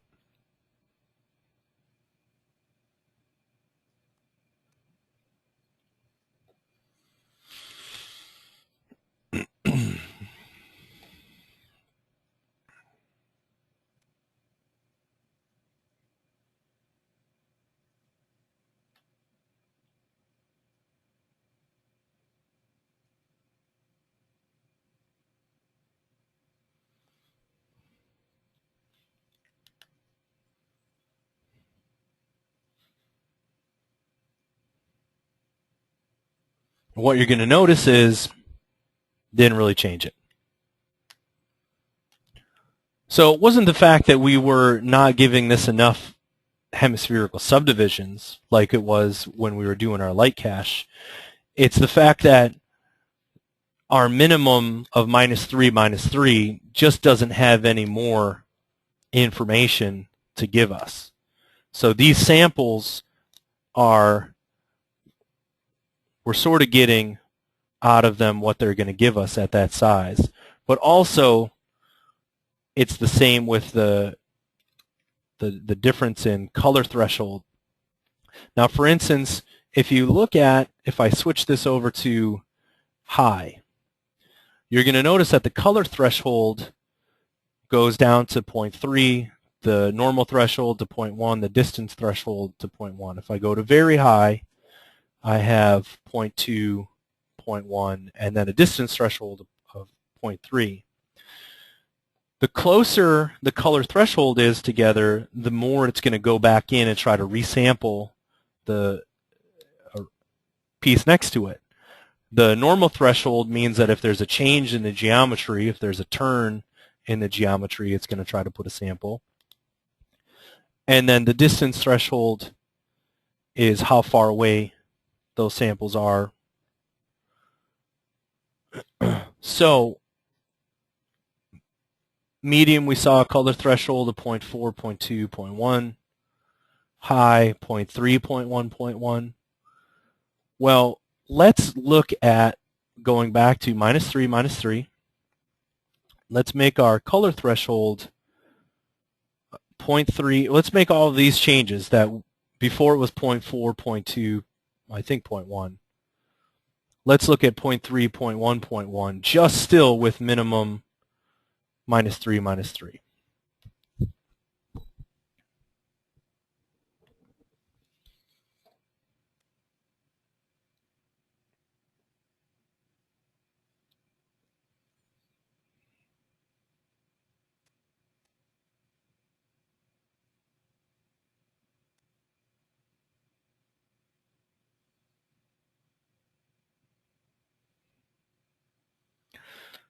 So maybe some slight change, but still not what's affecting our image. And I think that's important for people to understand. Just like we looked at light cache, we were able to determine what was important to changing the image and getting the values to fit more in line with what we wanted. Well, all of these values work together, and that's one of the tricks of setting up your light cache to do what you want it to do. Because until we subdivide this further, the color thresholds aren't really, it's not really evaluating anything. It's only doing one pass. As soon as we add an additional pass, then these values are going to come into play because it's the iteration it's going to go through. So let's look at -3, -2.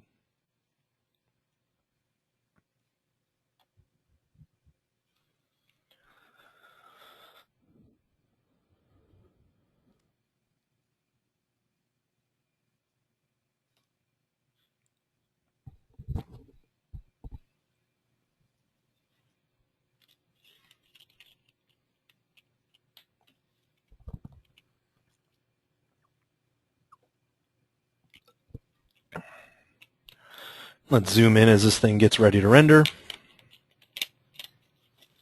Oh, there we go. So now what you're noticing is that it's going in and it's refining the solution. It's giving you more samples. It's seeing where these edges turn.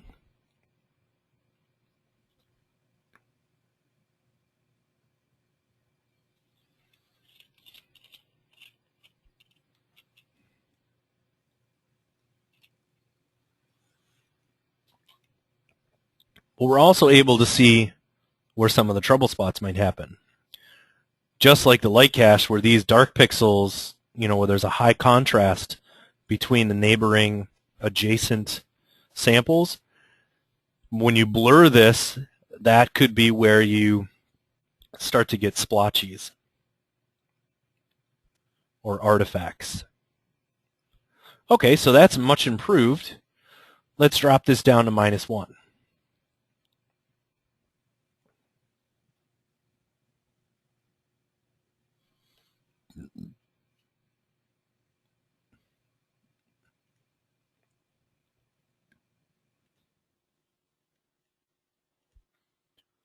If there's anybody that has any questions here or online, go ahead and let me know. We can answer anything while this is rendering.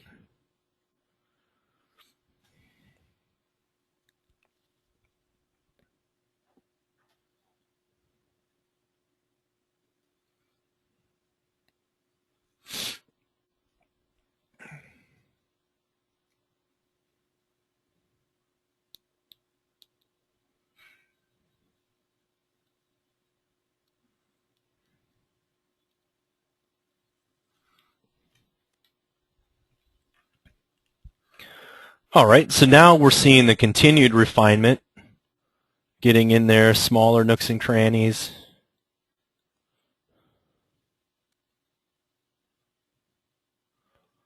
We still have some problem spots.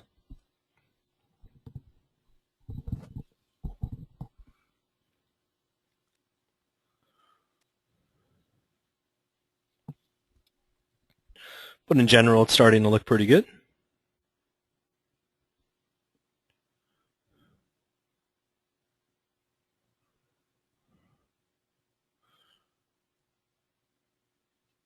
Okay, so once we did this, and we're basically back to our medium settings here, we have a little bit better color threshold, normal and distance. We still have 50 hemispherical subdivisions. Now let's take this up to 100 like we were trying to do before.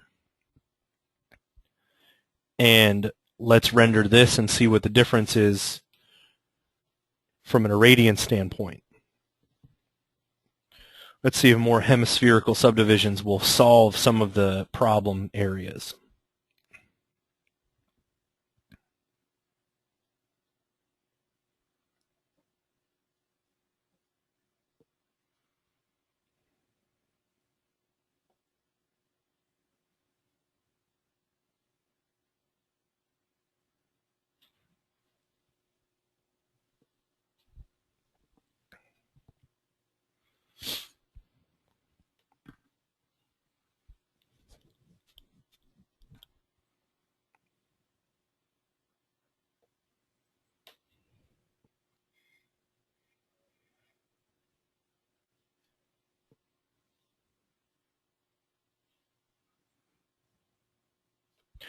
One of the things that you'll notice is it's starting to take quite a bit longer to render out this one because we've added more subdivisions to it. And that's something that we would expect. We would expect it to have to work a little harder.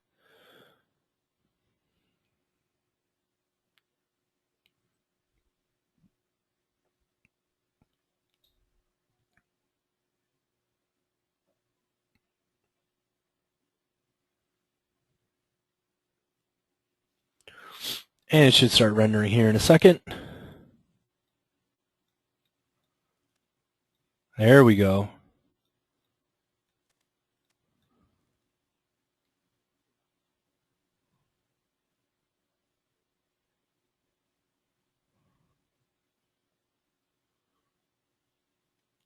Now it's doing a pretty good job. There's only a couple of little small artifacts, but by the time we interpolate this, they'll probably go away.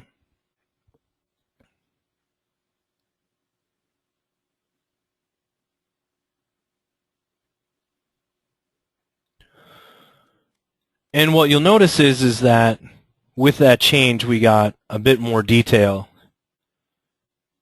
in our radiance setup. And if I look at my RGB, well, we can see, and keep in mind that I have no interpolation on, so that's why we're seeing all these jagged edges and so on happen. It's not a bad result. What I would say right now is that we're pretty close to being able to look at what happens if we turn on our interpolation samples. And the interpolation samples, I believe, default to 30. So let's go ahead and take a look at that. Just like with light cache, we could save the light cache. So in this case, I'm going to save the irradiance map.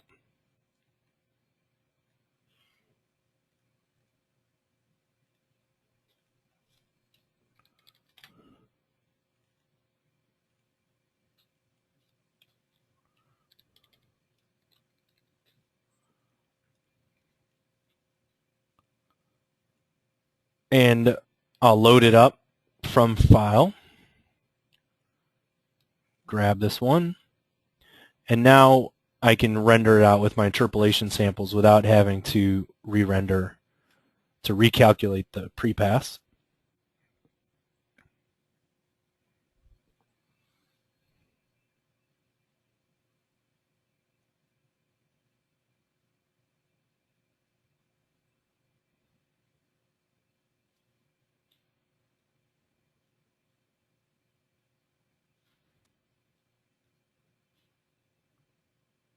So this is doing a pretty good job.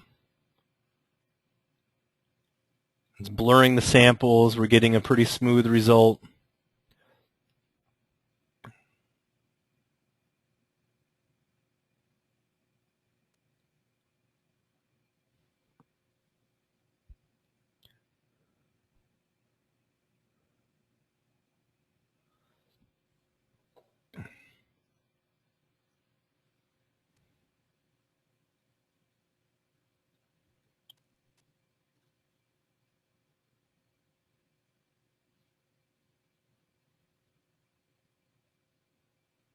And again, just like we said with our light cache, the first thing that we want out of our irradiance is we want to avoid artifacts, because those are the first kind of dead giveaway of it not being a good solution. We want it to be fast enough that we're able to get our renders out on time. And we want it to be detailed enough that it looks like it's going to give us enough detail. I actually think there might be a modeling issue up here where these artifacts are happening. I think that might be a coplanar piece of geometry, or it might have a smoothing group that's messed up. We could take a look at that. But what we've done is we've brought this together, and we figured out, we first saw, okay, -3, -3, that gave us the furthest away that we wanted those samples to be. And then we said -1 was pretty good. It was giving me tight samples, but it wasn't quite giving me enough because I was getting some artifacts in there. So that's when we have two choices. We could either bump up the max rate and make make it more finite in terms of the samples, but even if we left that 50, we're still using the same amount of samples fighting for those pixels. So what we decided is that we needed to up our hemispherical subdivisions a little bit to make sure we had enough coverage. And then we'd also drop down our color thresholds. We basically tightened up our thresholds so that the difference is that it would catch detail better. The problem is the tighter you make these settings, the more you have to be aware about the number of hemispherical subdivisions, and you might be introducing artifacts. One thing you can also do is, if I make a copy of this, and this goes along that argument that one of our prime objectives is to avoid artifacts, is that you can take this interpolation samples and you can make that high number. Let's say we change that to 80. Well, let's look at the difference between the two. Good news is I don't need to recalculate my irradiance because we saved it. We're just changing the interpolation, the blending between those samples.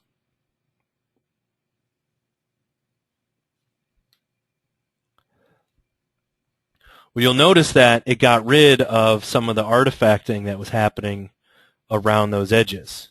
Let's see what happens there. See how it cleaned that up? What you're sacrificing, though, is you're sacrificing detail. It's going to blur those pixels, it's going to blur those samples together, and you're going to lose some of the detail around the edges, but what you lose in detail, it becomes more artifact-free. It becomes a smoother result.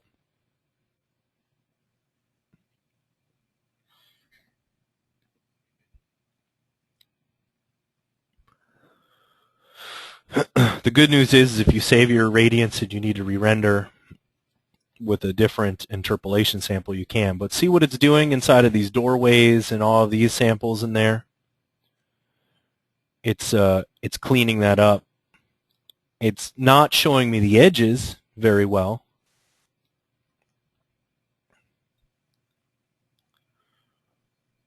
But it's giving me a smoother solution.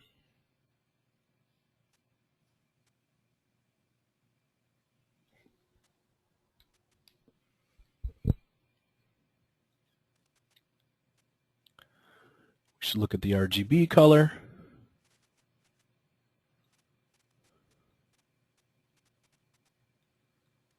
And I'd say that's not so bad, because by the time you get the sunlight and everything on there, it's looking pretty good. It did clean up a little bit of our issue here, but I still think that was partially due to a geometry error, and we'll check that out maybe at the next break. Okay, so what did we learn? Well, we learned that if we look at the raw GI settings here, this is a pretty smooth solution. We don't see really any artifacts.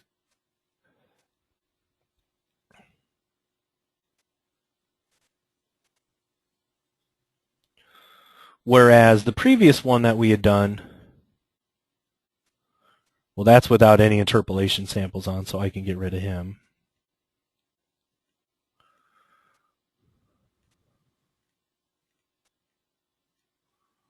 Once I figure out where I'd saved it to. There it is. So if I zoom in on the same area in both of these, well, what happened is there was a slight bit of artifacting here where the light was kind of bouncing off. There was even a slight bit of artifacting down here in the doorway. And with those 80 interpolation samples, it came out and it smoothed this.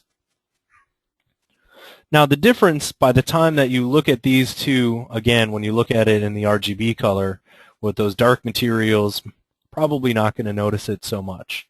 In the still image, it's might even be less so, but if you're animating this thing and you have some kind of splotch in your irradiance or artifact, that's something where you might see it more noticeably. So one of the things too is that when you're animating, you'll find that in some cases it makes sense to take those interpolation samples and kind of bump them up. And we started at 30, we could have gone to 50, we looked at 80, 80 was a pretty clean result. The hemispherical subdivisions, again, if you're taking a lot of interpolation samples, we might even be able to reduce our hemispherical subdivisions, because if we're blurring that detail anyway, we might not need all of those extra hemispherical subdivisions. I would say, though, that the result calculated pretty fast for what we were after, and we know that this is going to be a clean result. Well, let's tie it together. Let's take the light cache that we had, and I'm going to do from file. That was our final light cache. And let's see what the difference between those two images will be.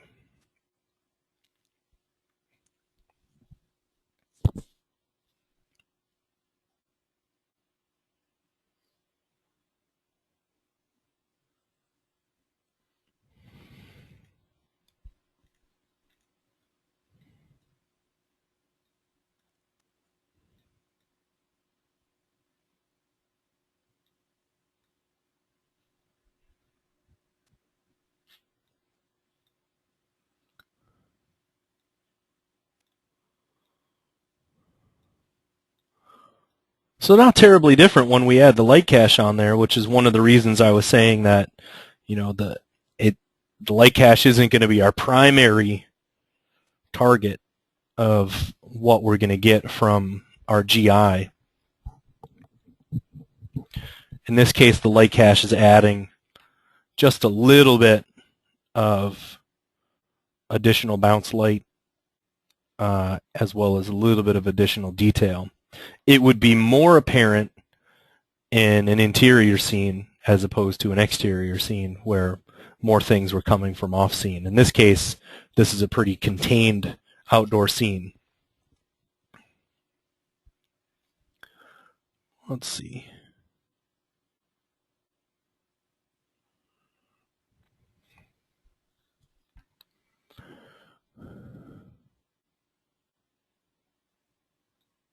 But the good news is that we know that we have a clean solution for both.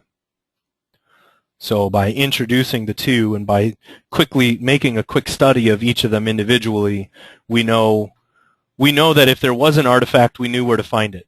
We knew if it was in our light cache, if it was in our irradiance, it wouldn't have been there wouldn't have been any guesswork involved.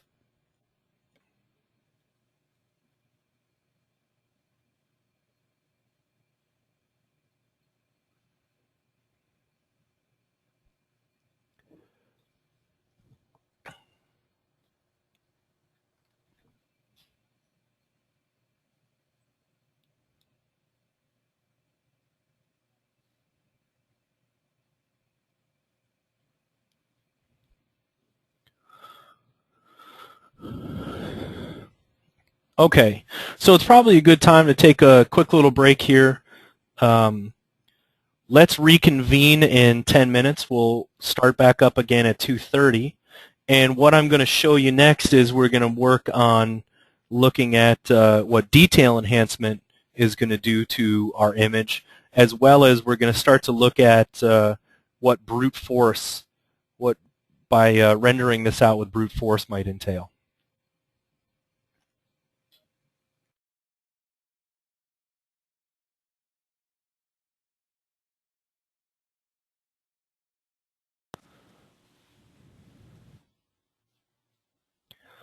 Just letting everybody know that we'll get started again in about 2 more minutes. Let me know, though. Send me a quick chat to make sure that audio is working okay. Just do a quick test.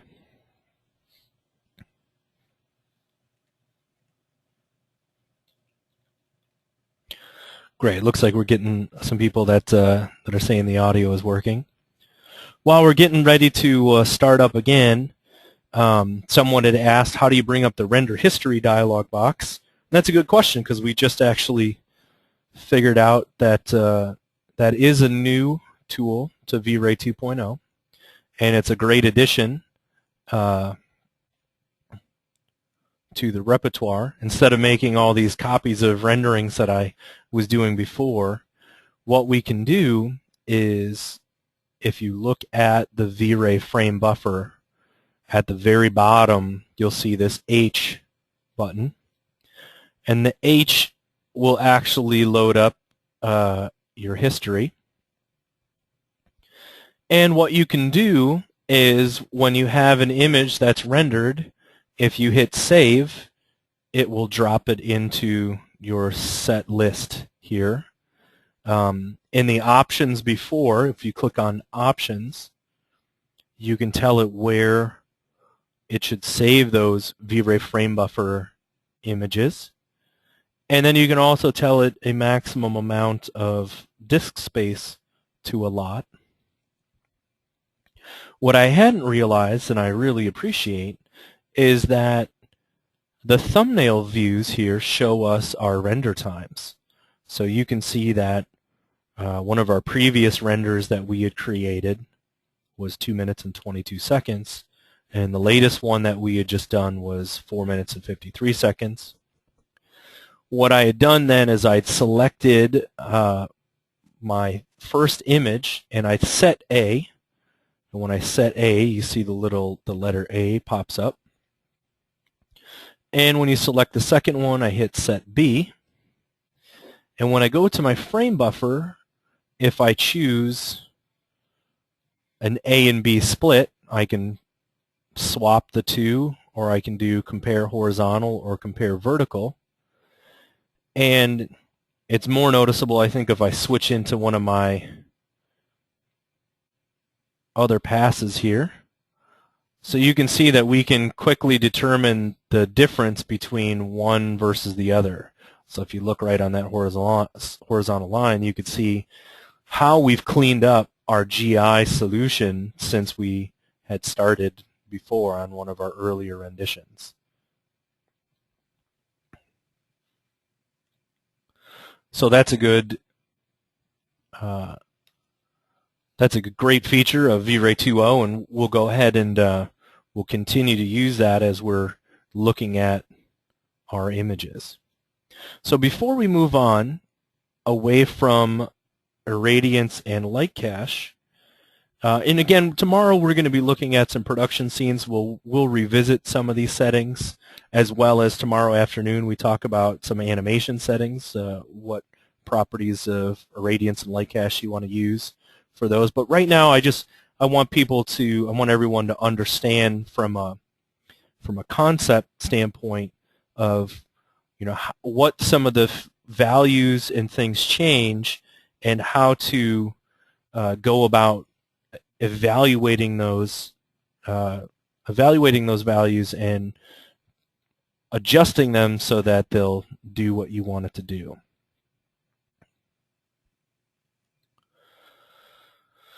Okay, I'll wait a couple of seconds in case there's any questions.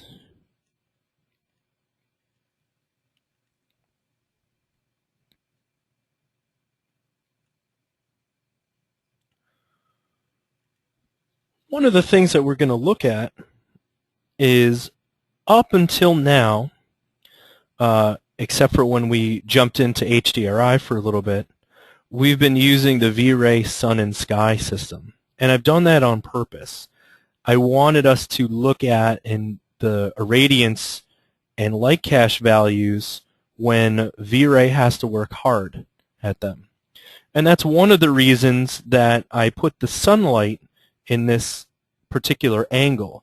It's not the sort of direction that I would choose from a photograph or a rendering standpoint, but in terms of making VRay work hard at all of this area. Right now I'm looking at the VRay lighting element, and with that element you'll notice that the sunlight is only affecting just this right hand side of the scene, which means that all of this that's not being hit by the VRay light element is being primarily affected by the ambient occlusion, or not, I'm sorry, the global illumination. So that's where these values really come into play. And if I look at the VRay global illumination, you'll see that that's having the most impact on this area. Well, there are a couple of things to know about this. And the first thing that we're going to do is we're going to continue on this this path that we've been on and look at putting some values in our detail enhancement. So we're making VRay work pretty hard for its GI samples because there's so much of the scene that's being lit only via the skylight and only via the ambient light. We're also making it work hard because we've put an HDRI image, and that's what a VRay Sky image is. It's really a high dynamic range image, as we can attest to before when we measured it, into its background as a spherical map. Well, when you do that, the sampling that VRay has to go through is a challenging type of sampling, and we're going to see in a little bit that there are some tricks, there are some ways to get around that. But first things first, I'm going to leave my saved irradiance and my saved light cache on, and now I'm going to turn on detail enhancement. Well, what's good about that is I shouldn't have to recalculate my irradiance or my light cache for detail enhancement to work. Same reason that if I turned on ambient occlusion, I wouldn't have to recalculate those things, because those are calculated separately and applied. But what's going to happen here is detail enhancement is going to utilize brute force sampling in the sort of what I'll continue to call the nooks and crannies, and we're going to choose a radius of what those samples are. The next thing to keep in mind is that there's a subdivisions multiplier, and that subdivisions multiplier is taking this number here, the hemispherical subdivisions, and it's multiplying it to tell VRay how many subdivisions of brute force it should use. Well, if we were to leave this at 100 and a multiplier of 1, that's going to use 100 subdivisions of brute force in all of our little pockets and nooks and crannies, as we've been calling them. That's going to be overkill. That's going to be quite a bit of subdivision in there. So what we want to do is we want to make sure that our subdivision multiplier is more economical in terms of how many samples it needs. What I would say is that a sample of somewhere between 16 and 32 is generally okay. I'm saying that as a rule of thumb. I'm not saying it as that's exactly what you should use. So if I made this 0.25, well, 0.25 times 100 samples is going to be 25 samples. So we're saying that use a quarter of those samples for brute force. 25 samples fits our ballpark range. We might as well put it in there and take a look and see what happens. So I'm going to go ahead and render. I left my sampling at 2 feet, so it's going to use brute force when objects are within 2 feet of each other.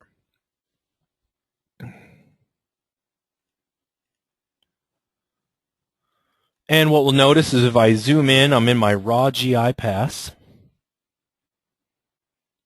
It's starting to take a little bit longer in terms of how long it is to render.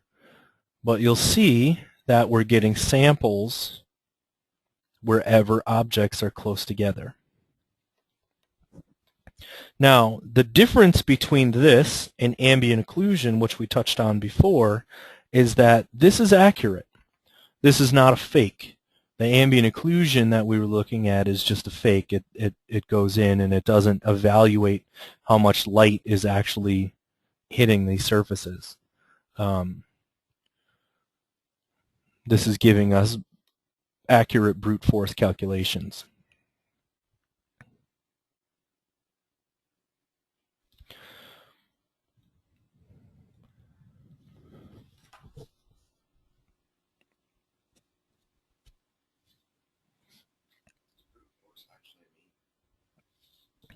So there's a question here about what does brute force actually mean, and it's a different way of calculating your global illumination as opposed to using a irradiance or light cache, which are interpolated versions. where it actually goes in and it subdivides the scene and it gives you sort of an estimated version of this. This is actually going in and looking out towards light samples and applying them on a pixel basis. So there's still some it's not the brute force here is still has some algorithms in it that speed it up, but what it's going to do is it's actually going to give us a cleaner solution. But it's also, you're going to see quickly that it takes longer, which is what it's doing right now. And it also is going to introduce some noise artifacts by virtue of the way that it goes and samples the light values. Now, we can defeat noise in a couple of different ways. One way is to increase the amount of subdivisions. So where we put in 0.25 so that this would have 25 subdivisions, we could maybe put in 0.5 so it had 50 subdivisions. But essentially what we're doing is we're making the brute force work harder. We're making it subdivide more. The other way that we can subdivide, or the other way that we can defeat noise, is via our, we have some settings that we haven't talked about yet in terms of our DMC noise sampler. And there are some thresholds in there that we can control to tell it when to terminate, when a solution is good enough. And we could tell it to continue to go until the solution is a little bit cleaner. We can also increase our anti-aliasing settings. All of those suggestions that I just mentioned increase time to render.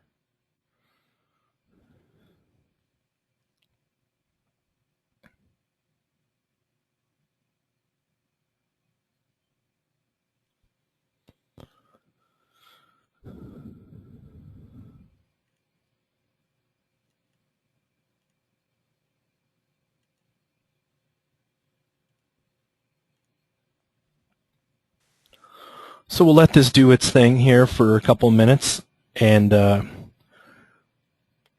should only take 3 or 4 more minutes. If I zoom in on the areas that it's calculated, and we even look at the areas where it hasn't, you can see that it's really gotten in here to a finite amount of detail. It's seeing all the ridges and ins and outs of the model. It has also given us some noise to look at, but remember what I said before, that you want to look at the RGB color when you're making your final determination about if the solution is good enough. Well, one of the places where it's pretty noticeable in terms of how it looks, you can see this area right here where it's given us a nice bit of detail versus this area over here which hasn't. It's missed out on those little fine nuances. But at some point, it's sort of splitting hairs, right? We're not. We have to be judicious about when we determine that we want to use this.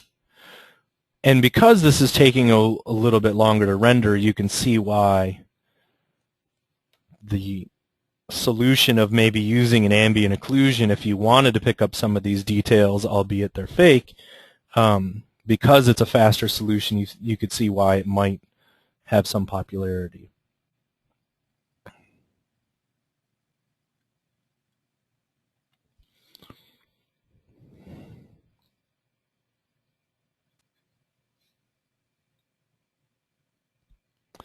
One area where it is affecting it, the sunlight is hitting the top of this trim.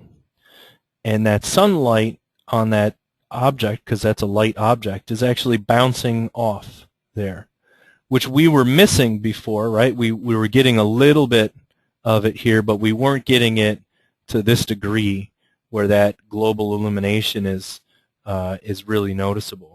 The same is actually happening down here where we were looking at before, where some of these details now get picked up. it's fairly subtle, but it is a nice detail to add to our rendering.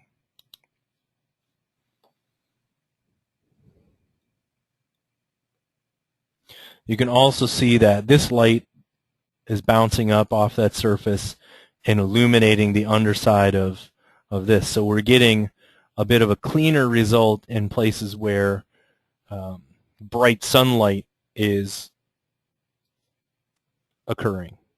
That is a subtlety, a detail that you would not get with ambient occlusion.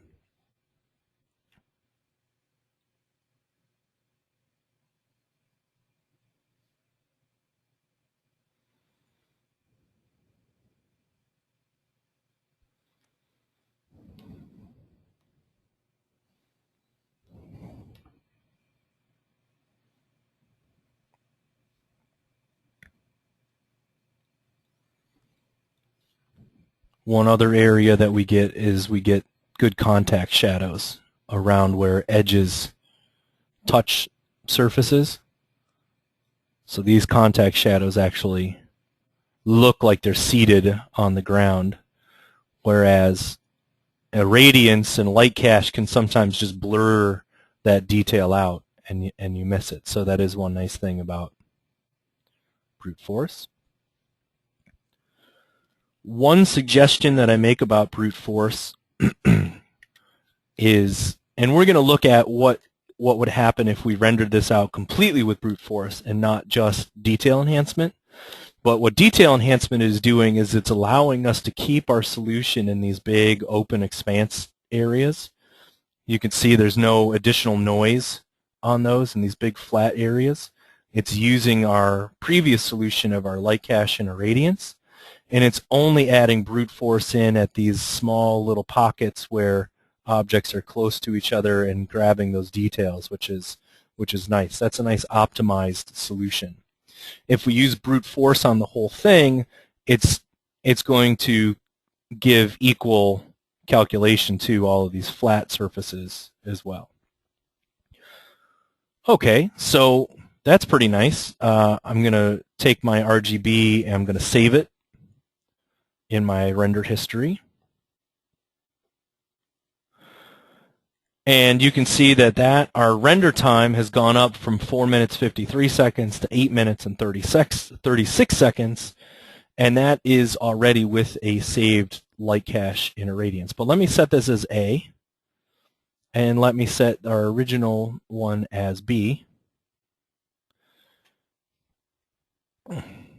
And let's get in here and look at what the difference is.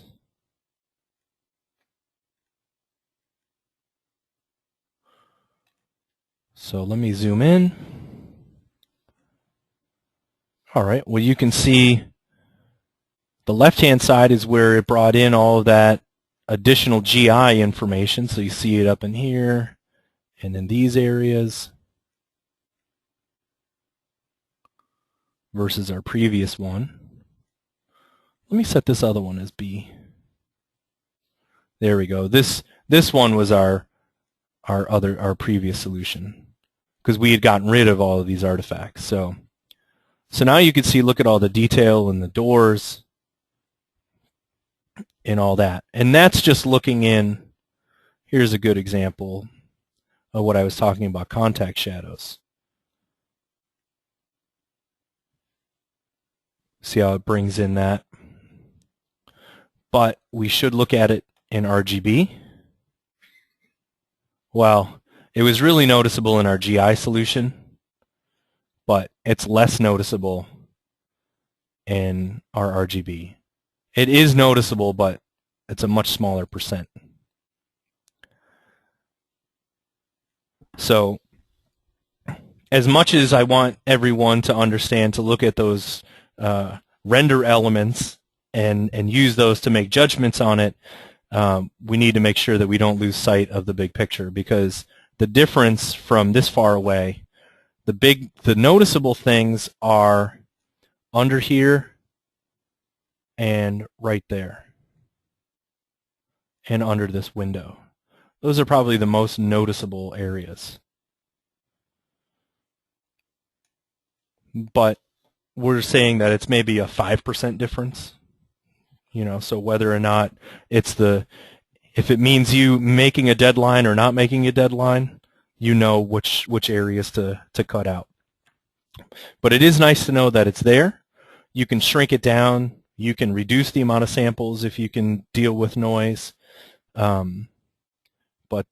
certainly a nice feature.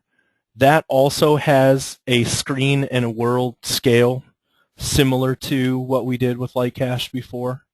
So you could you can make adjustments there. The smaller you make this value, probably the faster it'll render, because it's less it has to calculate. It's a closer approximation. Okay, so the next thing we want to do is we want to look at this thing as brute force and Lightcache.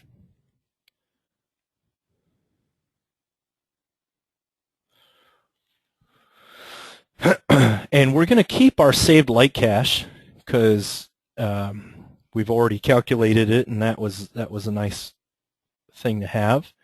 And like I mentioned before, brute force, there's not a whole lot to change. We've got the number of subdivisions that we want to add, and then we also have these DMC sampler settings. And tomorrow we're going to get more into the DMC sampler settings in terms of adaptive amounts, noise thresholds, and so on. But let's just say, for all intents and purposes, we want to look at, all right, we want to compare our irradiance and Lightcache. We looked at Lightcache and Lightcache. Let's look at brute force and Lightcache in terms of the amount of time that it takes and the quality that we get. So 32 subdivisions is a pretty good quality brute force sampling. I'm going to hit render if it looks like it's going to take us too long to wait for a render. I'm going to try to drop that down and save us a little bit of time. But well, let's say that this is where we're going to start.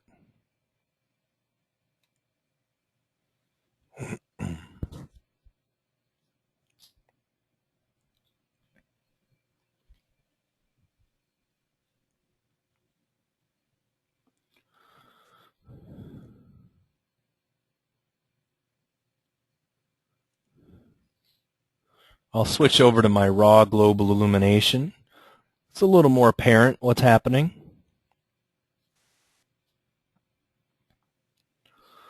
So you can see what's happening here is exactly what we said might. The sampling, it's going to produce samples even on the flat areas.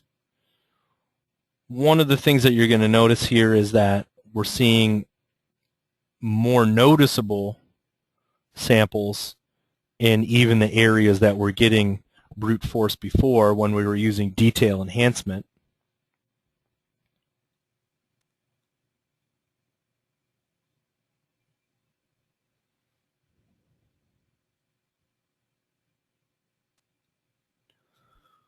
One of the things that I'll say while this is rendering is that I almost never use brute force on an interior scene. For an exterior that's like this, that's sort of limited in its scope, or even a larger expanse, brute force on exterior scenes is definitely doable, and you can probably you can live with the amount of time that it takes to render. Combating the noise, it depends. I feel like I can live with a little bit of noise since we're used to seeing things like film grain and so on. So a little bit of noise I don't think hurts. One of the nice things about brute force is that it's this kind of a set it and forget it.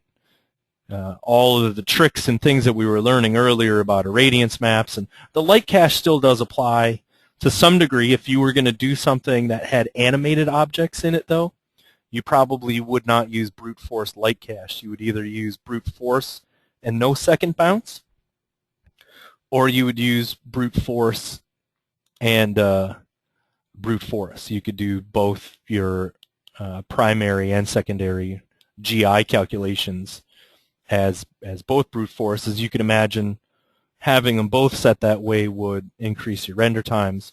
But if you had moving cars, trees, people, boats, lots and lots of moving objects that you didn't want to worry about trying to go through compositing them and putting them in through passes, sometimes brute force is the best way to go.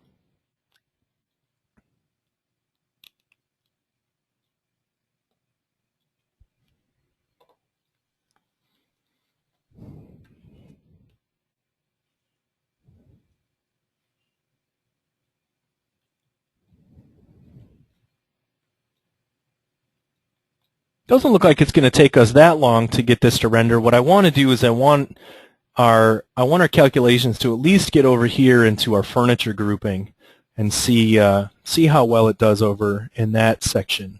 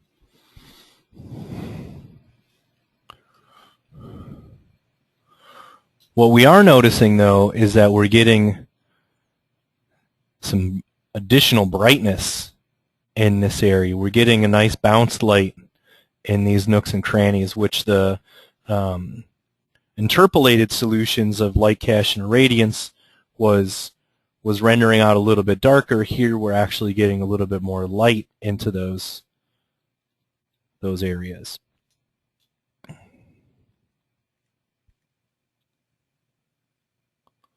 Switch over to RGB color and see how it's looking. So like I mentioned, in RGB we can see some noise that's in there, but I also think that's pretty doable. That's pretty livable in terms of the amount of noise, because I'm looking at this at 200%. When I look at it at 100%, the noise looks a little bit like it could be confused with film grain. So I'm not too worried about how that would be. But you can also look at the difference between, it's given us a pretty nice and clean solution.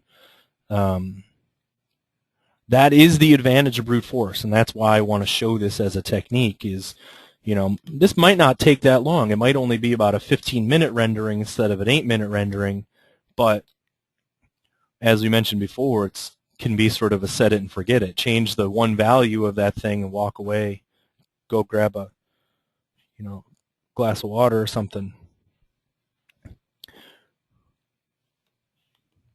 But let me remind you that I do not suggest using this in an interior scene. The time differential is quite a bit different.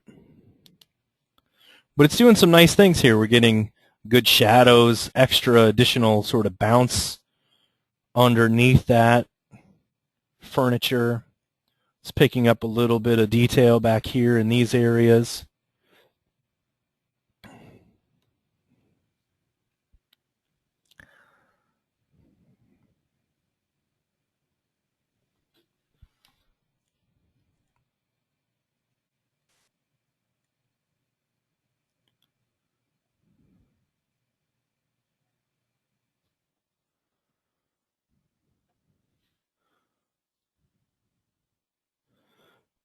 There's a question online while this is going that someone's having a problem with getting a texture map in a VRay material and can't get the map to render. Not sure why that would happen. I would have to look at your scene, but it should render just fine unless in your global switches you have maps turned off. there is a checkbox, and I'll show you once this is done rendering, that you can disable rendering with maps.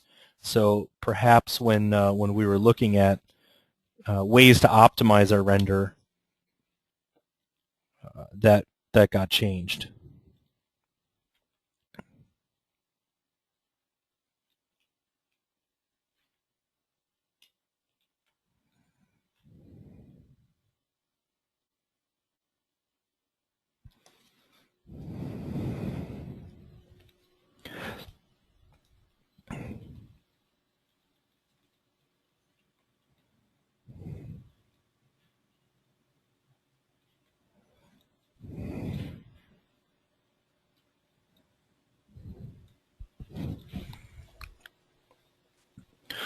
So one of the reasons in this particular case that our brute force is kind of, it's working very nicely, it's giving us a bit of a brighter solution, is that the brute force is able to sample the environment light in a way that is a bit more accurate than the sampling from irradiance and light cache, where it's using interpolated methods.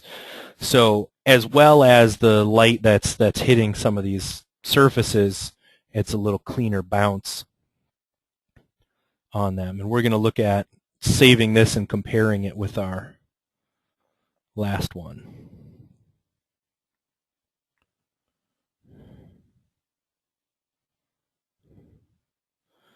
Okay, so let's save what we have.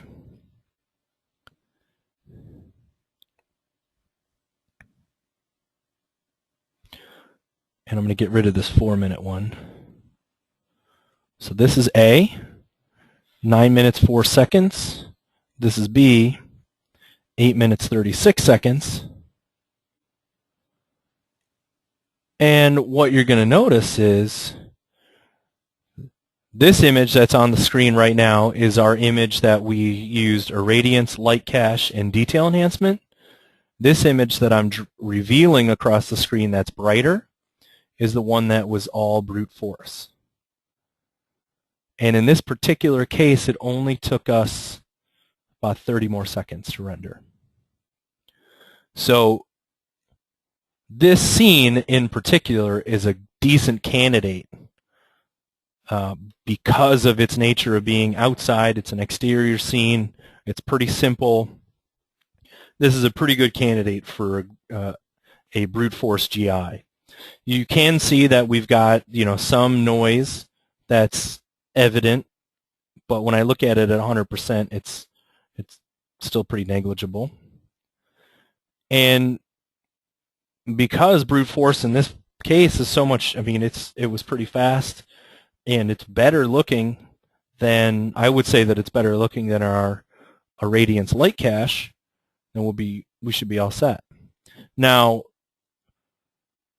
I should clarify that we were comparing it to the irradiance, light cache, and detail enhancement, which was also using brute force in the nooks and crannies. In this case, if I compare it from my 9-minute render to my 2-minute render, yes, it's nicer, but my 2-minute render only took me 2 minutes. And it's still doable. It's still pretty nice render with just irradiance and light cache. Let's go ahead and look at the raw GI in this case. So you can see there's where some of the problem areas are, and this again dragging back and forth. On the right hand side is my irradiance. It does a really nice job of getting these additional sort of bounce hits. It's there a little bit in our light cache. We also do get a little bit of noise, but it was negligible by the time we saw it in our RGB. Okay, so now we have one other solution that we've added to our repertoire, and that was a brute force solution with a light cache that we had previously saved. And I had mentioned that 32 subdivisions is a pretty good starting point for a clean solution. I think once you can get it a little bit faster and maybe with a little better anti-aliasing with lower subdivisions, but in this case I think that's about optimal. So now what we want to do is we want to compare our results from what we're getting with a sunlight system to what we would get with a dome light.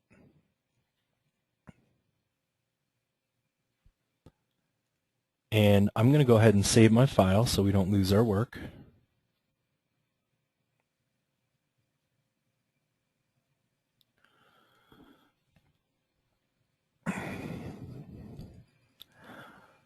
I'm going to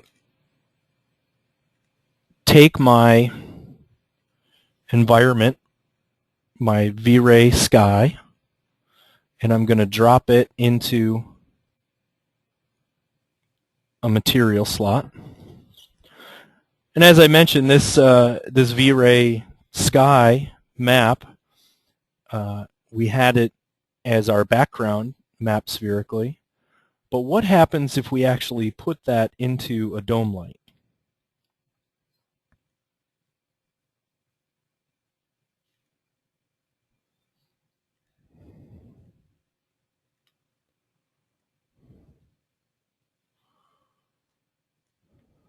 I'm going to set this back to default.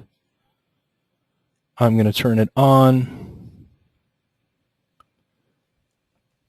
I'm going to take our sky map and use it as a texture in here.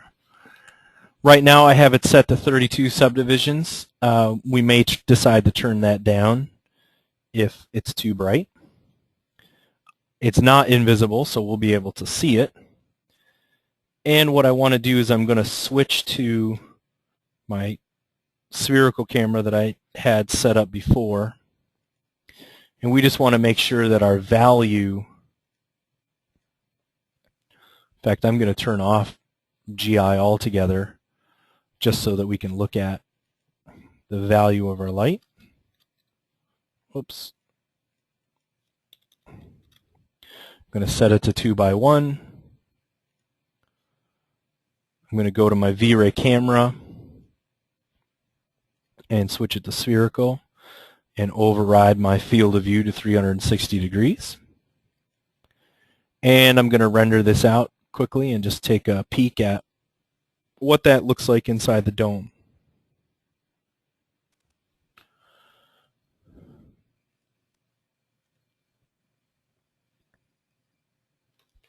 Well, one of the things that's happening is it's really bright. And part of the difference is that the light, when you use a VRay dome light, the way it calculates and the way it sees illumination is actually a bit different than... Did I lose my...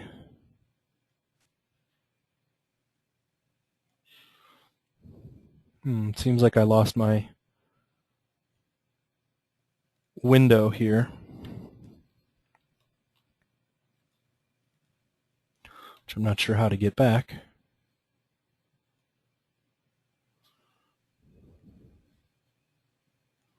Might have to restart Max in a second just to see if I can get that window back. But what we want to do is we want to look at the value of that dome light and make sure that the values of it match our previous image. So let's change this multiplier value, and I'm just going to set it to 1 for now and try to render out this. There we go.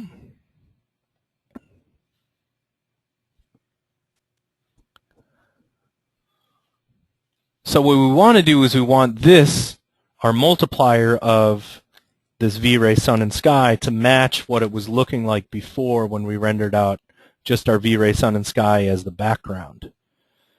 And this is pretty close. It looks like it's a little bit overexposed. I'm actually going to exit Max and open it back up and see if I can't get my VRay window back.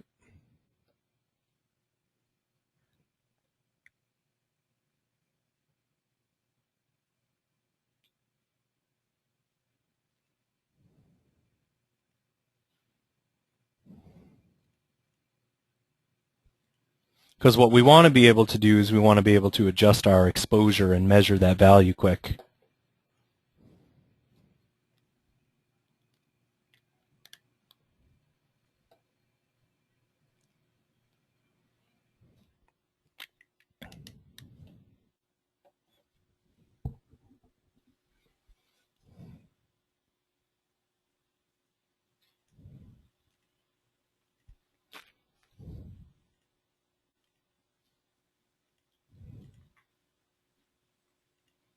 There we go. Okay, so it's back.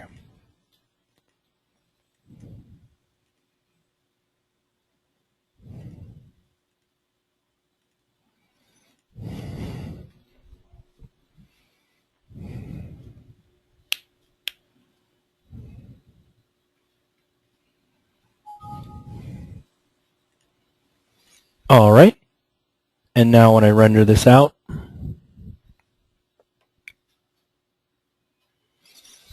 one of the questions that was just answered was I was wondering if our frame buffer history would still be live, and it is, so that's a nice feature to be able to exit out of the scene and still have that there.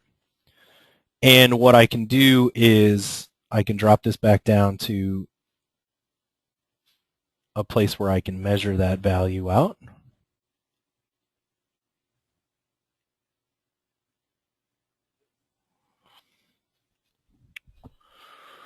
One of the things that that's not going to be in this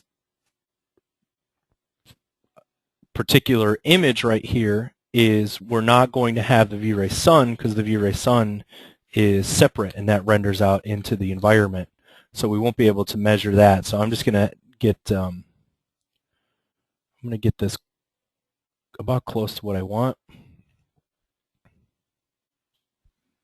That looks pretty good.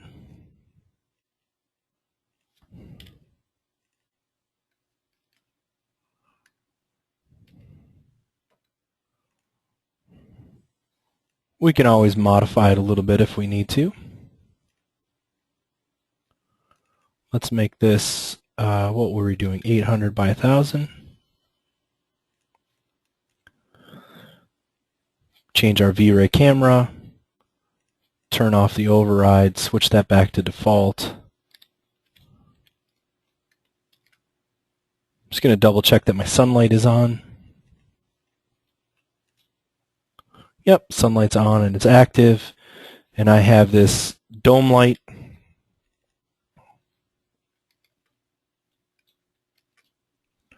So let's turn on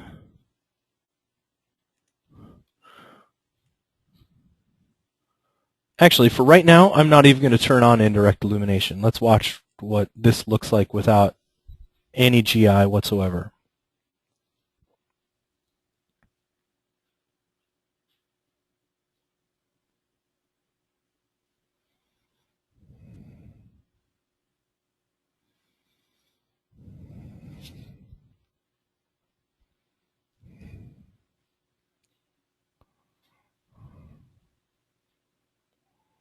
What we should notice is that even without any bounced light, using this type of solution, because we've got a dome light that's mimicking our sky and we've got a sunlight that's on, we should get a pretty decent solution even without any light bouncing off the surfaces.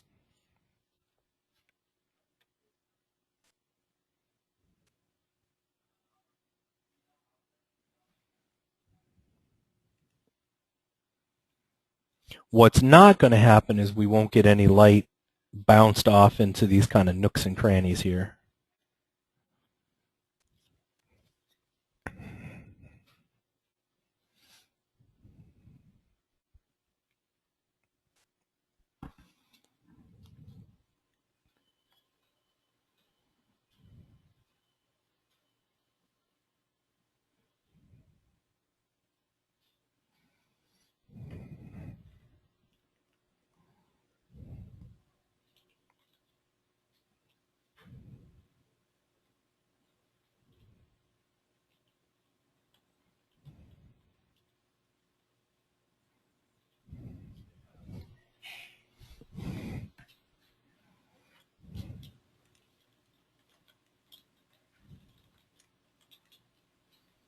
Increase my exposure just a little bit.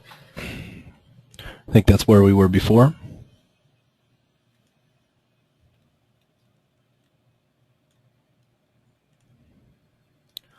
Check my exposure on one of these bright elements, so I probably increased my exposure a bit too high. That's better.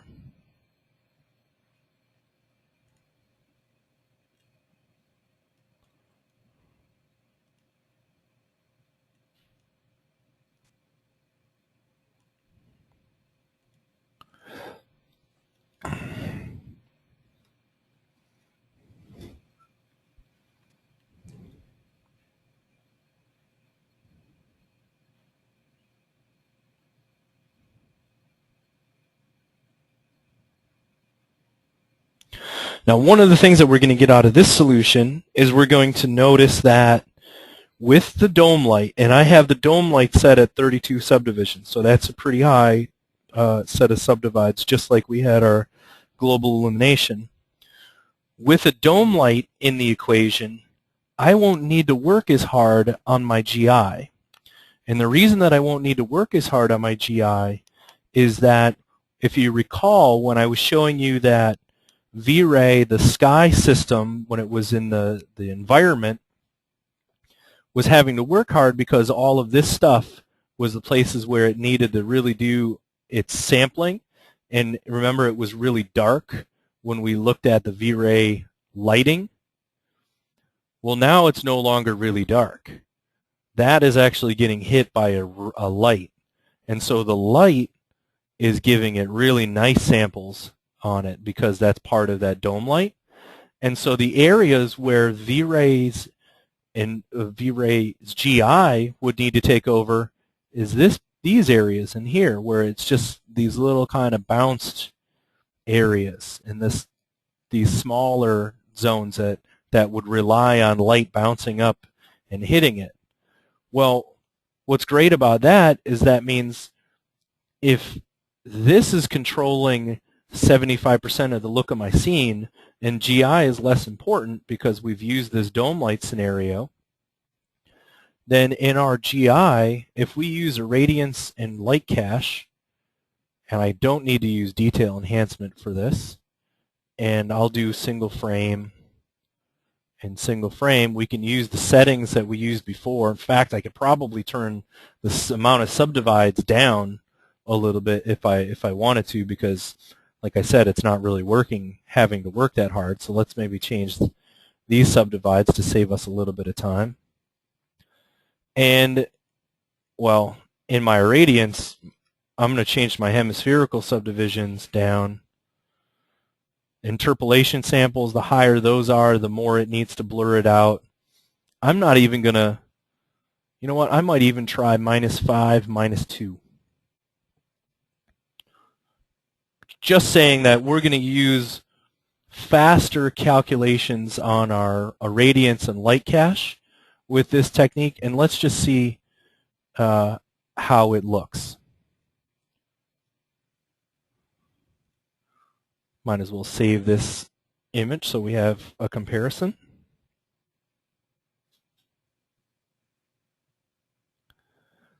And what I'm going to do is, why don't we do this? Why don't we take a break until come back at 3:30. I'll set off this rendering in the meantime, and then we can come back in and we can evaluate the time it took to render and the quality difference between those renders. So I'll go ahead and hit OK.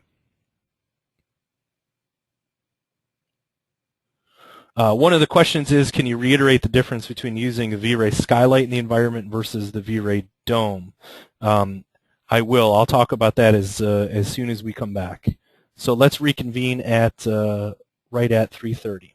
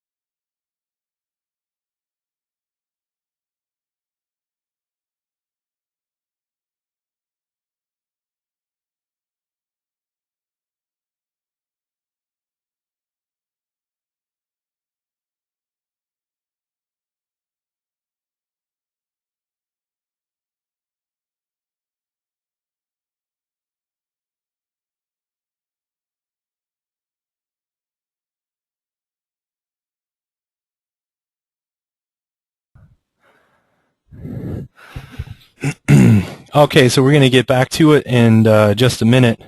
This thing, hopefully, it looks like it rendered while we were out, so that's good. And what we're going to do is we'll just jump in a second and evaluate whether or not our GI was enough. So I'm going to go ahead and save this to my frame buffer.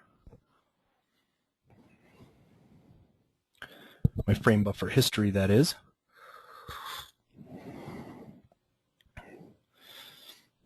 One of the things that's promising is that this took 5 minutes and 6 seconds to render, and we calculated irradiance and light cache as part of that 5 minutes and 6 seconds. So that wasn't even pre-calculating it and rendering out from a saved version.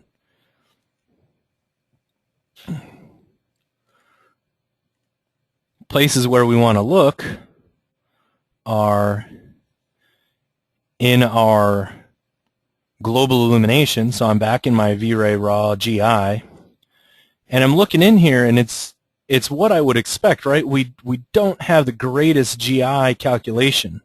Probably wouldn't have, when we were looking at it and evaluating things before, we would have probably made some adjustments to this to tweak it. But the whole point of this exercise is that I wanted to show you that because the VRay lighting takes into account the dome light, it fills in a lot of this detail and a lot of these nuances because of that spherical light. So by the time you look at the RGB color of this whole thing, a lot of those issues with our GI aren't really noticeable. They are in some places. I see them. I could pick them out in a lineup, and it probably wouldn't have been too bad just to leave our irradiance and light cache settings the way they were before, that we knew that they were good.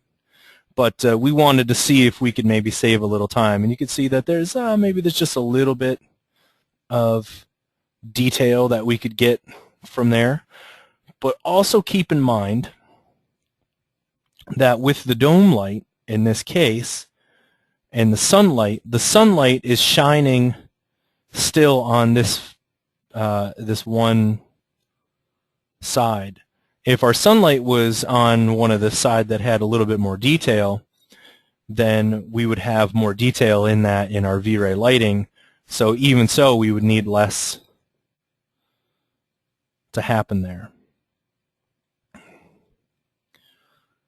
But that's one trick to keep in mind, and one reason why I highly suggest that using the dome light as a means of rendering your skylight can be an excellent way to clean up the scene, bring out details, and also lessen the amount you need to rely on your GI calculations to be absolutely perfect.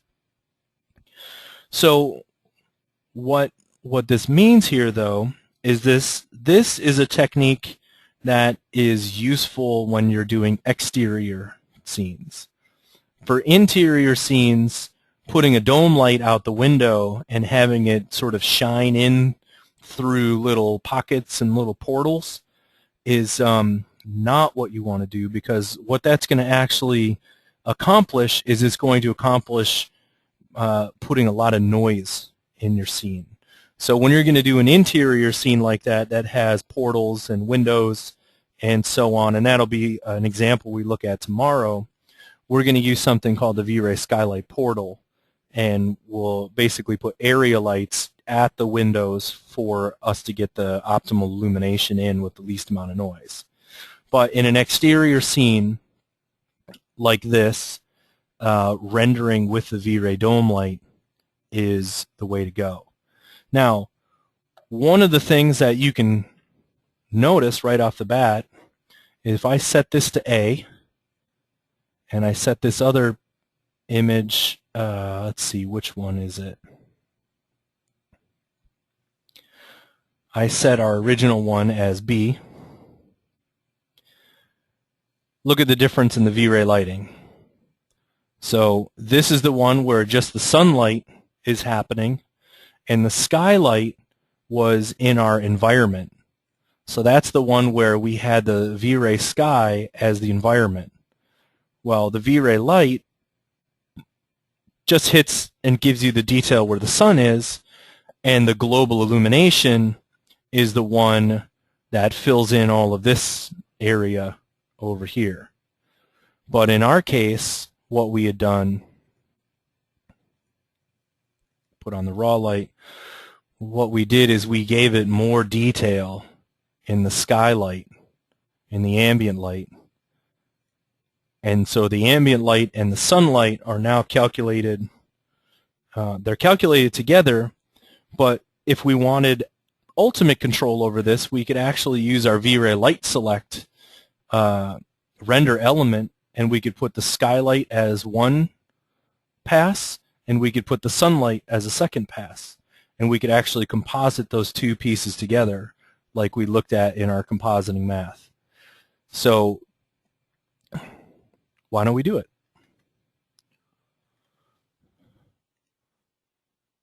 I'm going to increase the quality this time of my GI because we can.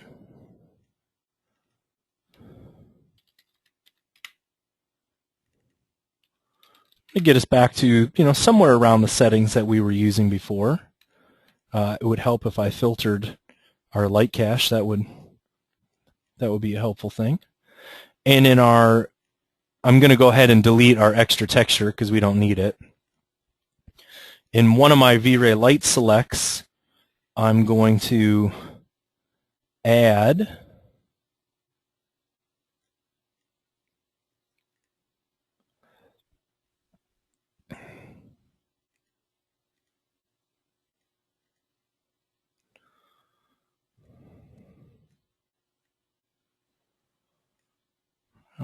I have to actually do this in a top view because I don't remember where the light was.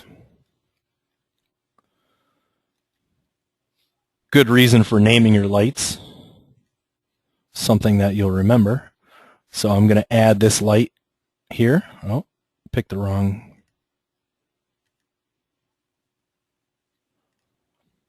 So light Skydome 02, that's going to be one pass.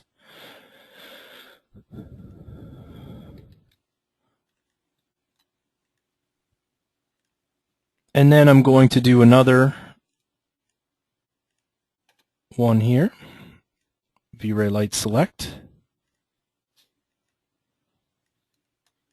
And I'm going to add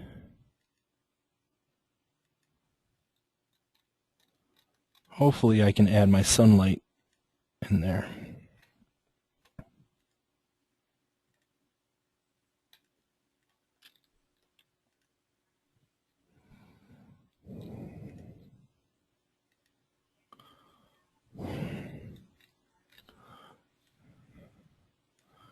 I want to add Sun 01 if it'll let me. There we go.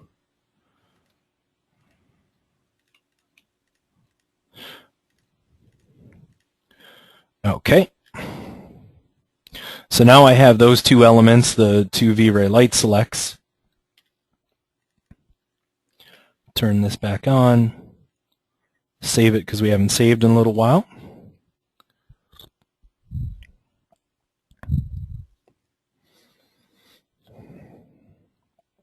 And we'll render this out one more time.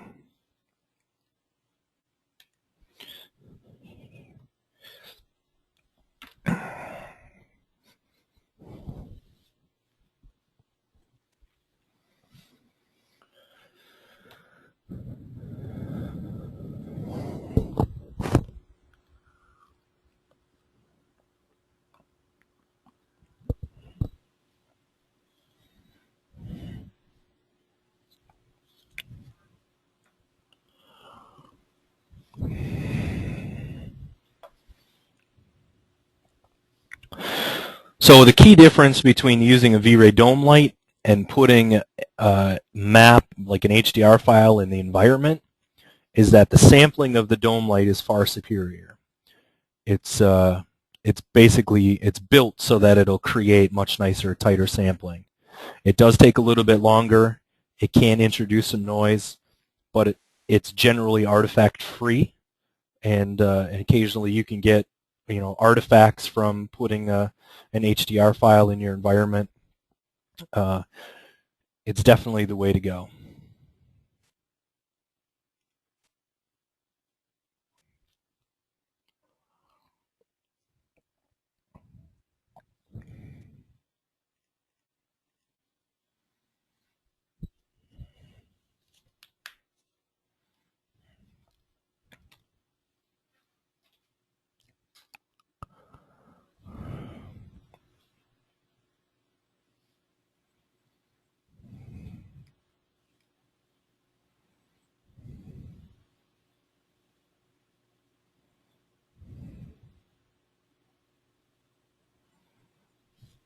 While this is rendering, does anybody have any questions for me?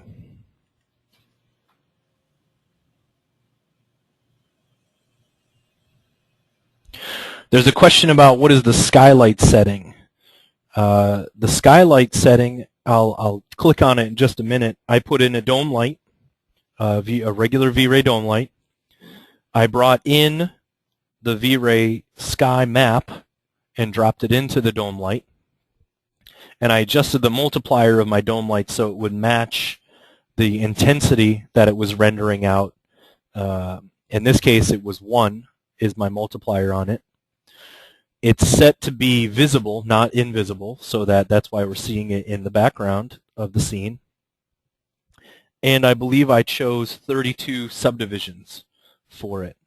So 32 subdivisions is kind of giving us the best balance between noise and time.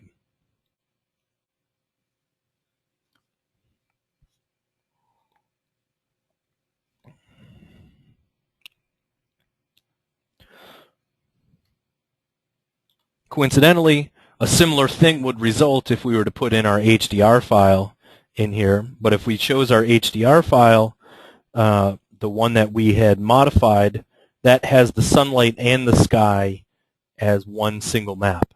So in this case, where we're going to separate the ambient light, the skylight from the sunlight, and maybe do some things in compositing, if we set up our HDR like that, we wouldn't be able to do it. What we'd have to do is set up 2 separate HDRs, one in which there was just the sunlight contribution up there, and one that was just the sky without a sunlight. And as long as we had 2 separate elements, we could do the same trick.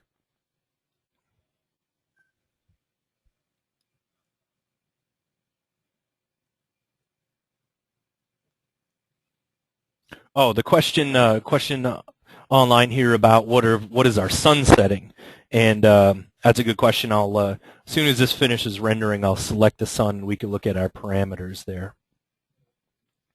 I didn't really dial in too many settings of the sun. We placed it in a part of the sky, and we let the multiplier of the sun be 1 because that's what's physically accurate. We adjusted the overall brightness with the exposure of our camera, and that was based on a physical setting from exposure values. But we can look at the sun values in just a minute.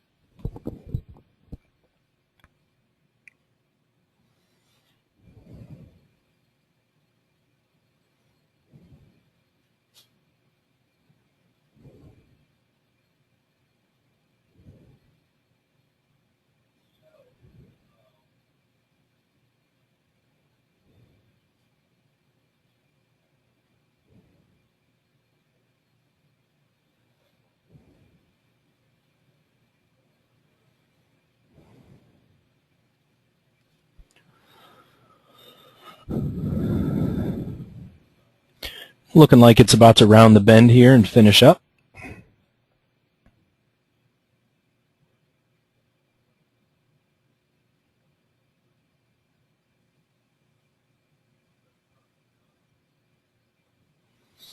Okay, I'm going to save this into my frame buffer history. So we've got a copy of it.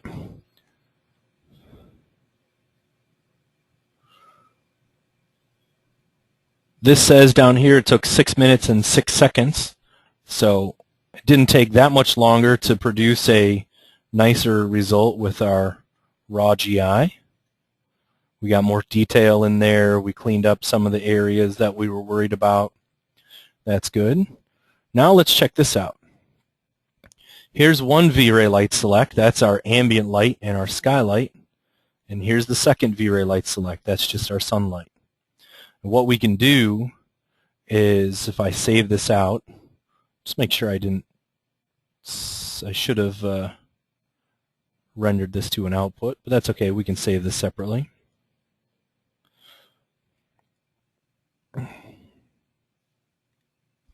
Remember to choose override a 1.0 when you're saving out your EXR files. So this is sunlight.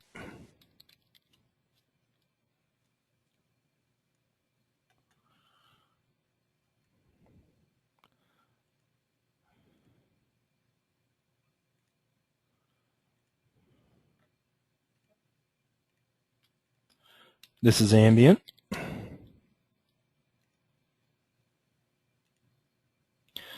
And the other areas that we need our global illumination.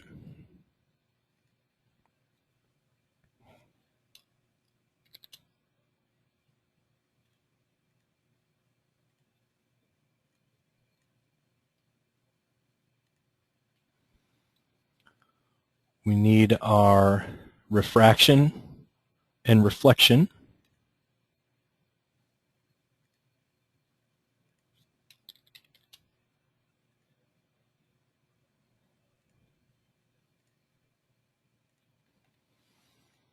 Sorry about that. I'm having to save all these individually because I forgot to hit save beforehand, but that's okay. This is reflection.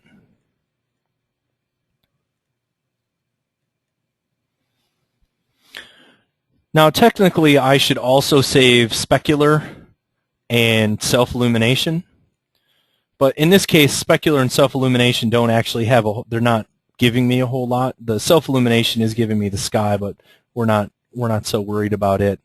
What I will do is I'm going to save out the VRay lighting so that we can compare.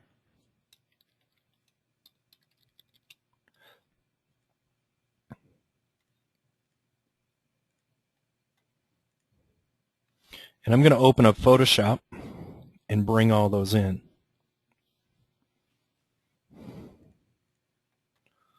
So reflection, refraction, sunlight, GI, and ambient, plus VRay light.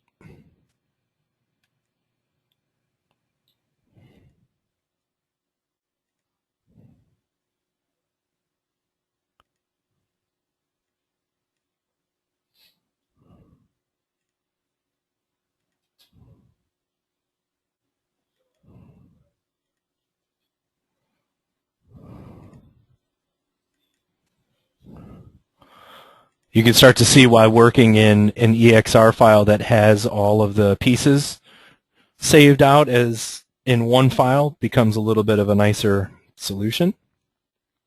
So this is my VRay light. I'm going to bring in sunlight, so let's call this sunlight. Let's call this VRay light.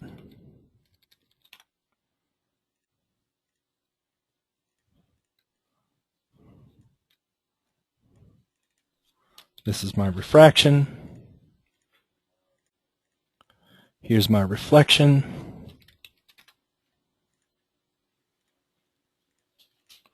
Here's my GI.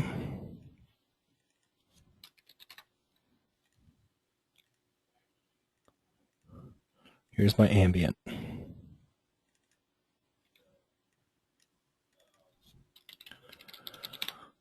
Okay. So what we're getting at here, I'm going to group these two together. Whoops.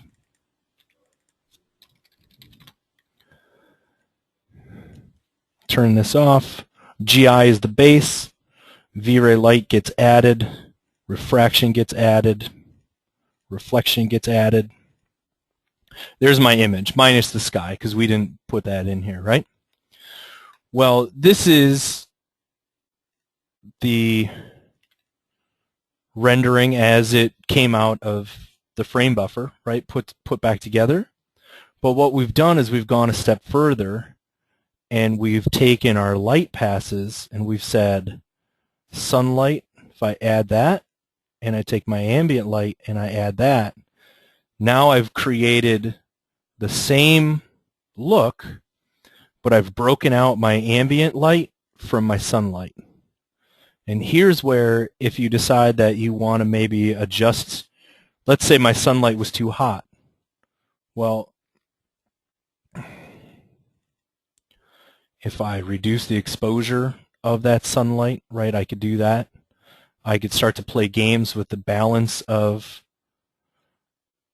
let me reduce the exposure of my sunlight by maybe a stop.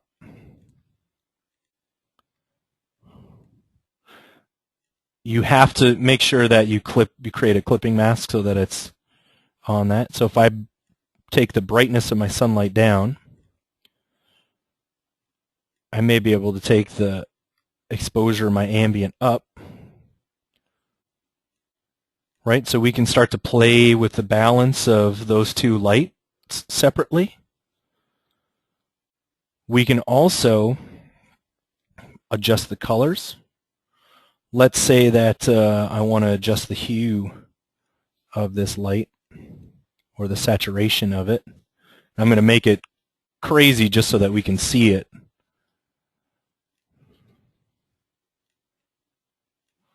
Even if I colorize it, right, if we want to.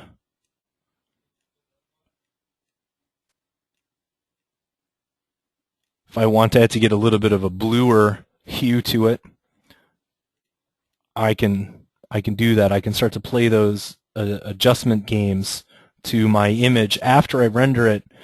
And what I can also do, just like we did before, is we can actually measure it. So if we knew that we dropped the value of the light by a certain amount, well, we can measure out what that light was and adjust it in our max scene.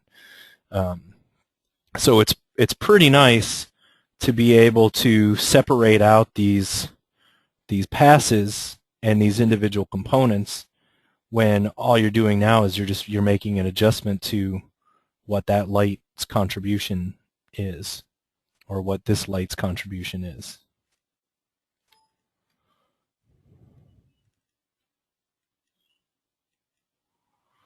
And putting it all back together quickly as a composite.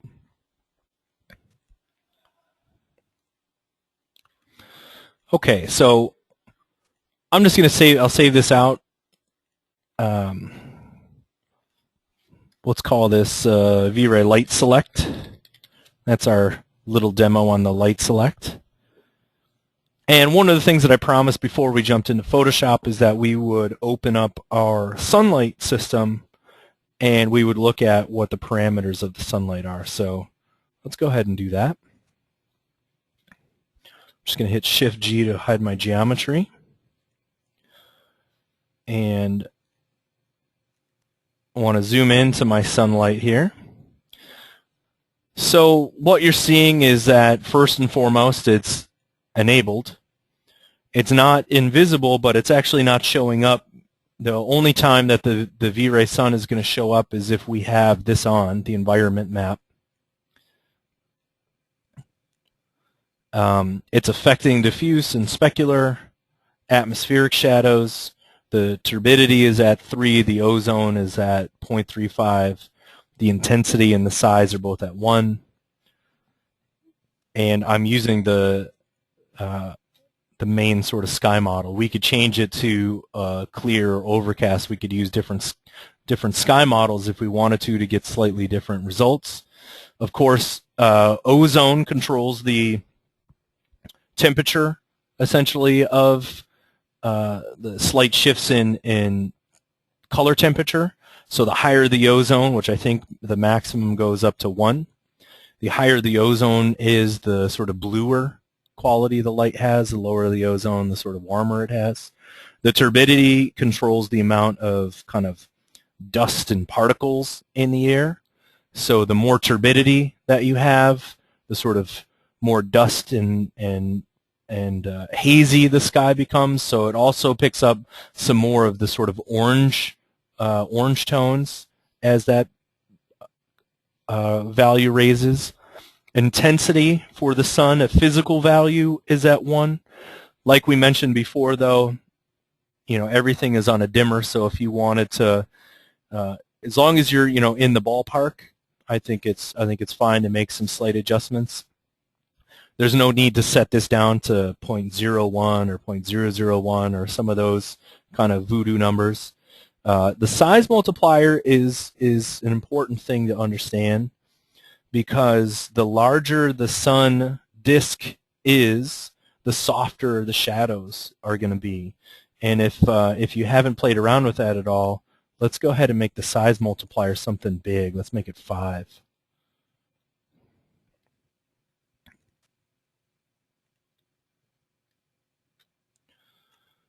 And in this case,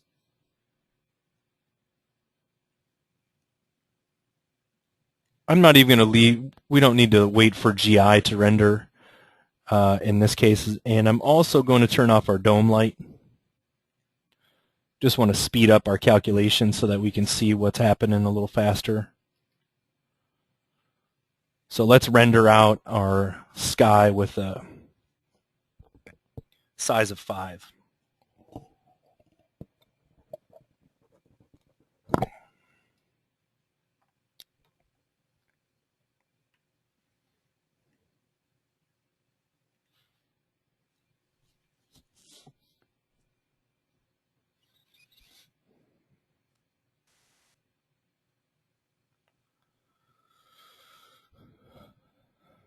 So the blue light is disappearing because I turned off our dome.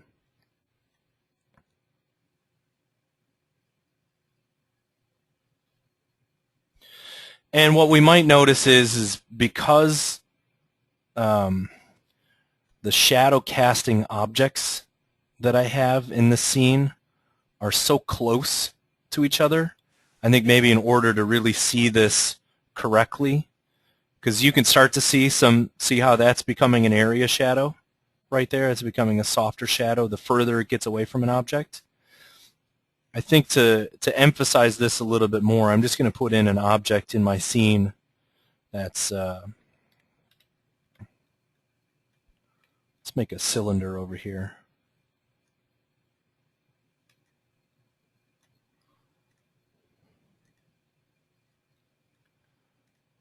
And I may even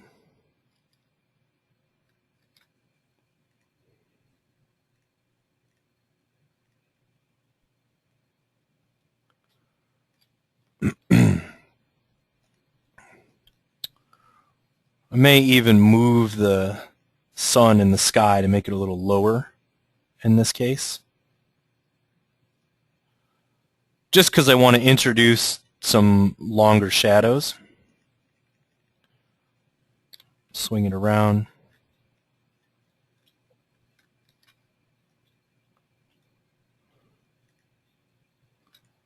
And let's cast some shadows back up on the building here.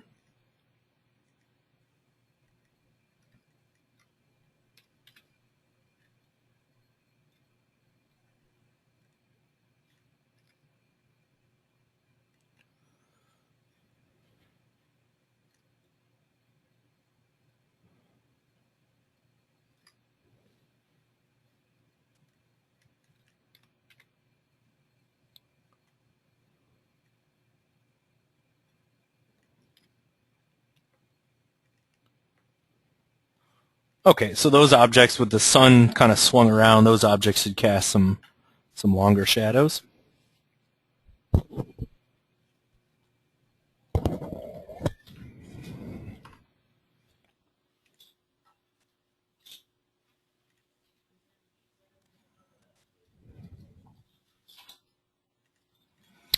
think I may have dropped my sun too low in the sky. Yep. I went too late in the day and I sunk it below the horizon. Sorry about that. Good to know, though.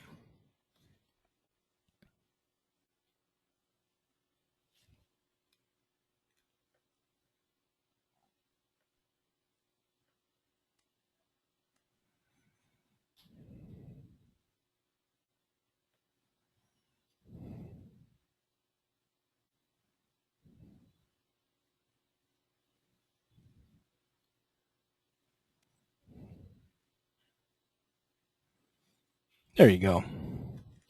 So now you can start to see that the sun edge, the edge of that shadow is really getting a lot softer. And some of these objects that we were casting shadows from, like those cylinders, now they're getting really, really soft. So you see that? That's from our cylinder that was far away, and that's producing a really soft shadow. And that's by virtue of making the sunlight larger. It's making it more of an area light. What I should also mention is that that goes for our HDR files as well. So when we selected the sunlight in our HDR, the amount of those pixels determines how sharp the shadows are. So if we made a big swath of pixels be bright, well, that's going to act like a large area light, and the softer the shadows are going to be, whereas if we kept it to very small amounts of pixels, then the shadow is going to retain its sharpness. So something good to know, typically when the sun sets is when you're going to get longer, sort of softer shadows that happen.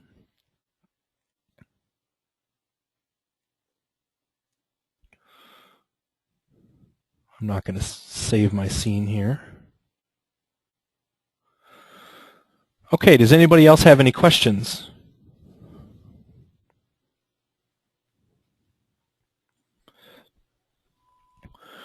Well, right now we're at 4 o'clock, and we have about an hour before we'll turn it over to Jeff, and Jeff's going to talk about color management and some things about color workflow that's really interesting.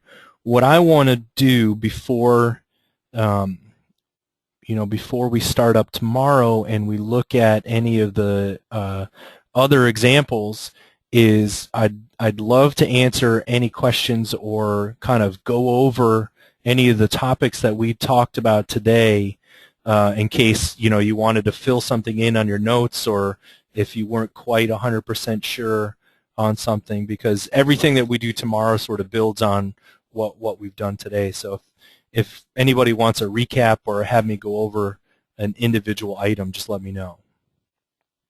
And I'll wait a couple of minutes to see what requests come in.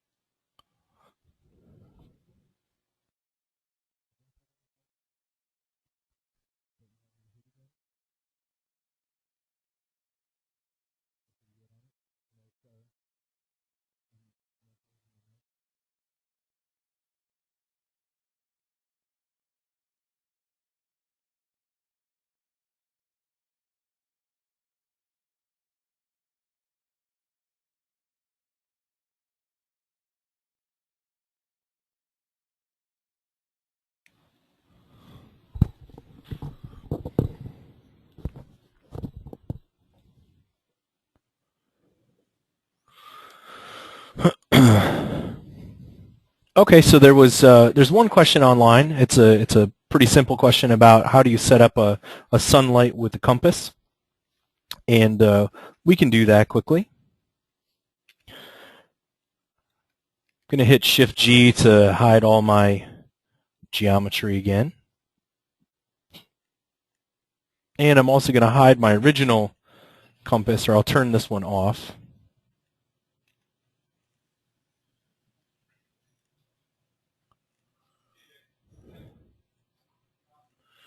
Okay. So the first thing that you do when you're going to create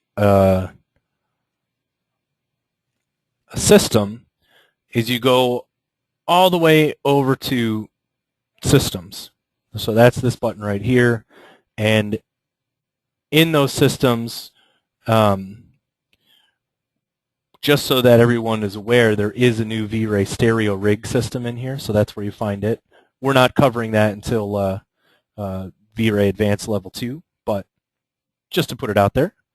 The standard setup here, you have two choices. You can choose sunlight and you could choose daylight. Sunlight is going to allow you to bring in, it's just going to do a sunlight without a skylight, and daylight's going to do sunlight and skylight. If I do daylight, the first thing it's going to do is when I click and drag, it's going to set my compass, and north is going to be pointing up. When I let go, I'll be adding my sun system here, my sun and sky. And what we do with the sun and sky is we go to modify, and the sunlight we're going to change over to VRay. When I do that, when I change my VRay, when I change over to a VRay sunlight, it asks me would I like to put the VRay sky as the environment. So if I say yes, well, it's noticing that I have a VRay sky already in the environment, so it's asking me if I want to replace it. That's fine. I'm not going to save this rendition of the file, but what that did is in one fell swoop, it put the VRay sky here.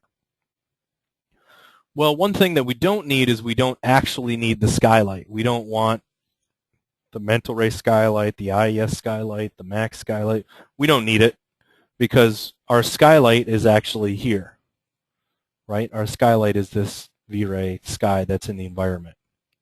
Or if you want to get, if you want to follow what we did before, we actually turned this off and we put it inside of a dome and created that as our skylight. So that's where the default, that VRay sky texture was. And the reason we did that is because we said the dome has superior sampling capabilities than the environment does. Well, once you have that in there and you have these pieces set up, you can see that you can set your VRay sun parameters. And we looked at those before. And the other place that you go besides modify is in the motion tab. And in motion is where you can tell it what time of day, what the month is, whether it's daylight savings, whether or not you're somewhere up here and close to Boston. Doesn't quite want, there we go, now we're in Boston. And so these are all settings that you can change. You can also move it around manually. If you just choose manual, you can pick up the sun and place it wherever you want in case artistically you're looking for it to hit a specific angle. But that's really all there is to it. This whole piece kind of operates as a system. It's an assembly. So if you want to get at the individual pieces, you have to go to Group, Assembly, and open it. So that allows you to get at the individual components.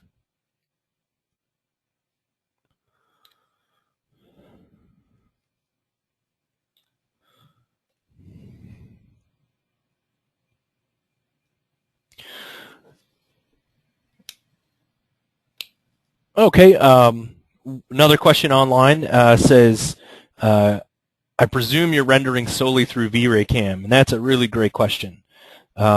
Because there is a new way to be able to render out of VRay 2.0.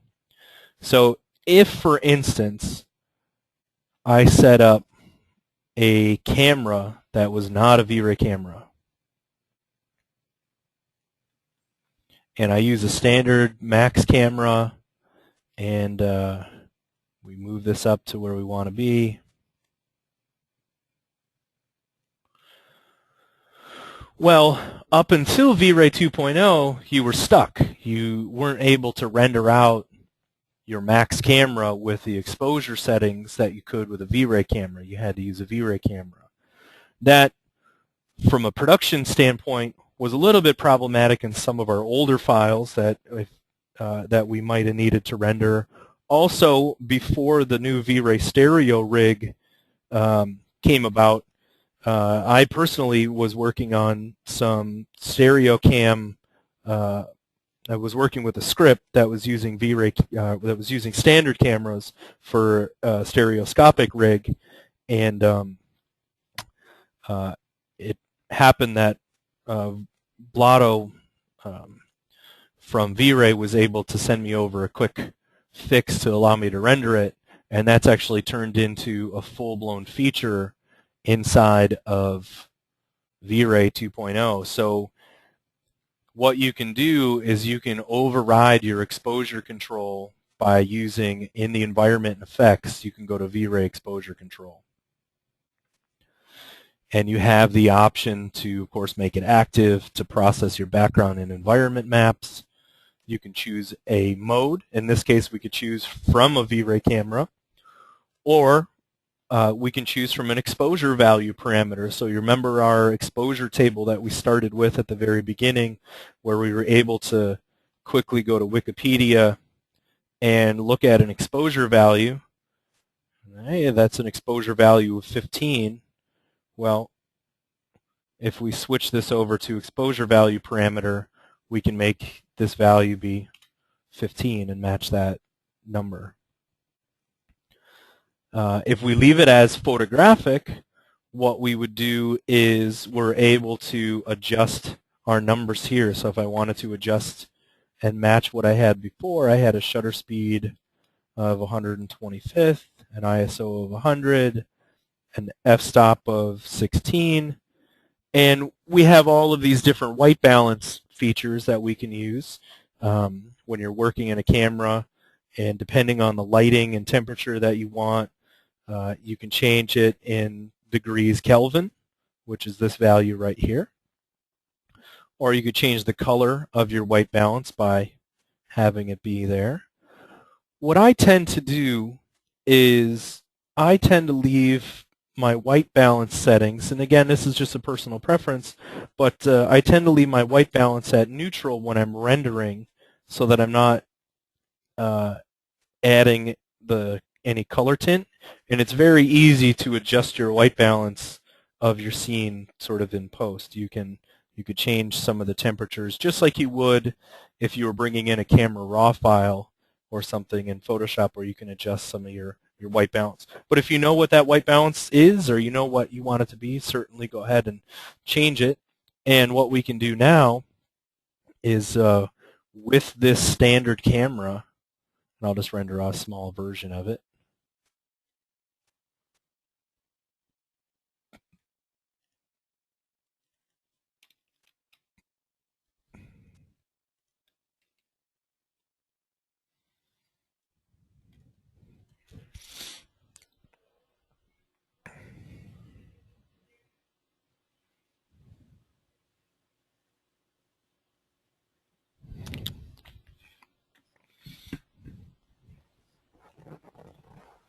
So just with that standard camera, we're able to render out with our exposure settings to be whatever we want them to be. So that's kind of a nice additional feature to be able to add to the arsenal.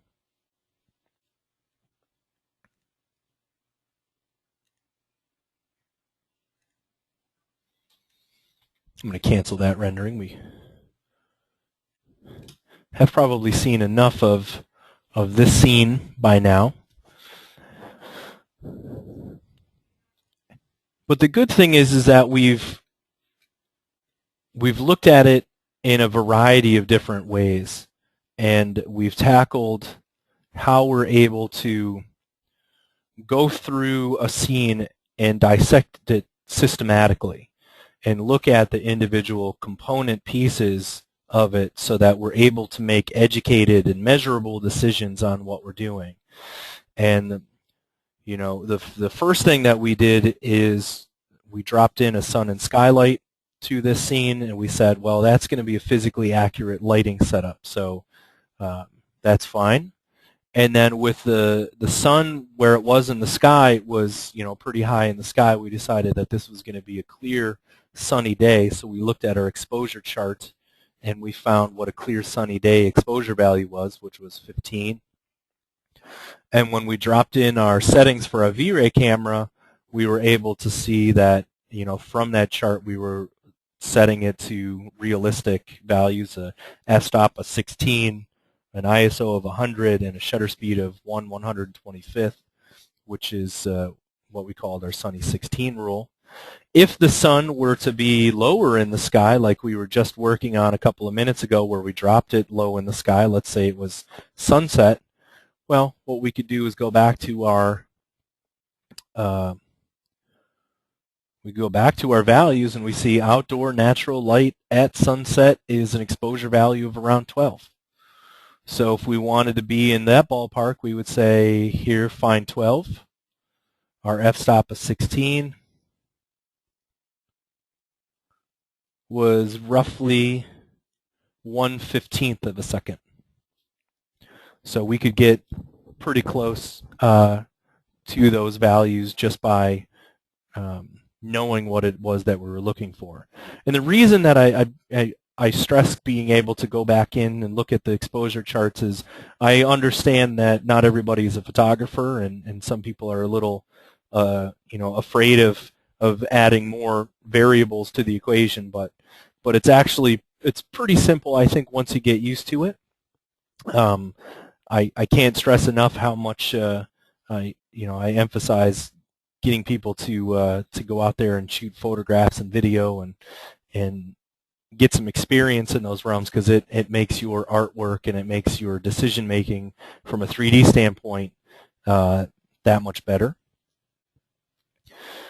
We had already talked a little bit about physical materials, and tomorrow morning we're going to start with a little device that's called the Color Monkey, and we'll show how we can take that device and we can put it over a sample of a material or a color, and we can get the true reflectance values from it and drop it into our scene and have it be a physically accurate color. We looked at an Excel spreadsheet, and I'll make this Excel spreadsheet available to anybody that's been in the class, about some of the things that we need to keep in mind when we're setting up our values for material colors and reflectivity and so on. One of the key points that we made was that a white paint is in that area between 80 and 85% white, which means that the amount of energy that bounces back off of it is 80%, and the amount that it absorbs is the remainder, the 20%. So those values are much lower than what maybe some people have in their minds of being in the 250s of white values and so on. If you start adding values in your scene going through this physical workflow that are that high, you're not going to yield the results that you were looking at. So we measured one of our early on colors. We noticed it was too bright. When we evaluated it in our diffuse filter coloration, and we changed it.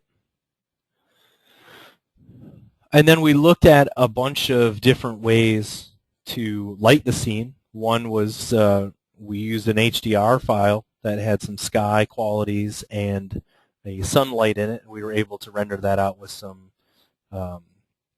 nice results, some nice shadows. And maybe as a last thing we can do here is we could choose another HDR file, maybe a sunset HDR file, and quickly see if we can repeat some of those procedures that we did earlier to work on this.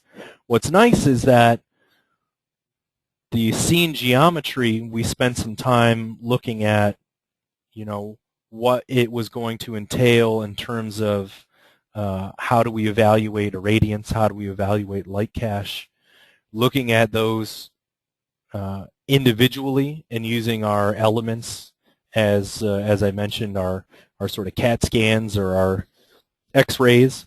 We're able to look at the raw GI paths and understand exactly what VRay is doing under the hood. We also looked at some compositing math that we could take all these elements, put them back together, assemble them, separate out different lighting qualities, different passes, reflectivity, change it, measure it, put that back in. So let's do this. Let's see if I can find a good HDR file that we want to use.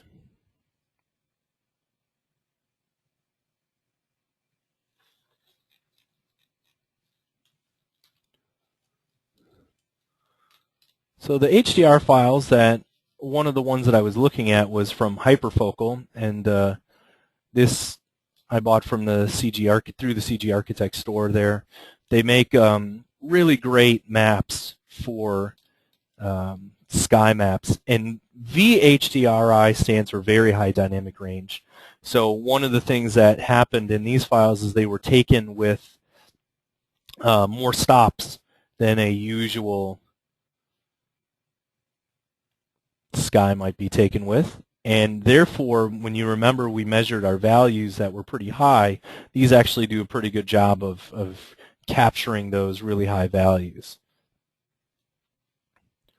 So let's try this one. We've got one of these Cloudy 03 or Cloudy 05. Let's try Cloudy 05 just because it's got a little bit more warmth to it.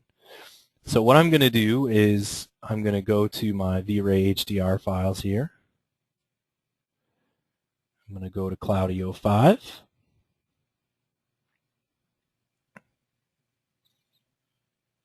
And I'm going to grab this Sunset Cloudy 05 HDR file.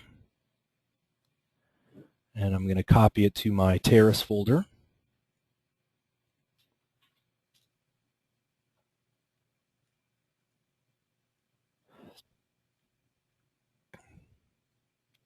Now these files are big. They're very high resolution, nice high quality files, but they're also pretty big and can be a little bit tough to work with.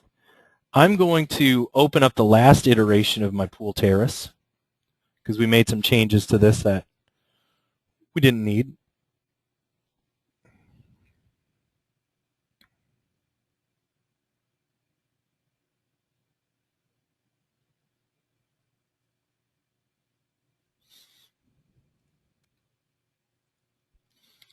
Okay, so one of the first things I'm going to do is I'm going to adjust my sunlight. And let's say we want to have our sunlight. Oh, I want to change the position of the sunlight. I think I may have opened that assembly. There we go. Once I close that assembly, I'm going to make it lower in the sky. And if I look at it from a front view, you can see that that's pretty low to the horizon there. Maybe drag it even lower.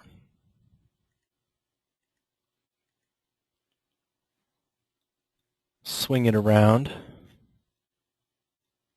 so that it's just grazing the front of my scene.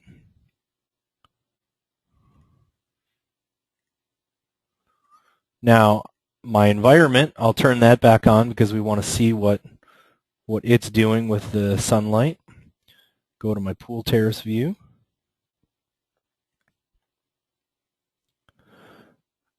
I'm going to render this out really low res. And as a matter of fact, you know, what's a great thing that you can do with VRay RT is moving the sunlight around and changing it, and that's actually a good use of VRay RT. We'll use that. We don't have enough time that I want to introduce it now, so I'll introduce it tomorrow, but we can do something similar with that. For here, we just want to get that HDR in here.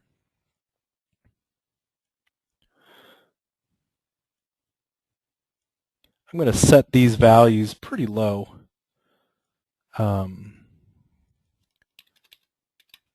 Not going to care so much about quality right now in terms of what I'm getting after. I just want to get some speed.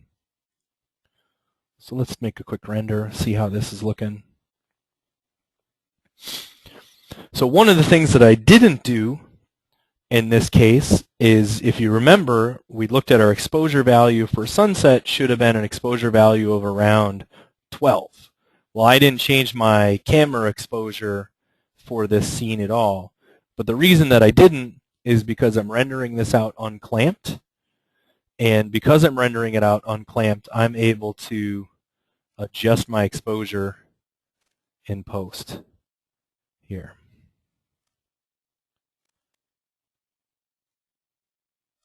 So it looks like I could probably go up, I could stand to go up a couple of stops.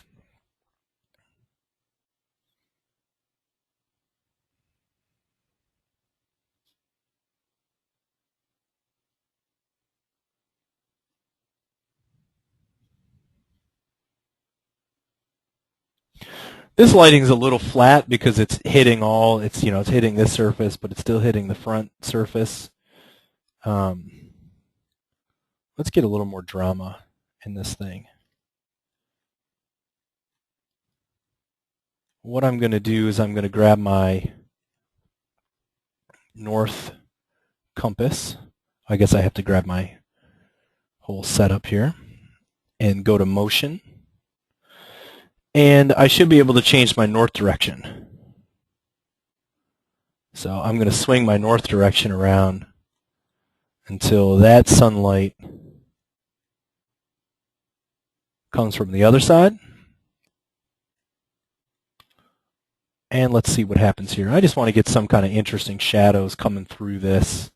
Have it not necessarily be totally evenly lit.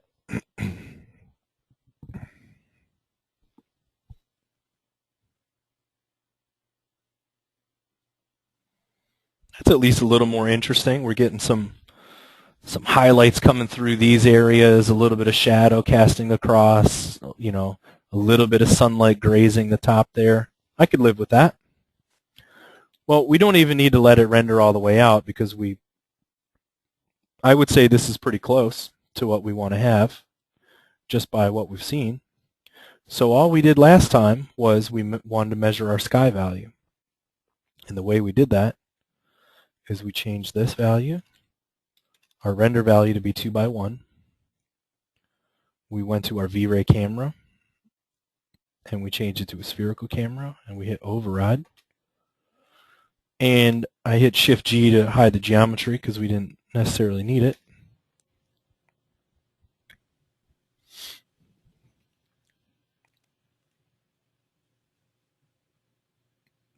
Oh, one of the things that I forgot to do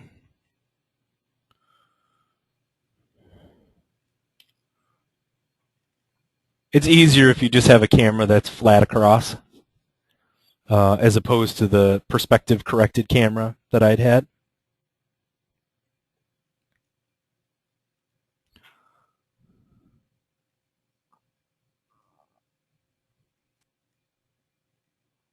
So what I want to do is I want to get over here and measure these pixels. 6800, 3700, 1122, somewhere around there. Okay.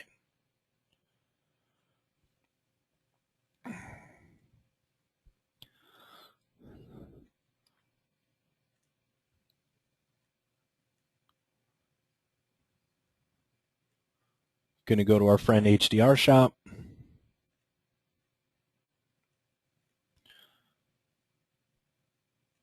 VRay HDR Cloudy 04.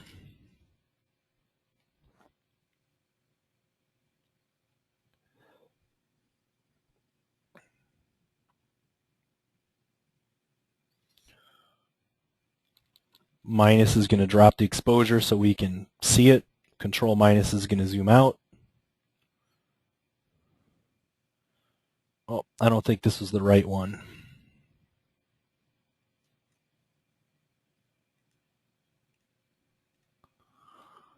Sunset Cloudy must have been the one that we were looking for.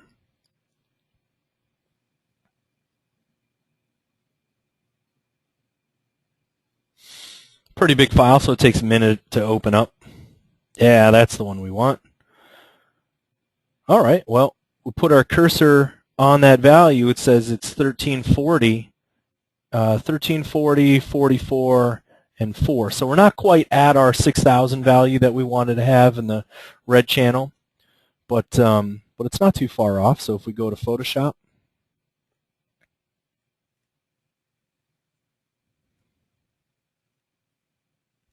go to Terrace, grab Sunset Cloudy 05,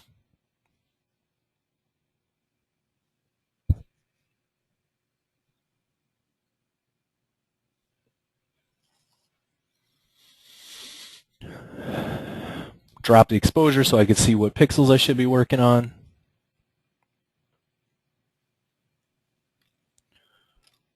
Make a little selection of this stuff down here. Maybe feather it just a tiny bit. Go to my exposure. Ramp up that exposure a couple of stops. Try 2 stops, see what happens.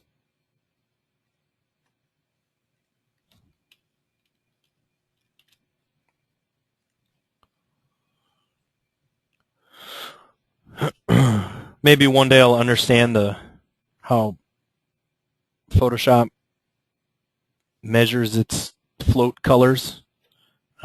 Certainly, if anybody has insight to that, I'd love to know.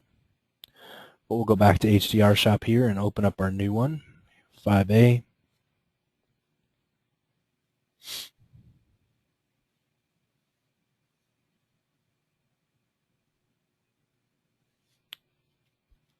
Put our cursor over it.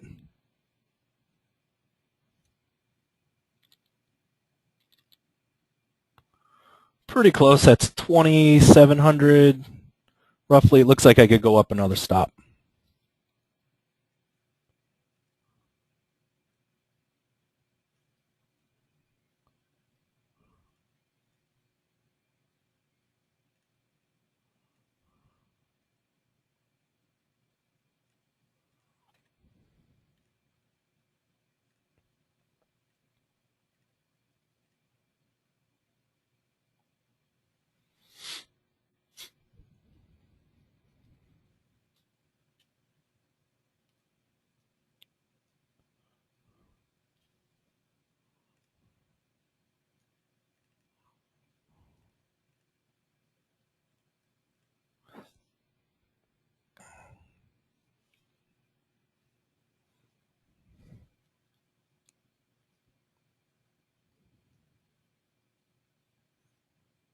A little bit bright. I could probably live with it. That's probably okay. Might have only needed to go up 2.5 stops, but it's still in the ballpark where it's pretty close.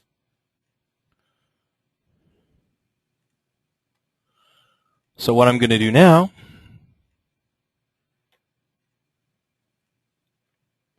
is I'm going to turn that off.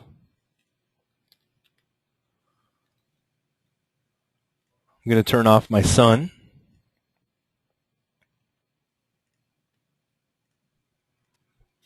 I'm going to go to one of my dome lights here.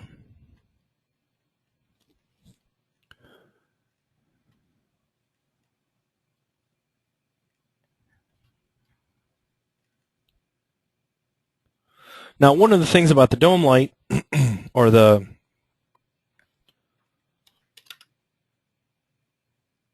map here, is that 0 is 90 degrees to the right, I believe. So I'm pretty sure that 0, when this horizontal rotation is 0 and the sun is in the center, it goes 90 degrees to the right. So I should only need to rotate this thing, and we can actually calculate this, but because I just want to do something that's close, I only need to rotate it a little bit off of 0 to maybe get to this point here. So I'm calling it 20 degrees. We'll see if that works. And I want to make sure that I'm not invisible. I'm going to stick to my spherical camera with no geometry on and render it out and see what our multiplier needs to be.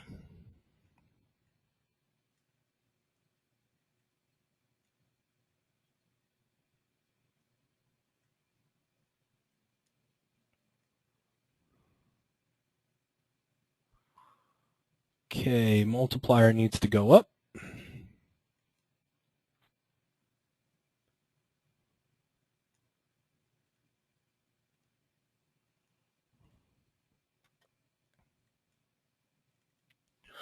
That was 40. Let's try 60.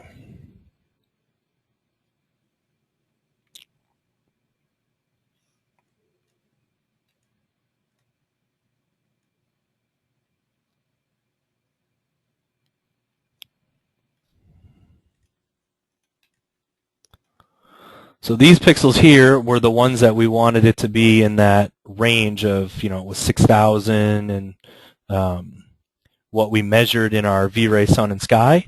So I just did some quick math in my head to where I took the measurement of what it was something like 40, whatever that value was, and got it so that it was in the right ballpark. It looks like the sun is in about the right location as well. So I think we're close. I think if we turn on our geometry and I switch back to my pool terrace camera and I change our size to 800 by 1000 and we turn off our spherical camera and our override field of view, and I'll save this as sunset.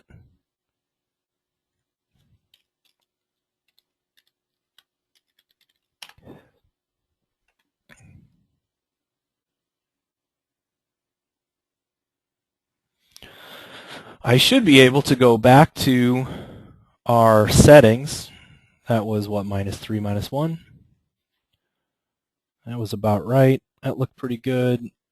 Our subdivisions, we up to 3,000, but because we're using the dome light and the dome light's going to fill in most areas, we're not going to make that as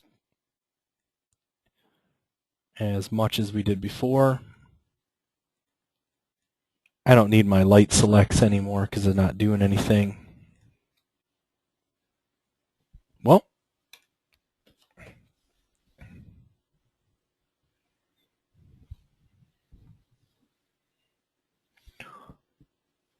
if everything worked, we should get some kind of scene that looks about correct.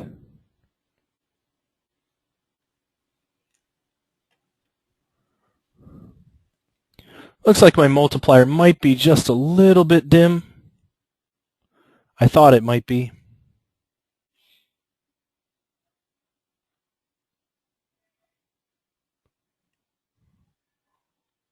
But we can also adjust our exposure a little bit and see what happens.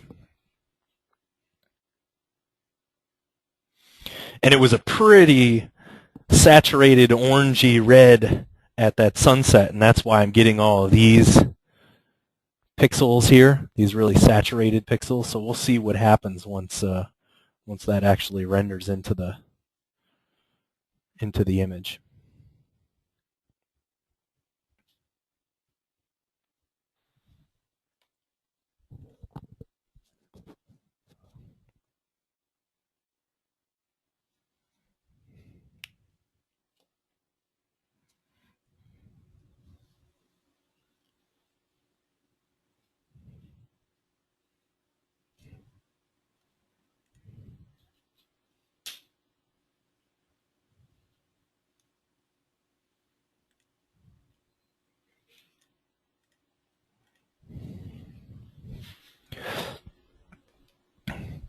Should pick up our distributed machines here in a second.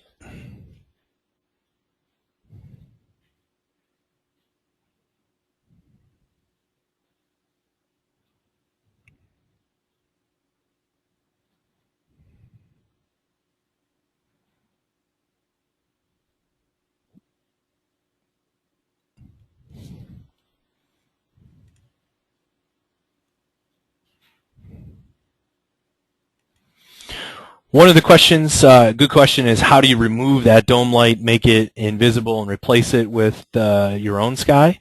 I'll show you that tomorrow, actually. That's one of the things that's a good topic to show. I've got a backplate card in this scene that we can use.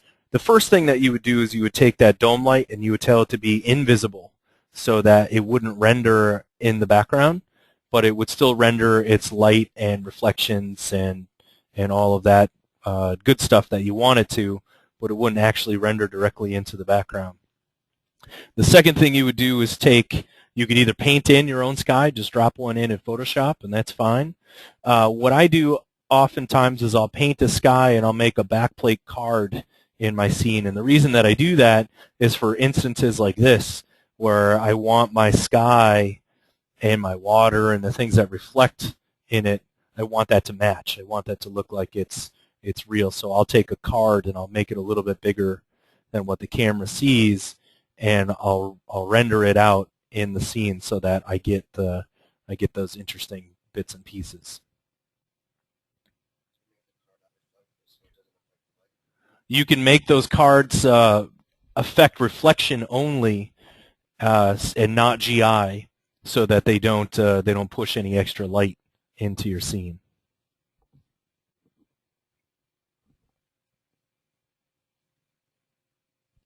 So I'm putting my and we knew our exposure value needed to get kind of turned up anyway, because it was we had a camera that was set to an exposure value of 15, and our exposure value on our chart told us 12. So it would stand to reason that I would lift this thing up a few stops. And I'd say we got something that at least looks pretty interesting there, right? All we did is we took a new HDR, we applied it, we adjusted its sunlight value so that it more closely mimicked the physical values of that VRay sun and sky at that position, and we put it in about the same location. This is much more interesting, though, than the VRay sun and sky version of it. We got that nice color, the nice saturated color hitting it from, these little hits of red and so on. If we look at the raw lighting, we could see what that's really doing, right? That really saturated colors coming through from our HDR file. But we're also getting, a lot of this interesting light. We're getting this sort of pinkish hue light, but then we're getting the bluish light coming through from our dome light as well. Our raw GI is looking like this, and this is interesting too, because you're seeing that the coloration of the light is also really affecting this bounce light. The light that hits the surface is giving you sort of this pink bounce back into it. We're getting a little bit of artifacting that's happening around these door frames, but like we mentioned before, we knew that by the time that these were reflective and dark, we're not even going to notice it in our rendering, so it wasn't a big deal. And this took us 4 minutes and 20 seconds for render time, which is not so bad.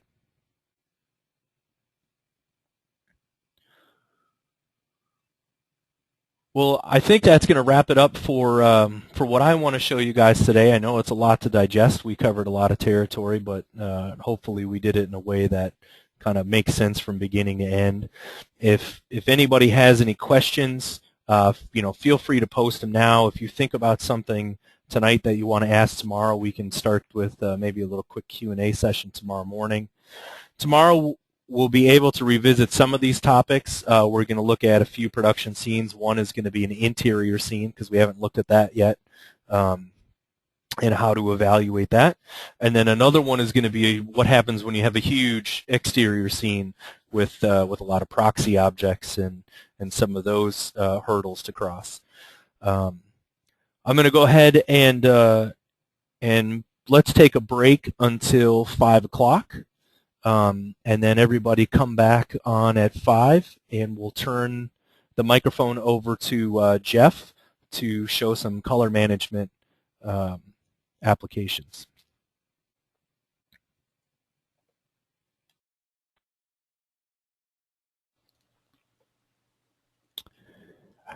All right, everybody, so I think we're going to get started here. Like I say, we had a little bit of a network outage there, but we're all ready to go now.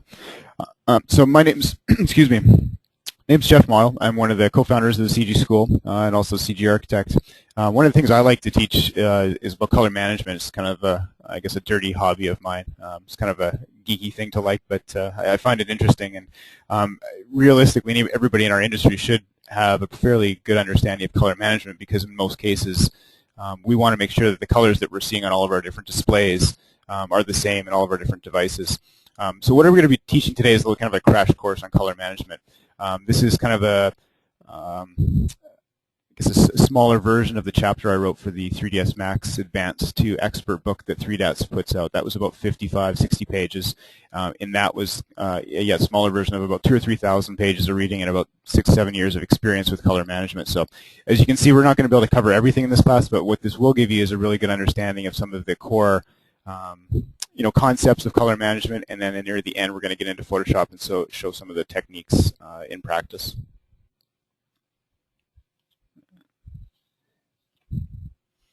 So if I read you like a text definition of what color management is, I'm just going to read this from a paper here. It's the controlled process of converting color between different devices with the end goal of obtaining repeatable and as closely matched color reproductions as possible on each of your various devices. So that kind of sounds like a mouthful, and I'm probably going to take a second to absorb that. But really what you're trying to do is just make sure that all of your devices that you're using in your workflow all speak the same language. A good example would be making sure that if you're going to be printing something out on a printer, what you see on your screen matches that print, or if maybe you're scanning a fabric swatch in your scanner and you're going to be using that in Photoshop or in 3ds Max, that what you see in Max and Photoshop matches your original sample. Color management really has nothing to do with any sort of color corrections or post-production workflows. It really has to do about how devices see color and how that color is passed between those devices. Quite often, I'll talk to people who have been working in the industry for, 10, 15 years, and they'll say, why do I need color management? I've been working, it works fine for me. A lot of those people are one-man shops, two-man shops, and in many cases it may work, but what they don't realize is they're actually using color management. They're just using their brain as that color management engine. They know that in order to get the reds to print correctly, they need to tweak it a certain way on screen, and then it'll print right. What color management does when you implement it properly is uses some standardized processes to ensure that there's consistency between all of your devices, and you're using a standardized workflow to do that. The end goal is just to make sure that this is easy. I mean, color management, once you learn it, should really be a seamless kind of behind-the-scenes thing. It shouldn't be something that you're constantly struggling with. So really, to understand color management, you need to understand, why we created it in the first place. And I'm going to use some analogies to help illustrate, what color management does behind the scenes. So if you can imagine that every device interprets colors differently, and now if we relate that to, for example, this classroom here. Imagine now I'm speaking English, but now imagine if none of you spoke English. Each of you speaks your own native language. Obviously, you're not going to understand me. I'm not going to understand you, and you're not going to be able to talk to each other. It's very much how devices work, printers, scanners, displays. So if you find a way to make them all talk the same language, then color management works. So now imagine if each of you came to class with a language interpreter, a translator, and they could speak English and your native language. Now you're going to be able to understand me through your translator, and you're actually going to be able to speak to each other as well, because you're going to be able to use those translators in the middle. What color management does is it introduces this concept of a universal language that everything passes between, so that all of the devices can understand each other. That universal translator in color management is called the profile connection space, and then the engine that performs that translation is called the color management module, and the actual language is called lab. It's the actual lab color space. You may have seen that in Photoshop.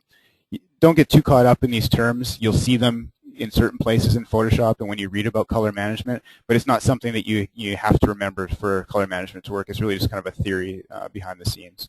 The other thing to note too is that the lab color space represents all the colors that we as humans can see with our eyes. The gamut of colors that it contains represents what we can see. So you might be thinking, why don't we use the RGB and CMYK values as our universal language? Those are the numbers that we use every day in our applications. But the problem with RGB values is that they're ambiguous. For example, if I take this green here of 86, 170, 57, and I output that to this particular Epson printer, it may print out like this. Whereas if I take that exact same color and I output it to this printer, a different Epson printer, maybe it's going to look like that. Conversely, I may take a red color swatch, input those, scan those in 2 different scanners, and the result on screen may look 2 different things. And that's simply because RGB values have no scale, they have no meaning.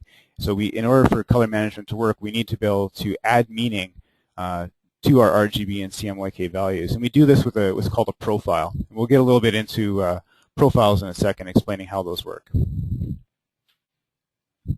So right here, what I've done is I've kind of taken the concepts of color management and that analogy I used earlier of how we are able to communicate from one device, in this case it's a language, to another language, by going through that profile connection space. So the color management module, again, is that engine that performs the calculations and the translations between the different or specific RGB and CMYK values and the device-independent profile spaces. So to sort of tie this back to that analogy, the profile connection space here is the English language. The color management module here is the translator, and the profiles is the dictionary that we use to do that translation. So again, this might seem a little bit confusing. It's just kind of an overall view of kind of what goes on behind the scenes. Certainly you don't need to be intimately familiar with this to use color management in most cases.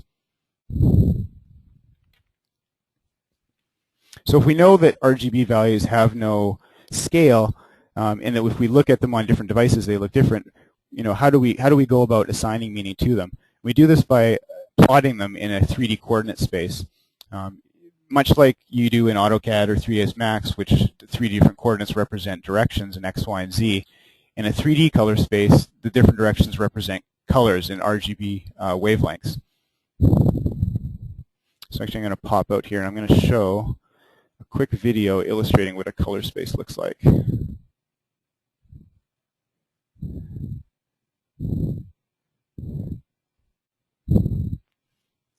So you can see here, I'll explain a little bit what we're looking at here, but right now you can see that a color space is a 3-dimensional volume. You can see when we scroll around it, that contains all of the colors within a particular color space. And color space could be things like sRGB, Adobe RGB, or the lab color space, or a device color space that was for a specific device. Like I say, we'll get into this a little bit later to understand what exactly you're looking at there.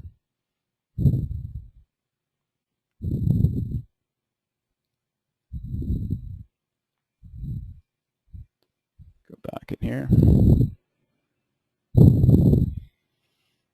So there's 2 types of color spaces. We have device-dependent color spaces and device-independent color spaces. The device-dependent are color spaces that represent the characteristics and color gamut of a specific device. So a printer can only print certain colors, as a monitor can only display certain colors. So that color space of that device is represented by the colors it can reproduce. A device-independent color space are synthetically generated color spaces that are mathematically defined. Things like Adobe RGB, the lab color space, sRGB, those are all predefined standards. They don't vary based on the device. They've been determined based on a set of criteria. Most important thing to remember is that in order to make all of our devices speak the same language, we have to convert our device-dependent color spaces into a device-independent color space. So we'll take the color space of our printer or display, and we'll convert that into something like Adobe RGB or the lab color space so that we can put it into that universal language.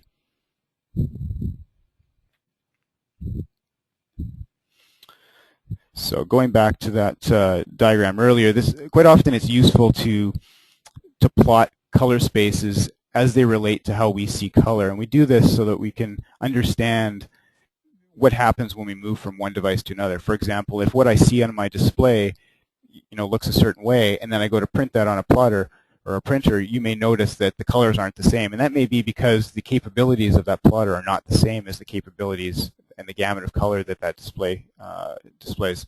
So you can plot the color spaces of different things, like in this case here I've got Adobe RGB, which is this black line, and I've got a printer which represents the red line.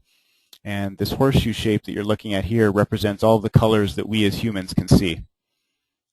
And you can see that on the right-hand side here, it's the exact same volumes. The wireframe is Adobe RGB, and the printer gamut is the solid volume. And again, you can see how they compare to one another.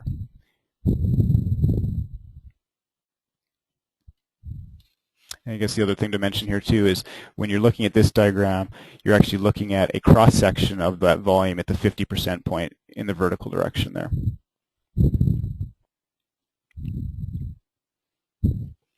So we've been talking about color spaces, but another thing you're going to run into in Photoshop specifically is a term called a working space. And a working space is really just, again, a device-independent color space, but we use it as an intermediate space for editing our images and storing them and archiving them. And we do this because it's a standardized format. So if we save our images in an independent, device-independent color space like Adobe RGB, and we then send that off to a client or another person, because it's a standardized space, all of Photoshop, any application that has color management will have those type of profiles installed on their system. So if you pass it off to somebody, the way that they interpret that, the meaning of that RGB and our CMYK values will be the same, so they should see the same colors. So it's really important that you always save your images and assign them profiles with a specific color space. Now you might be wondering too, why don't we use the lab color space? We talked about that as being the universal language that everything translates through.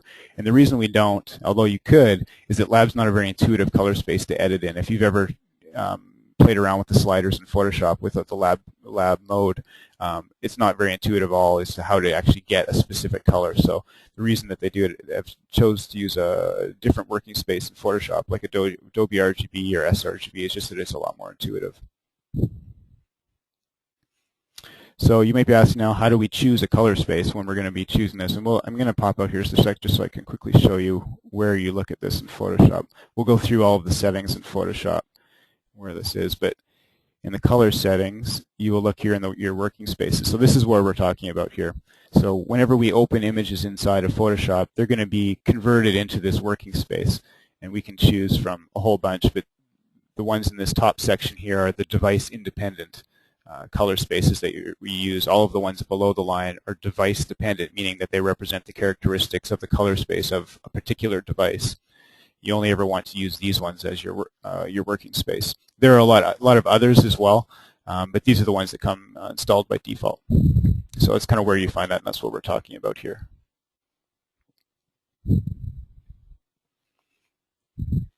So the main differences between color spaces is simply the gamut of colors, the specific colors that they contain. There are other things that affect them, but the main difference that you're going to be concerned with in doing CG rendering is just the gamut of colors they contain.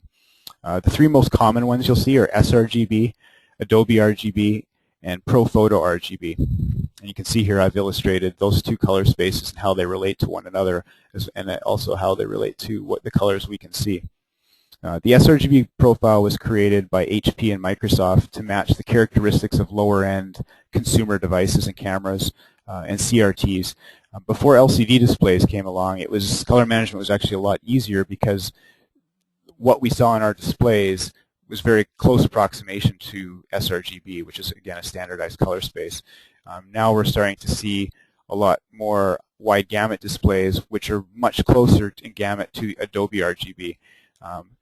Adobe RGB is created by Adobe to encompass most of the colors that are encompassed by the CMYK printing process, and that covers approximately 50% of the colors that we can see as humans. The ProPhoto RGB color space was developed by Kodak for high-end photographic workflows, and it encompasses probably 90% of the human vision. And as you can see down here in the corner, about 13% of that color space actually falls outside of what we can see. So you have to be a little bit careful when using this color space and mapping data, RGB data, into these spaces. This particular ProPhoto RGB is really good for 16-bit RAW images. So if you're working with a camera that shoots RAW images, you want to try to preserve as much data from that camera as possible. You can't actually work with RAW. When you bring images into Photoshop, you'll notice that you have a pop-up that makes you convert it into an RGB format through the RAW importer. So you need to map that into a color space so that it's given meaning. You don't want to map it into a really tiny color space when you have all of this data that came from the camera, all this really rich color data. So you want to map it to a really big color space, at least in terms of archiving, and then you can decide if you want to go to a smaller color space as you maybe want to print or display it on a display or edit it.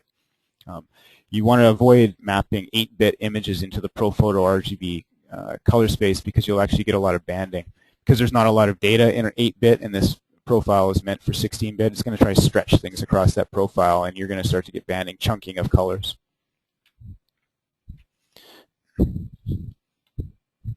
So now the way that you decide which of these color spaces you'll use as your working space in Photoshop really depends on the type of images you're working on. You want to try to choose a working space that contains a similar gamut to the output device that you're going to, but not too much bigger than what you can see on your display.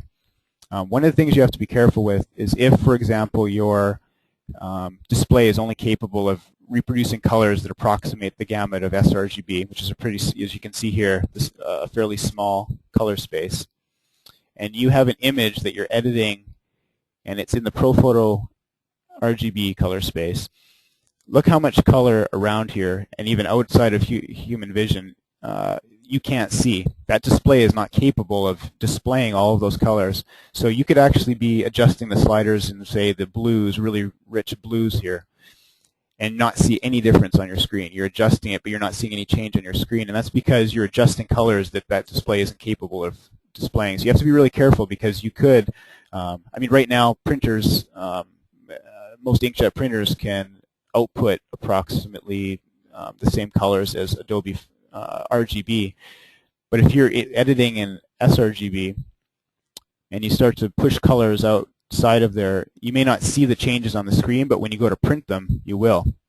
So you have to be careful and kind of be aware of where you're adjusting colors.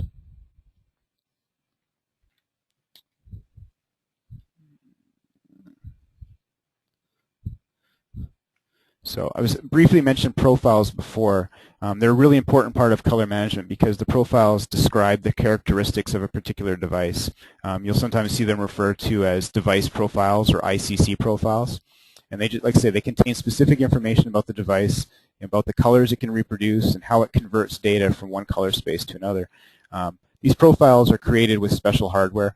I'm going to flip out to a slide here for the benefit of those online so you can see what I'm going to be showing everybody here in class. Right here. So you can see here, these are some of the calibration and hardware devices that you'll use to generate profiles. So here in class you can see a couple examples of these different spectrophotometers that you can use to put on your screens or measure printers. So those are the types of devices, and I'll explain a little bit more about how that process works, but these are the devices you'll use to generate those profiles that characterize your different devices so that you can get them all to talk the same language. Where are we at here?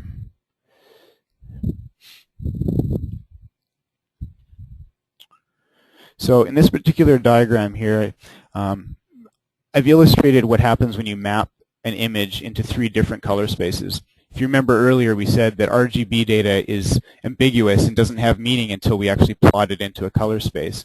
So what I've done here is I've plotted a particular image that we'll look at later into 3 different color spaces. You can see these kind of little dots here, and those represent every pixel in that image. You can see them both in the 2D and 3D space up here. This is the exact same image, but it's just given a different meaning by mapping it into a different coordinate space, a different color space.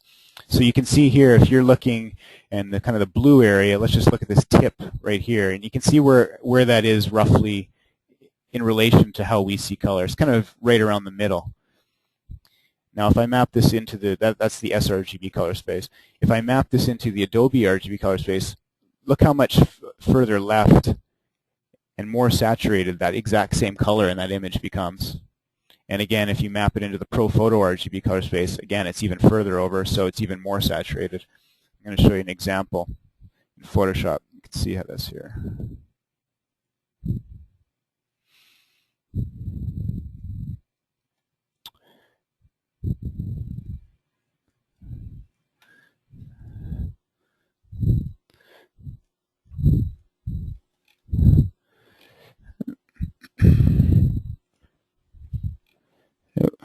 Something happened here. Oh, let me go into here and change this.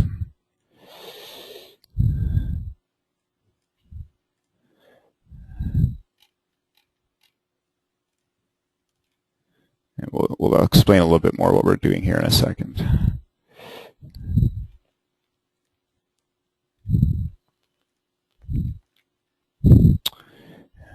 That's very odd. I seem to have lost.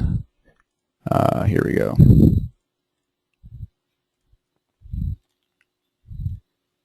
All right, there we go.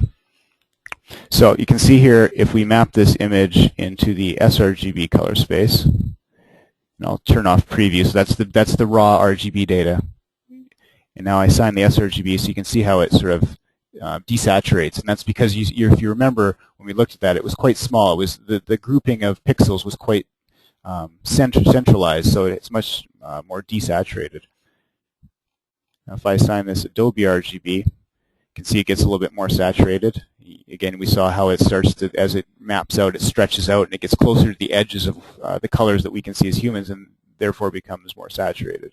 And if we map this to the Pro Photo RGB, get really extreme example of how that gets mapped. So you can see how mapping the exact same RGB data into a different color space, plotting it in a different color space, gives you much different results. We'll talk about how you decide which ones to assign when we get into Photoshop a little bit later here.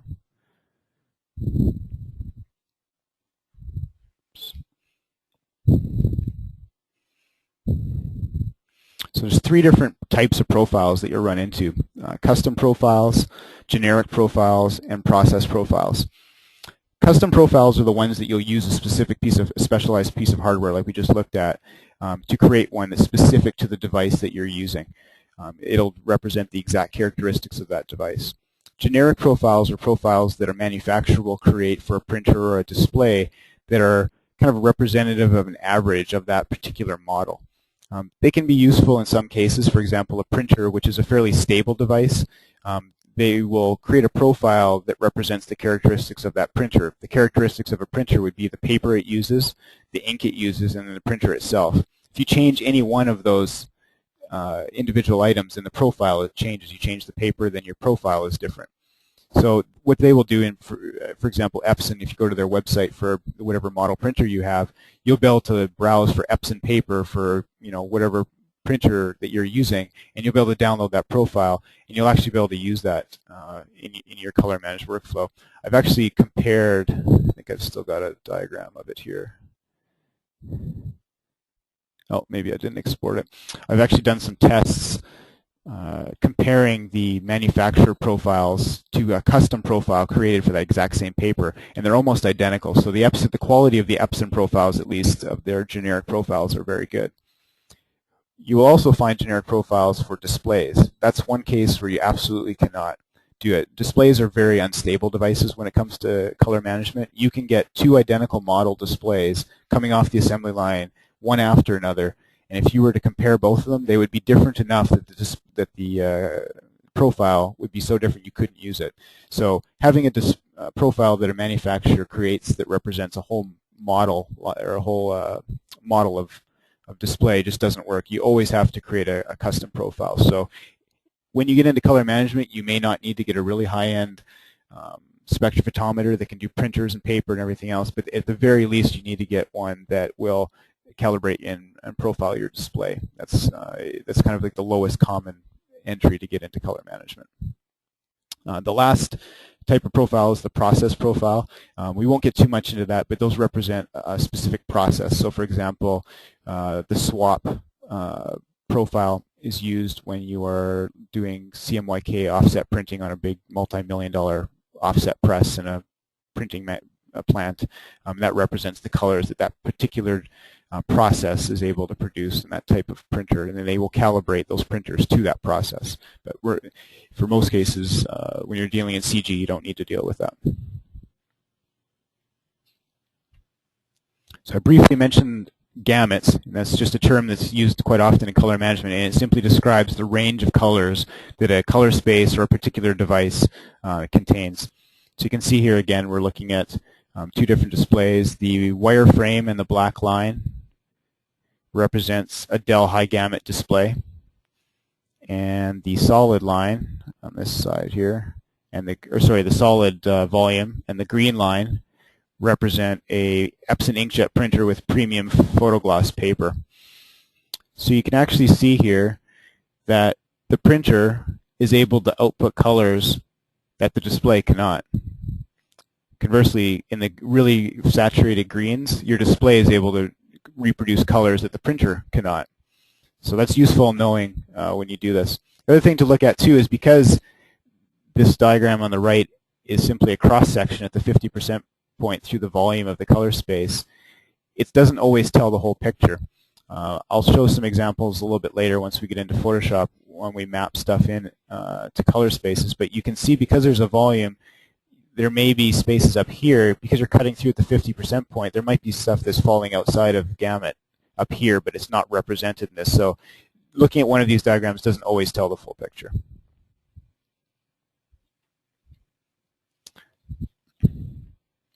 So in order for us to use color management, we're constantly converting from one color space to the other, whether we're going from a device to our universal language lab or our working space. Everything is converting from one color space to another. So we need to have a strategy of how we deal with colors when they're out of gamut. If we're converting from a really big gamut and going to a smaller one, how do we deal with that? What do we do with all those colors that fall outside when we convert? Inside of Photoshop, pop out again here.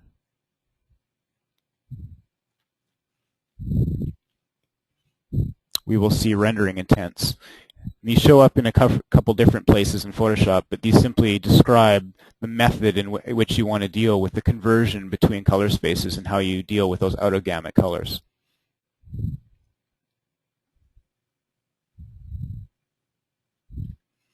There's 4 different types of rendering intents that you will deal with. There's saturation, perceptual, relative colorimetric, and absolute colorimetric.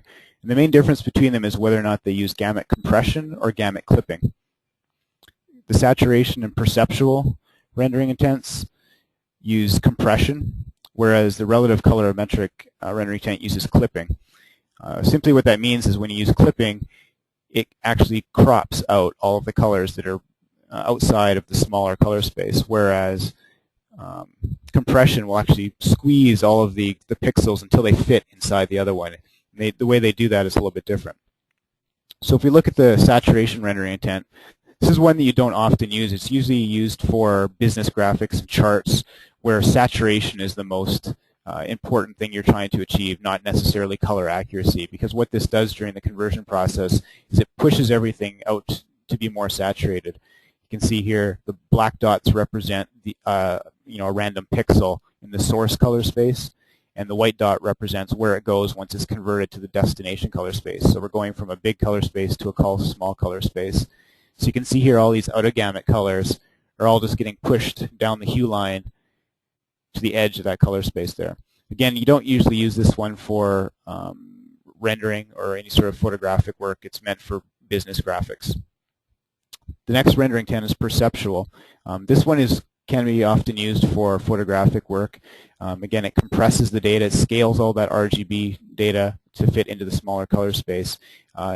It's a good rendering intent because it actually maintains the relationship of all of the RGB data when it compresses it down. So it may not be as accurate of a color representation when it's converted, but it will maintain that relationship. So depending on what you're trying to achieve, that may be a good option.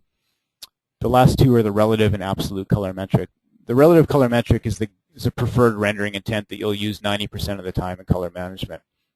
And it actually will use clipping with out of gamut colors, but the most important part and why you use this more often is all of the colors that are in common between the two color spaces don't move. They stay the same. Only out of gamut colors are affected.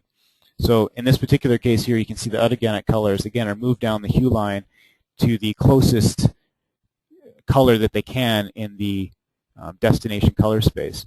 The one thing you do have to be careful about this, and I was actually in China last year overseeing the printing of the Inspirato book that 3DATS did. It was kind of a coffee table book of images, and we had a lot of images that had really strong gradient blue skies.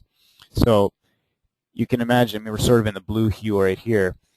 If you've got a whole bunch of colors, and we were going from Adobe RGB, I think in some cases, sometimes sRGB, down to the color space of an offset press, which is quite small. I'll show you the whole process when we get into Photoshop. So we were compressing this, and what was happening is all of these really rich blues that would sort of move all the way up this hue line were all getting compressed down to one color. So all of a sudden we had this nice smooth gradient that all of a sudden turned into these really chunky blocks. So we had to we tried different rendering intents, and that didn't help. So what we ended up having to do is convert it into the destination color space we wanted to go to. And then in Photoshop, we actually had to make a selection around the sky and apply some Gaussian blur to try to blur up the pixels again. So in that conversion process, you can certainly run into some issues. So you can try different intents during that conversion process, and if that doesn't work, then you usually have to proof it in Photoshop and then do your edits and then save the file out. Again, I'll show some of those examples when we get into Photoshop. So that was the absolute color metric. Oops. Press Control-L. But now I want to talk about the difference between absolute and relative color metric.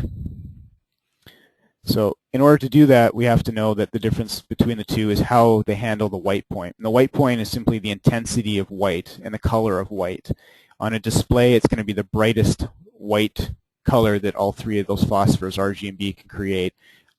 With a piece of paper, the brightest white is going to be the white of the paper itself. When we talk about relative color metric, it maintains the white point when you change color spaces. With absolute color metric, it does not maintain the white point. So to illustrate how this works here, imagine now if we've got this picture of a white house with a blue sky and we got some green foliage here. We're going to print it on a piece of Epson paper. Often paper has a kind of a bluish tint. They apply kind of bluing to it so that it appears brighter to our eye. Because it maintains the white point, when we print this image on here, this white point on this of the image was white, but the white point of the paper is blue. So it maintains the white point of the destination color space. In this case, that destination color space is the printer, which factors in the paper, as that's one of the characteristics that we use in the profile. So you can see that when it gets to the final print, that white now takes on the blue of the paper. With absolute color metric, when we print that on the blue paper, you can see that white house stays white. And that's because during that conversion process, it will actually add more ink or affect the RGB values so that that white stays white during that process.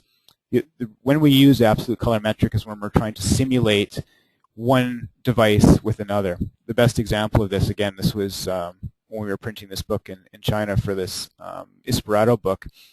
Obviously, we want to see what the book's going to look like ahead of time and make sure that our color management is correct, but we can't press print and have it get sent to a $5 million offset press that, at probably $50 a sheet. So we need to be able to simulate how that looks on our Epson printer in the office. So what you do is use the absolute color metric rendering intent during the printing process so that it will simulate what it will actually output as on your Epson inkjet printer before you actually go to press. So you can use that to proof. It's called a proofer to simulate what it's going to look like. The only stipulation with that is that your proofing device has to have a color space larger than the one you're trying to simulate. Obviously, you can't simulate something that has a bigger color space.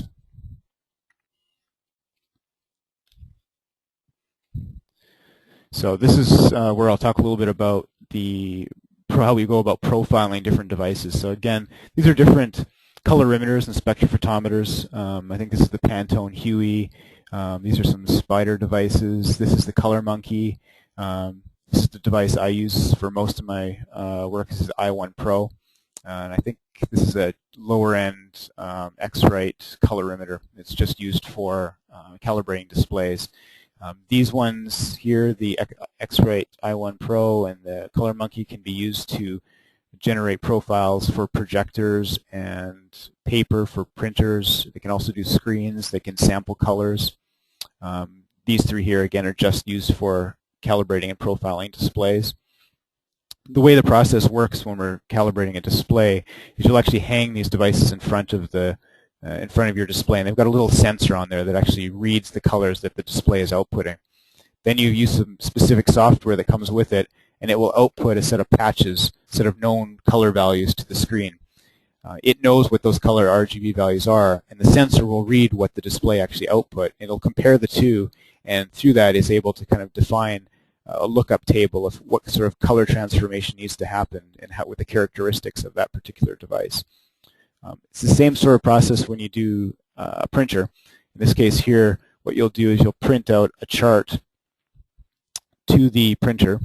You'll output the raw RGB data. You won't actually affect it or convert the color spaces. You'll print one of these out, and whatever your printer outputs, then you'll use one of these devices to measure each one of these swatches, and it'll compare it to what it knows that value should be, and then compare it against what the printers actually output, and again can generate an ICC profile about how exactly your printer works.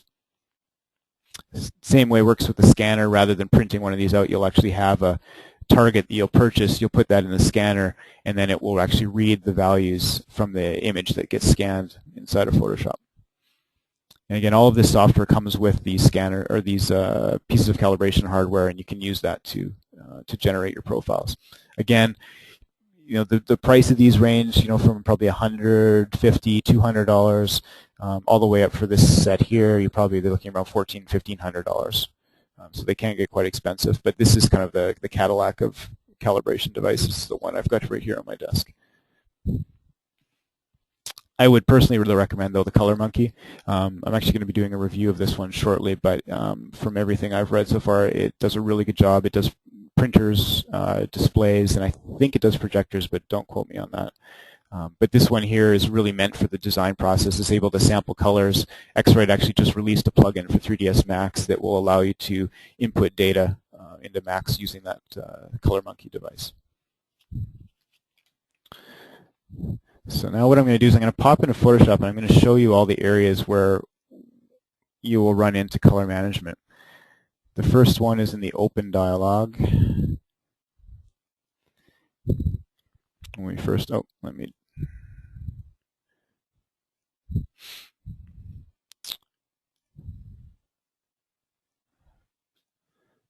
may have to change some settings here. Yes, hang on one sec.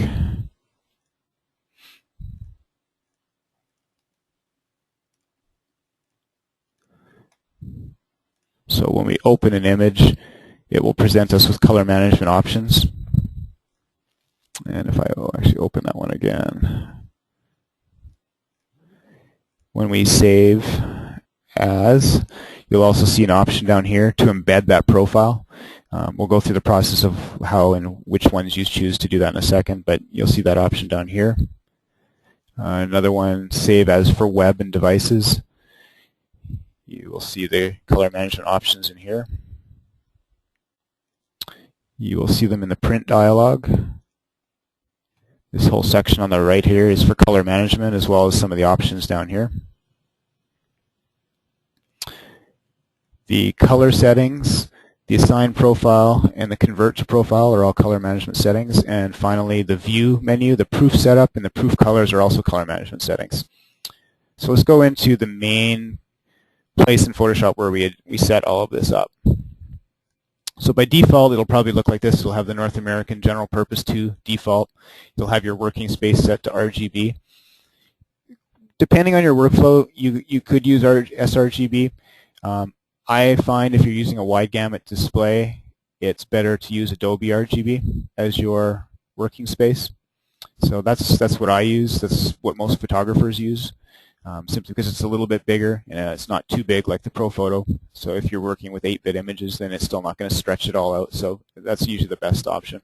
CMYK, I'm not going to get into that here, but you can set that if you're working with CMYK images. Not something that you generally do because you don't get those type of images outside of a 3D package.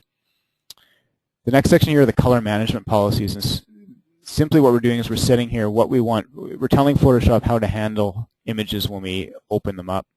So when we're opening up an RGB image, we have the option of turning color management off, which we don't obviously want to do. We can tell it to preserve embedded profiles, meaning if there's a profile already embedded into the image, when we open it up, it's going to maintain that profile when it opens up. Or we can say convert to working RGB. The best option is to always keep this at preserve embedded profiles. If somebody's gone to the trouble of embedding a profile in their image, you want to hope that they've done it correctly, and you want to respect how they've defined and how they've mapped that image into the color space. You want to respect those colors. Same thing goes with CMYK and gray. I leave those to preserve the embedded profile. The next three boxes are, we ran into this just a second ago, how we deal with mismatches and missing profiles when we open images. I personally like to always have all three of these checked because I like to know what's going on. I don't want Photoshop to be making assumptions about how I want to handle images. So the three options here are profile mismatches, meaning if our working space is Adobe RGB, but the image we're opening is sRGB, it's going to pop up a window and say, okay, these don't match. What do you want me to do? Same thing if I've got two open images, and one is in the Adobe RGB color space, and maybe one's in ProPhoto, and I'm going to paste information between those two images. If they don't match, it's going to say, okay, these don't match. Tell me what you want to do, how you want to handle that. And the same thing if I open up an image with no profile, it's going to ask me if I want to assign one, ignore it, that sort of thing. At the very beginning, we kind of talked about some of those technical terms, the color management engine, the color management module. So this is where we specify the engine that actually does all of the conversions behind the scenes. There's two options, Adobe ACE and Microsoft ICM. 99.9% of the time, you'll leave this at Adobe. You'll never change this. And the rendering intent, this is the default rendering intent of how we want to convert out of gamut colors but when we go between color spaces. And again, the relative color metric is the best option for most of your work, so leave that as the default. Use black point compensation. That's something that's always gets checked as well. Yeah, if you remember when we talked about the absolute and relative color metric rendering intents, there is a standardized way to handle how that white point is mapped when we convert between color spaces. There isn't such a thing, however, to define how the black point, which is the blackest point in an image, how that's converted. So Photoshop, Adobe came up with a technique for handling that to make sure that you get accurate translations of your black point. So leave that applied all the time. Use dither.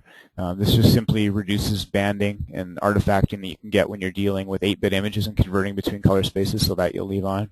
And the compensate for seed and refer profiles is when you're dealing with applications like Adobe Premiere, After Effects. That's another one you want to leave on. I won't get into the details of this because it's a little bit outside of the scope of what we can cover today. The advanced controls, leave those both unchecked. Again, these are rarely used. So again, I won't get into what they're for because you'll never use them. So once you've set all of these up in your particular setting, you can actually save this out to a CSF file, and then you can pass that file along to all of your colleagues in the office, and they can load that into Adobe. They can use the load option, and that way everybody will have the same settings. You need to make sure everybody in your office has the same settings. So we'll say OK here. So I'm going to go through a couple scenarios now where this is kind of where the rubber hits the road, where we're going to see how we implement everything we've learned. So let's do the first example of opening up a scanned image.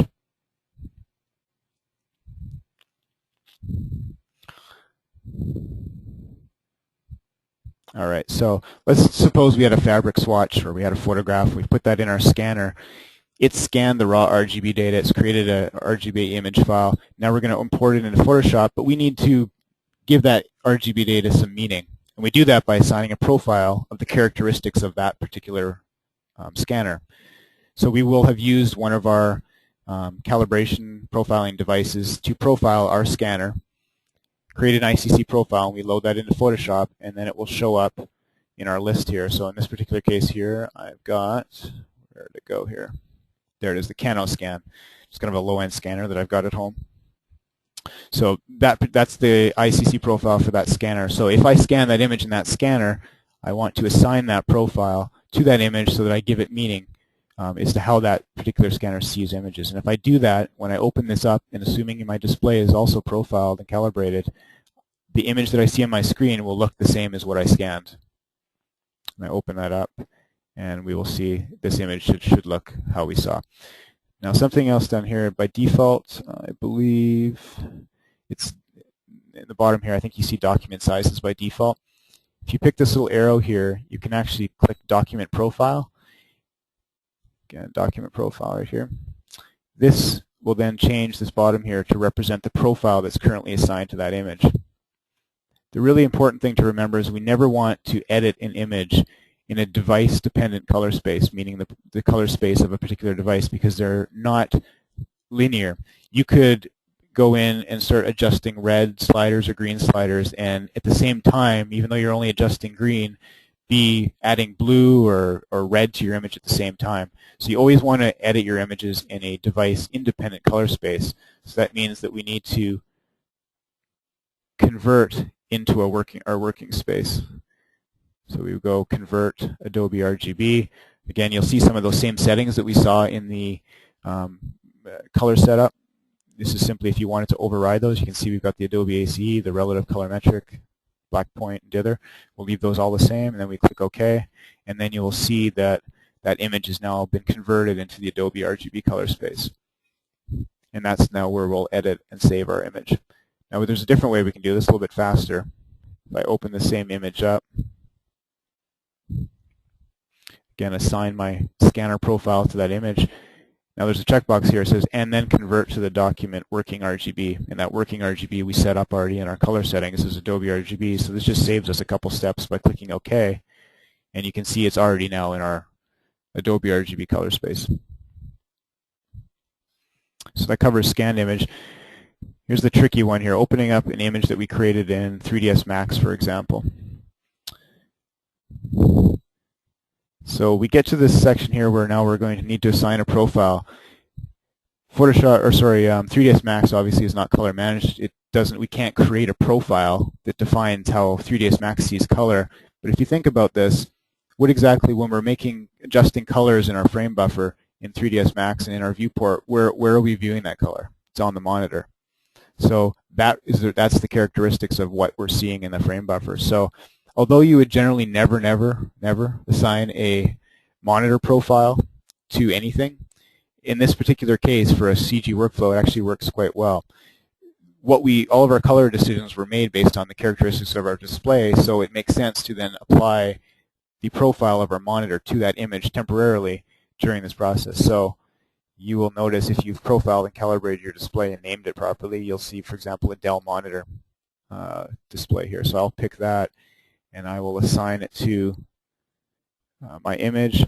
I will open it up, and now what I see here in Photoshop should very closely match what I saw in my frame buffer.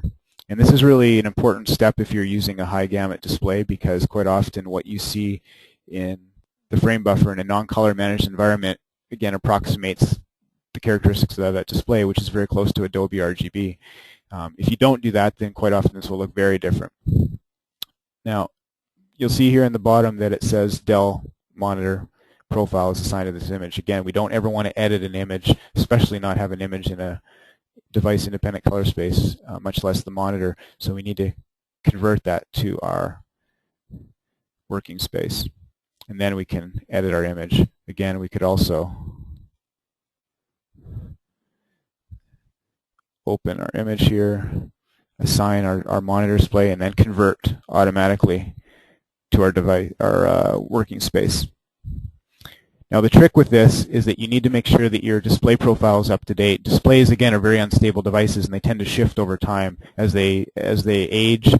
Used to be a lot worse with CRTs, but as they age, their color characteristics of the device changes as well. So you need to make sure that you regularly profile your displays and calibrate your displays probably every 3 weeks approximately. So that's why it's really important to have a device. If, for example, you calibrated your display a year ago, maybe 2 years ago, and you have that ICC profile, and you created this image in 3ds Max, and you bring it into Photoshop, and you assign a 2-year-old profile, you're telling it that that image was created on a display that matches the characteristics of that profile. But if your display has changed over time, excuse me, I'm going to have to get some water here.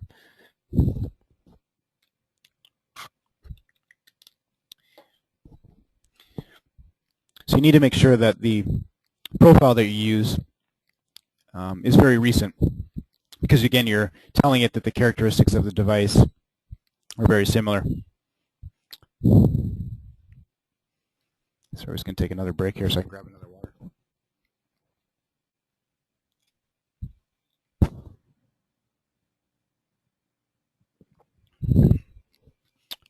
So that's the best way to handle when you're dealing with images out of 3ds Max or any sort of 3D app where we don't have a color managed environment. Next example is opening up a photograph. Perhaps a client has sent you a photograph and you want to use it in a in a color managed environment. Maybe you had a photographer take a background plate that you're then going to composite 3D images into. So let's see here. And we'll assume that your photographer doesn't know anything about color management and he stripped all the profiles out of it and has nothing there. So it's very similar to the process we went through for importing a rendered image, but a little bit different. So we call these types of images mystery meat. You don't know what profile to assign to it because you don't know how it was captured in the first place, and it has no profile embedded. So you need to make some assumptions. And generally, we know that the three most common profiles are sRGB, Adobe RGB, and ProPhoto. So 9 times out of 10, if you assign sRGB to an image that has no profile, again, you can, depending on how your workflow, you could keep it like this and not convert into your working space, or you can convert it. 9 times out of 10, that's going to work. And the way you do it is you simply open it up and look and see if it looks right. You saw earlier how when we assigned ProPhoto, you saw how horribly oversaturated that was. So if you assign a profile to it and it looks horrible, probably that wasn't the profile that it was created with. It wasn't the type of device it was created with. So you can try another one. So I'm going to do this a little bit differently here.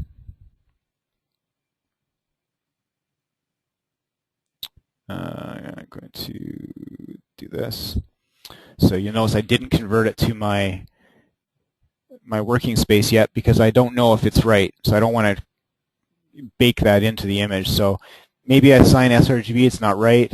Then I could go in here and assign profile, and I could try Adobe RGB, and again we can use the preview so we can see how that changes.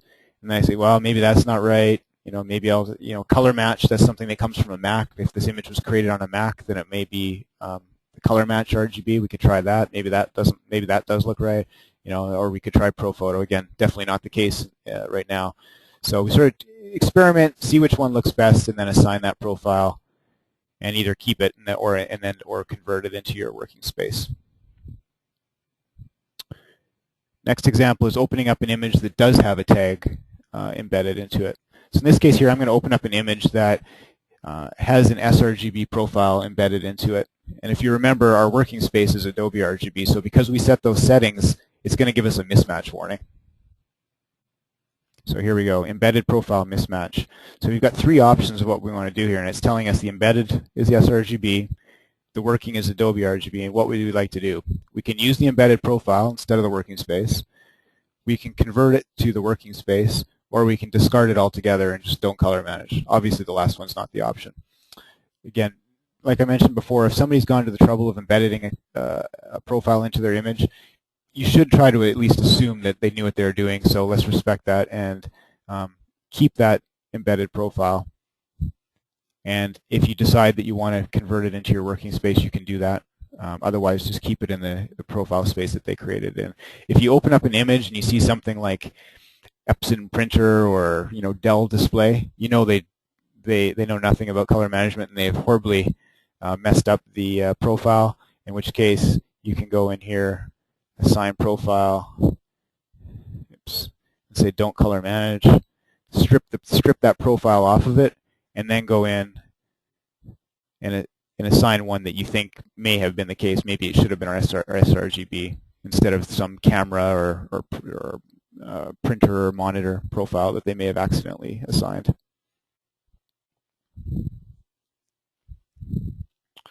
Okay, so next one we're going to do printing of an image. Use this one here.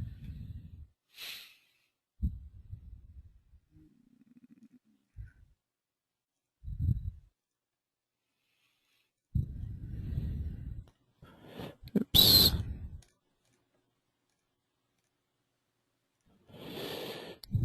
Yeah, don't worry about what I'm doing here. I'm just getting this set up properly. Okay. So if we want to print this image, there's 2 things we can do before there's one thing we want to do before we actually get to the printing process. We want to actually proof, if you remember earlier how we talked about using the absolute colorimetric rendering intent when we wanted to try to simulate a printer. You can actually simulate the printer on screen as well by going into the View menu here and going to Proof Setup and Custom. And what we're going to do here is we're going to say Device to Simulate. So when we were printing this book in China, they're a fairly high-end printing company, so they have a profile that represents the characteristics of their $5 million offset press. So they sent us the profile for that display, and I'm going to proof that there. I'm going to use, again, the relative colorimetric rendering intent. I'm going to keep black point compression on. But another thing I want to do here is I can either simulate paper color. If you remember, a lot of papers have, if you're using an Epson color, will have kind of that bluish tint. When you're using offset print paper, depending on the type of paper you're using, it could have a very different color. So I like to click on Simulate Paper Color, and it really gives you a good idea of how much it can change when you go out to the paper. It's much less saturated. It looks a lot more washed out, which is actually quite similar to what you'll see when you actually see an image printed in a book compared to what's on your display. So in this case here, I can press OK. If I stretch this out, you'll now see in the top of the image here, it's an RGB image, and you can see here that it is now being proofed to the Everbest, which is the name of the company, coded paper, and the profile was done in 2008. That's just the name of their profile. And we can press Control. We can either go in here and go View and turn off if we don't want to proof, click it back on, or we can use Control-Y to toggle that on and off. Now let's say that we are proofing this and we say, holy smokes, the blues totally shifted on us, or the reds totally shifted on us. At this point, we could actually go in and start to do some adjustments on the colors, the brightness, contrast. Maybe we want to adjust the reds, maybe to get it kind of back into where we wanted it, and then we can say OK. We can convert it into the printer color space at that point, and we know we're OK. You may, however, run into a thing, and see if I can simulate this here. Yeah, here's a good example.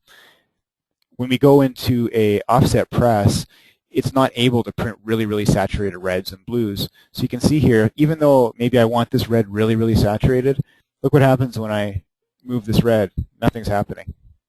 And that's because that printer's not able to print those colors. So by me trying to push the colors more red, it's not doing anything because it's simply, I'm in a proofing mode and it's telling me, look, you can't print those colors. So that's the best way to proof colors. Now let's quickly go into, I'm going to turn off proofing here, and I'm going to go into the print menu. Scale to fit. All right. So this whole right-hand side here is where we deal with color management. And there's two modes here, document and proof. The first one, document, is if we're actually going to print this image just to our internal printer. The most important thing here is to make sure that color handling is set to Photoshop manages color. You don't want your printer to manage the color because we've set up this really nice color managed workflow in Photoshop. We don't want our printer to take over for us. So you always want to make sure that this says Photoshop manages color. And then CS5 here, they've added this nice little warning here. It says, remember to disable the printer's color management in the print settings dialog box. When you, depending on which printer you have, but I know in the case of Epson, there is a section where you can say convert your colors, color manage and whatnot inside of that dialog box. You want to make sure you turn that off. Again, you don't want the printer driver to also affect your color, so you need to not only tell Photoshop to manage your color, but you tell your printer driver not to manage color. Then we want to set our printer profile. So if you remember, we can get these generic profiles from Epson, or you can create your own. And you're going to find the profile that represents the paper, the ink, and the printer that you're using.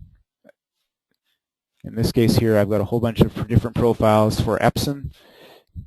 You can see here we've got the Epson Stylus Pro 3880. That's the printer I've got at home, and all the different paper types. So perhaps we're going to be using the enhanced matte paper.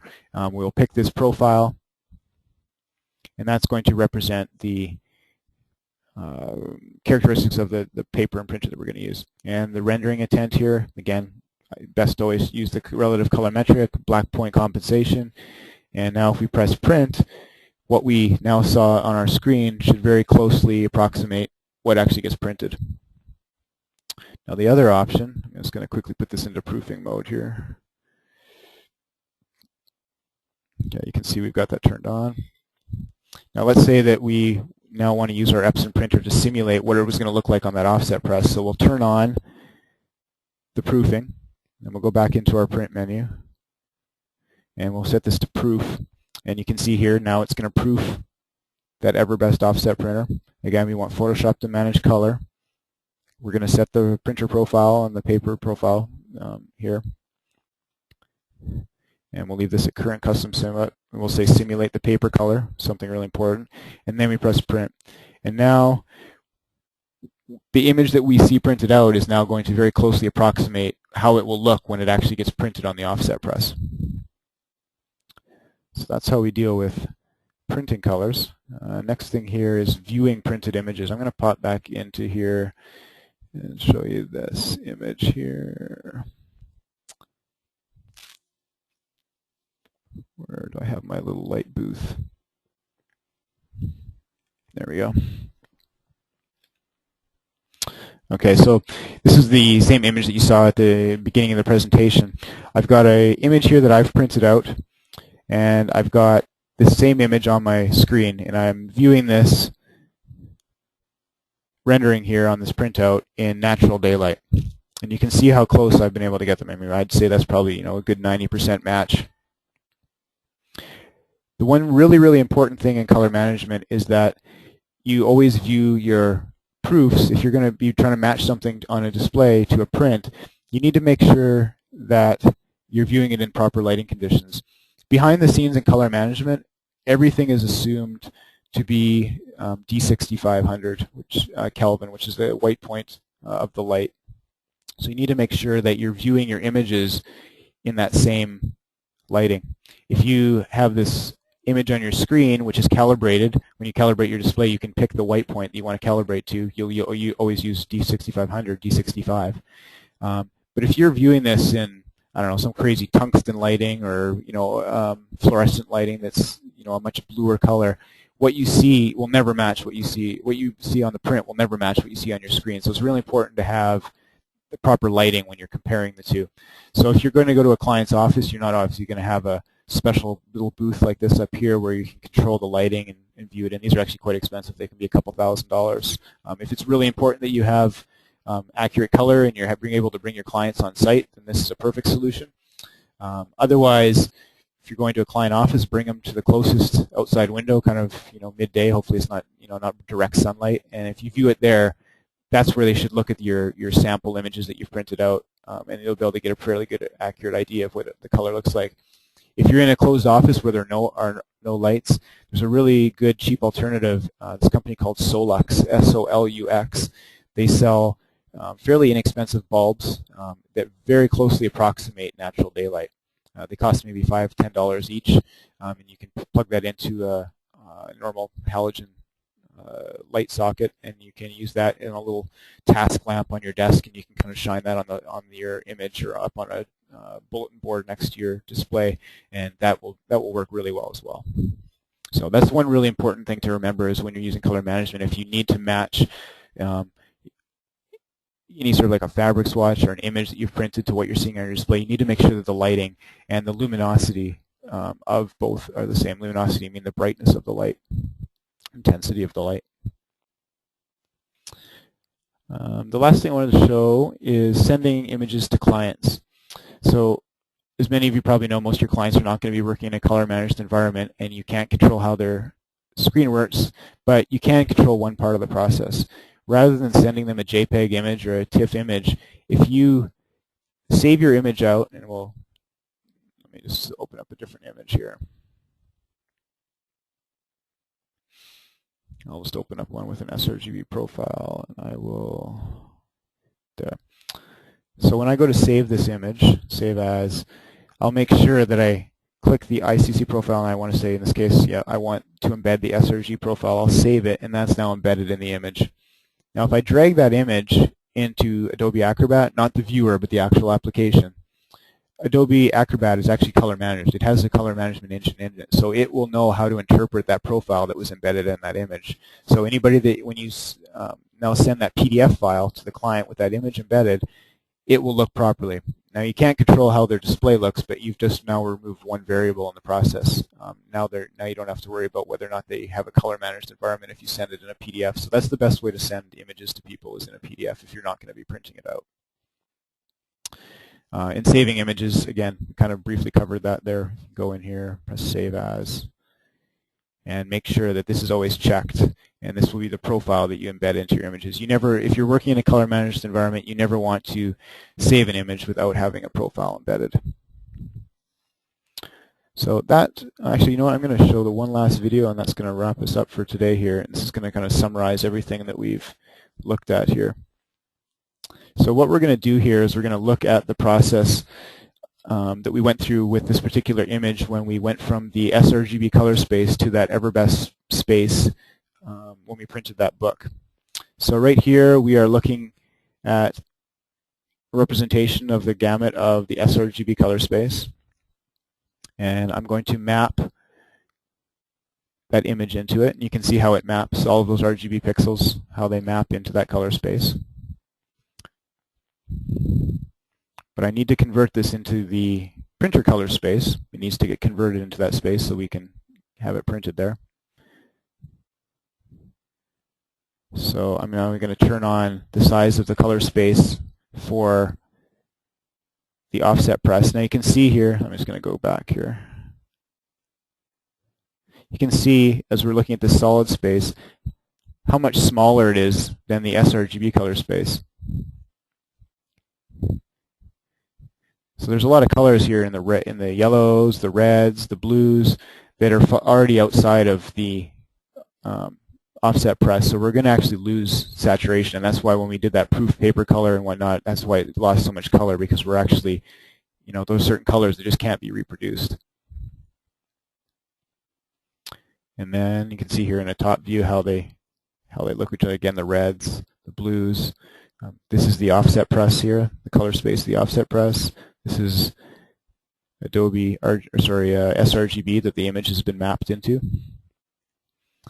And then if we convert it, you know, using one of our rendering intents, in this case we use relative colorimetric. Just a sec here. You can see there's blues that are out of gamut there, or reds.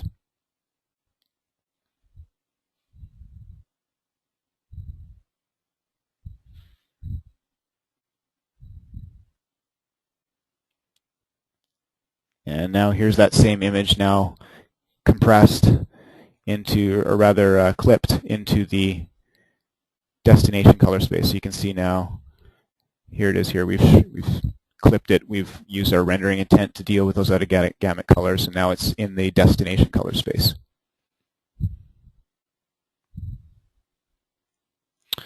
So that covers a crash course in color management.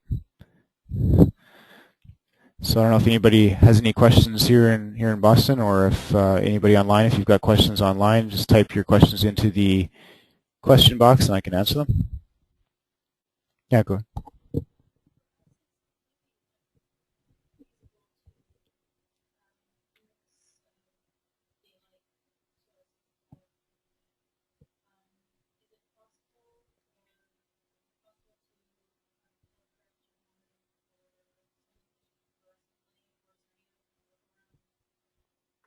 So the question was, it was unfeasible for them to use 6500 D65 lighting in their office, and whether or not you could calibrate your displays to a different color temperature. So with color management, no, you always want to either use D50 if you're doing a lot of offset printing, but with renderings, photographs, D6500 is always what you want to do. So what you should do is just get one of those little task lamps and get one of those Solux bulbs, and that's the best way to handle it. You know, you can actually probably bring, they're actually portable, so if you had to go to a client's office, you could bring that and plug it in and show them on the desk, or, you know, tell them to look at it under proper lighting near a window.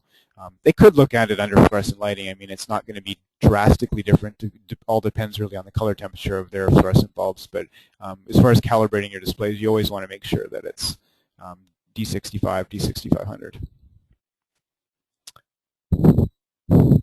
Any other questions?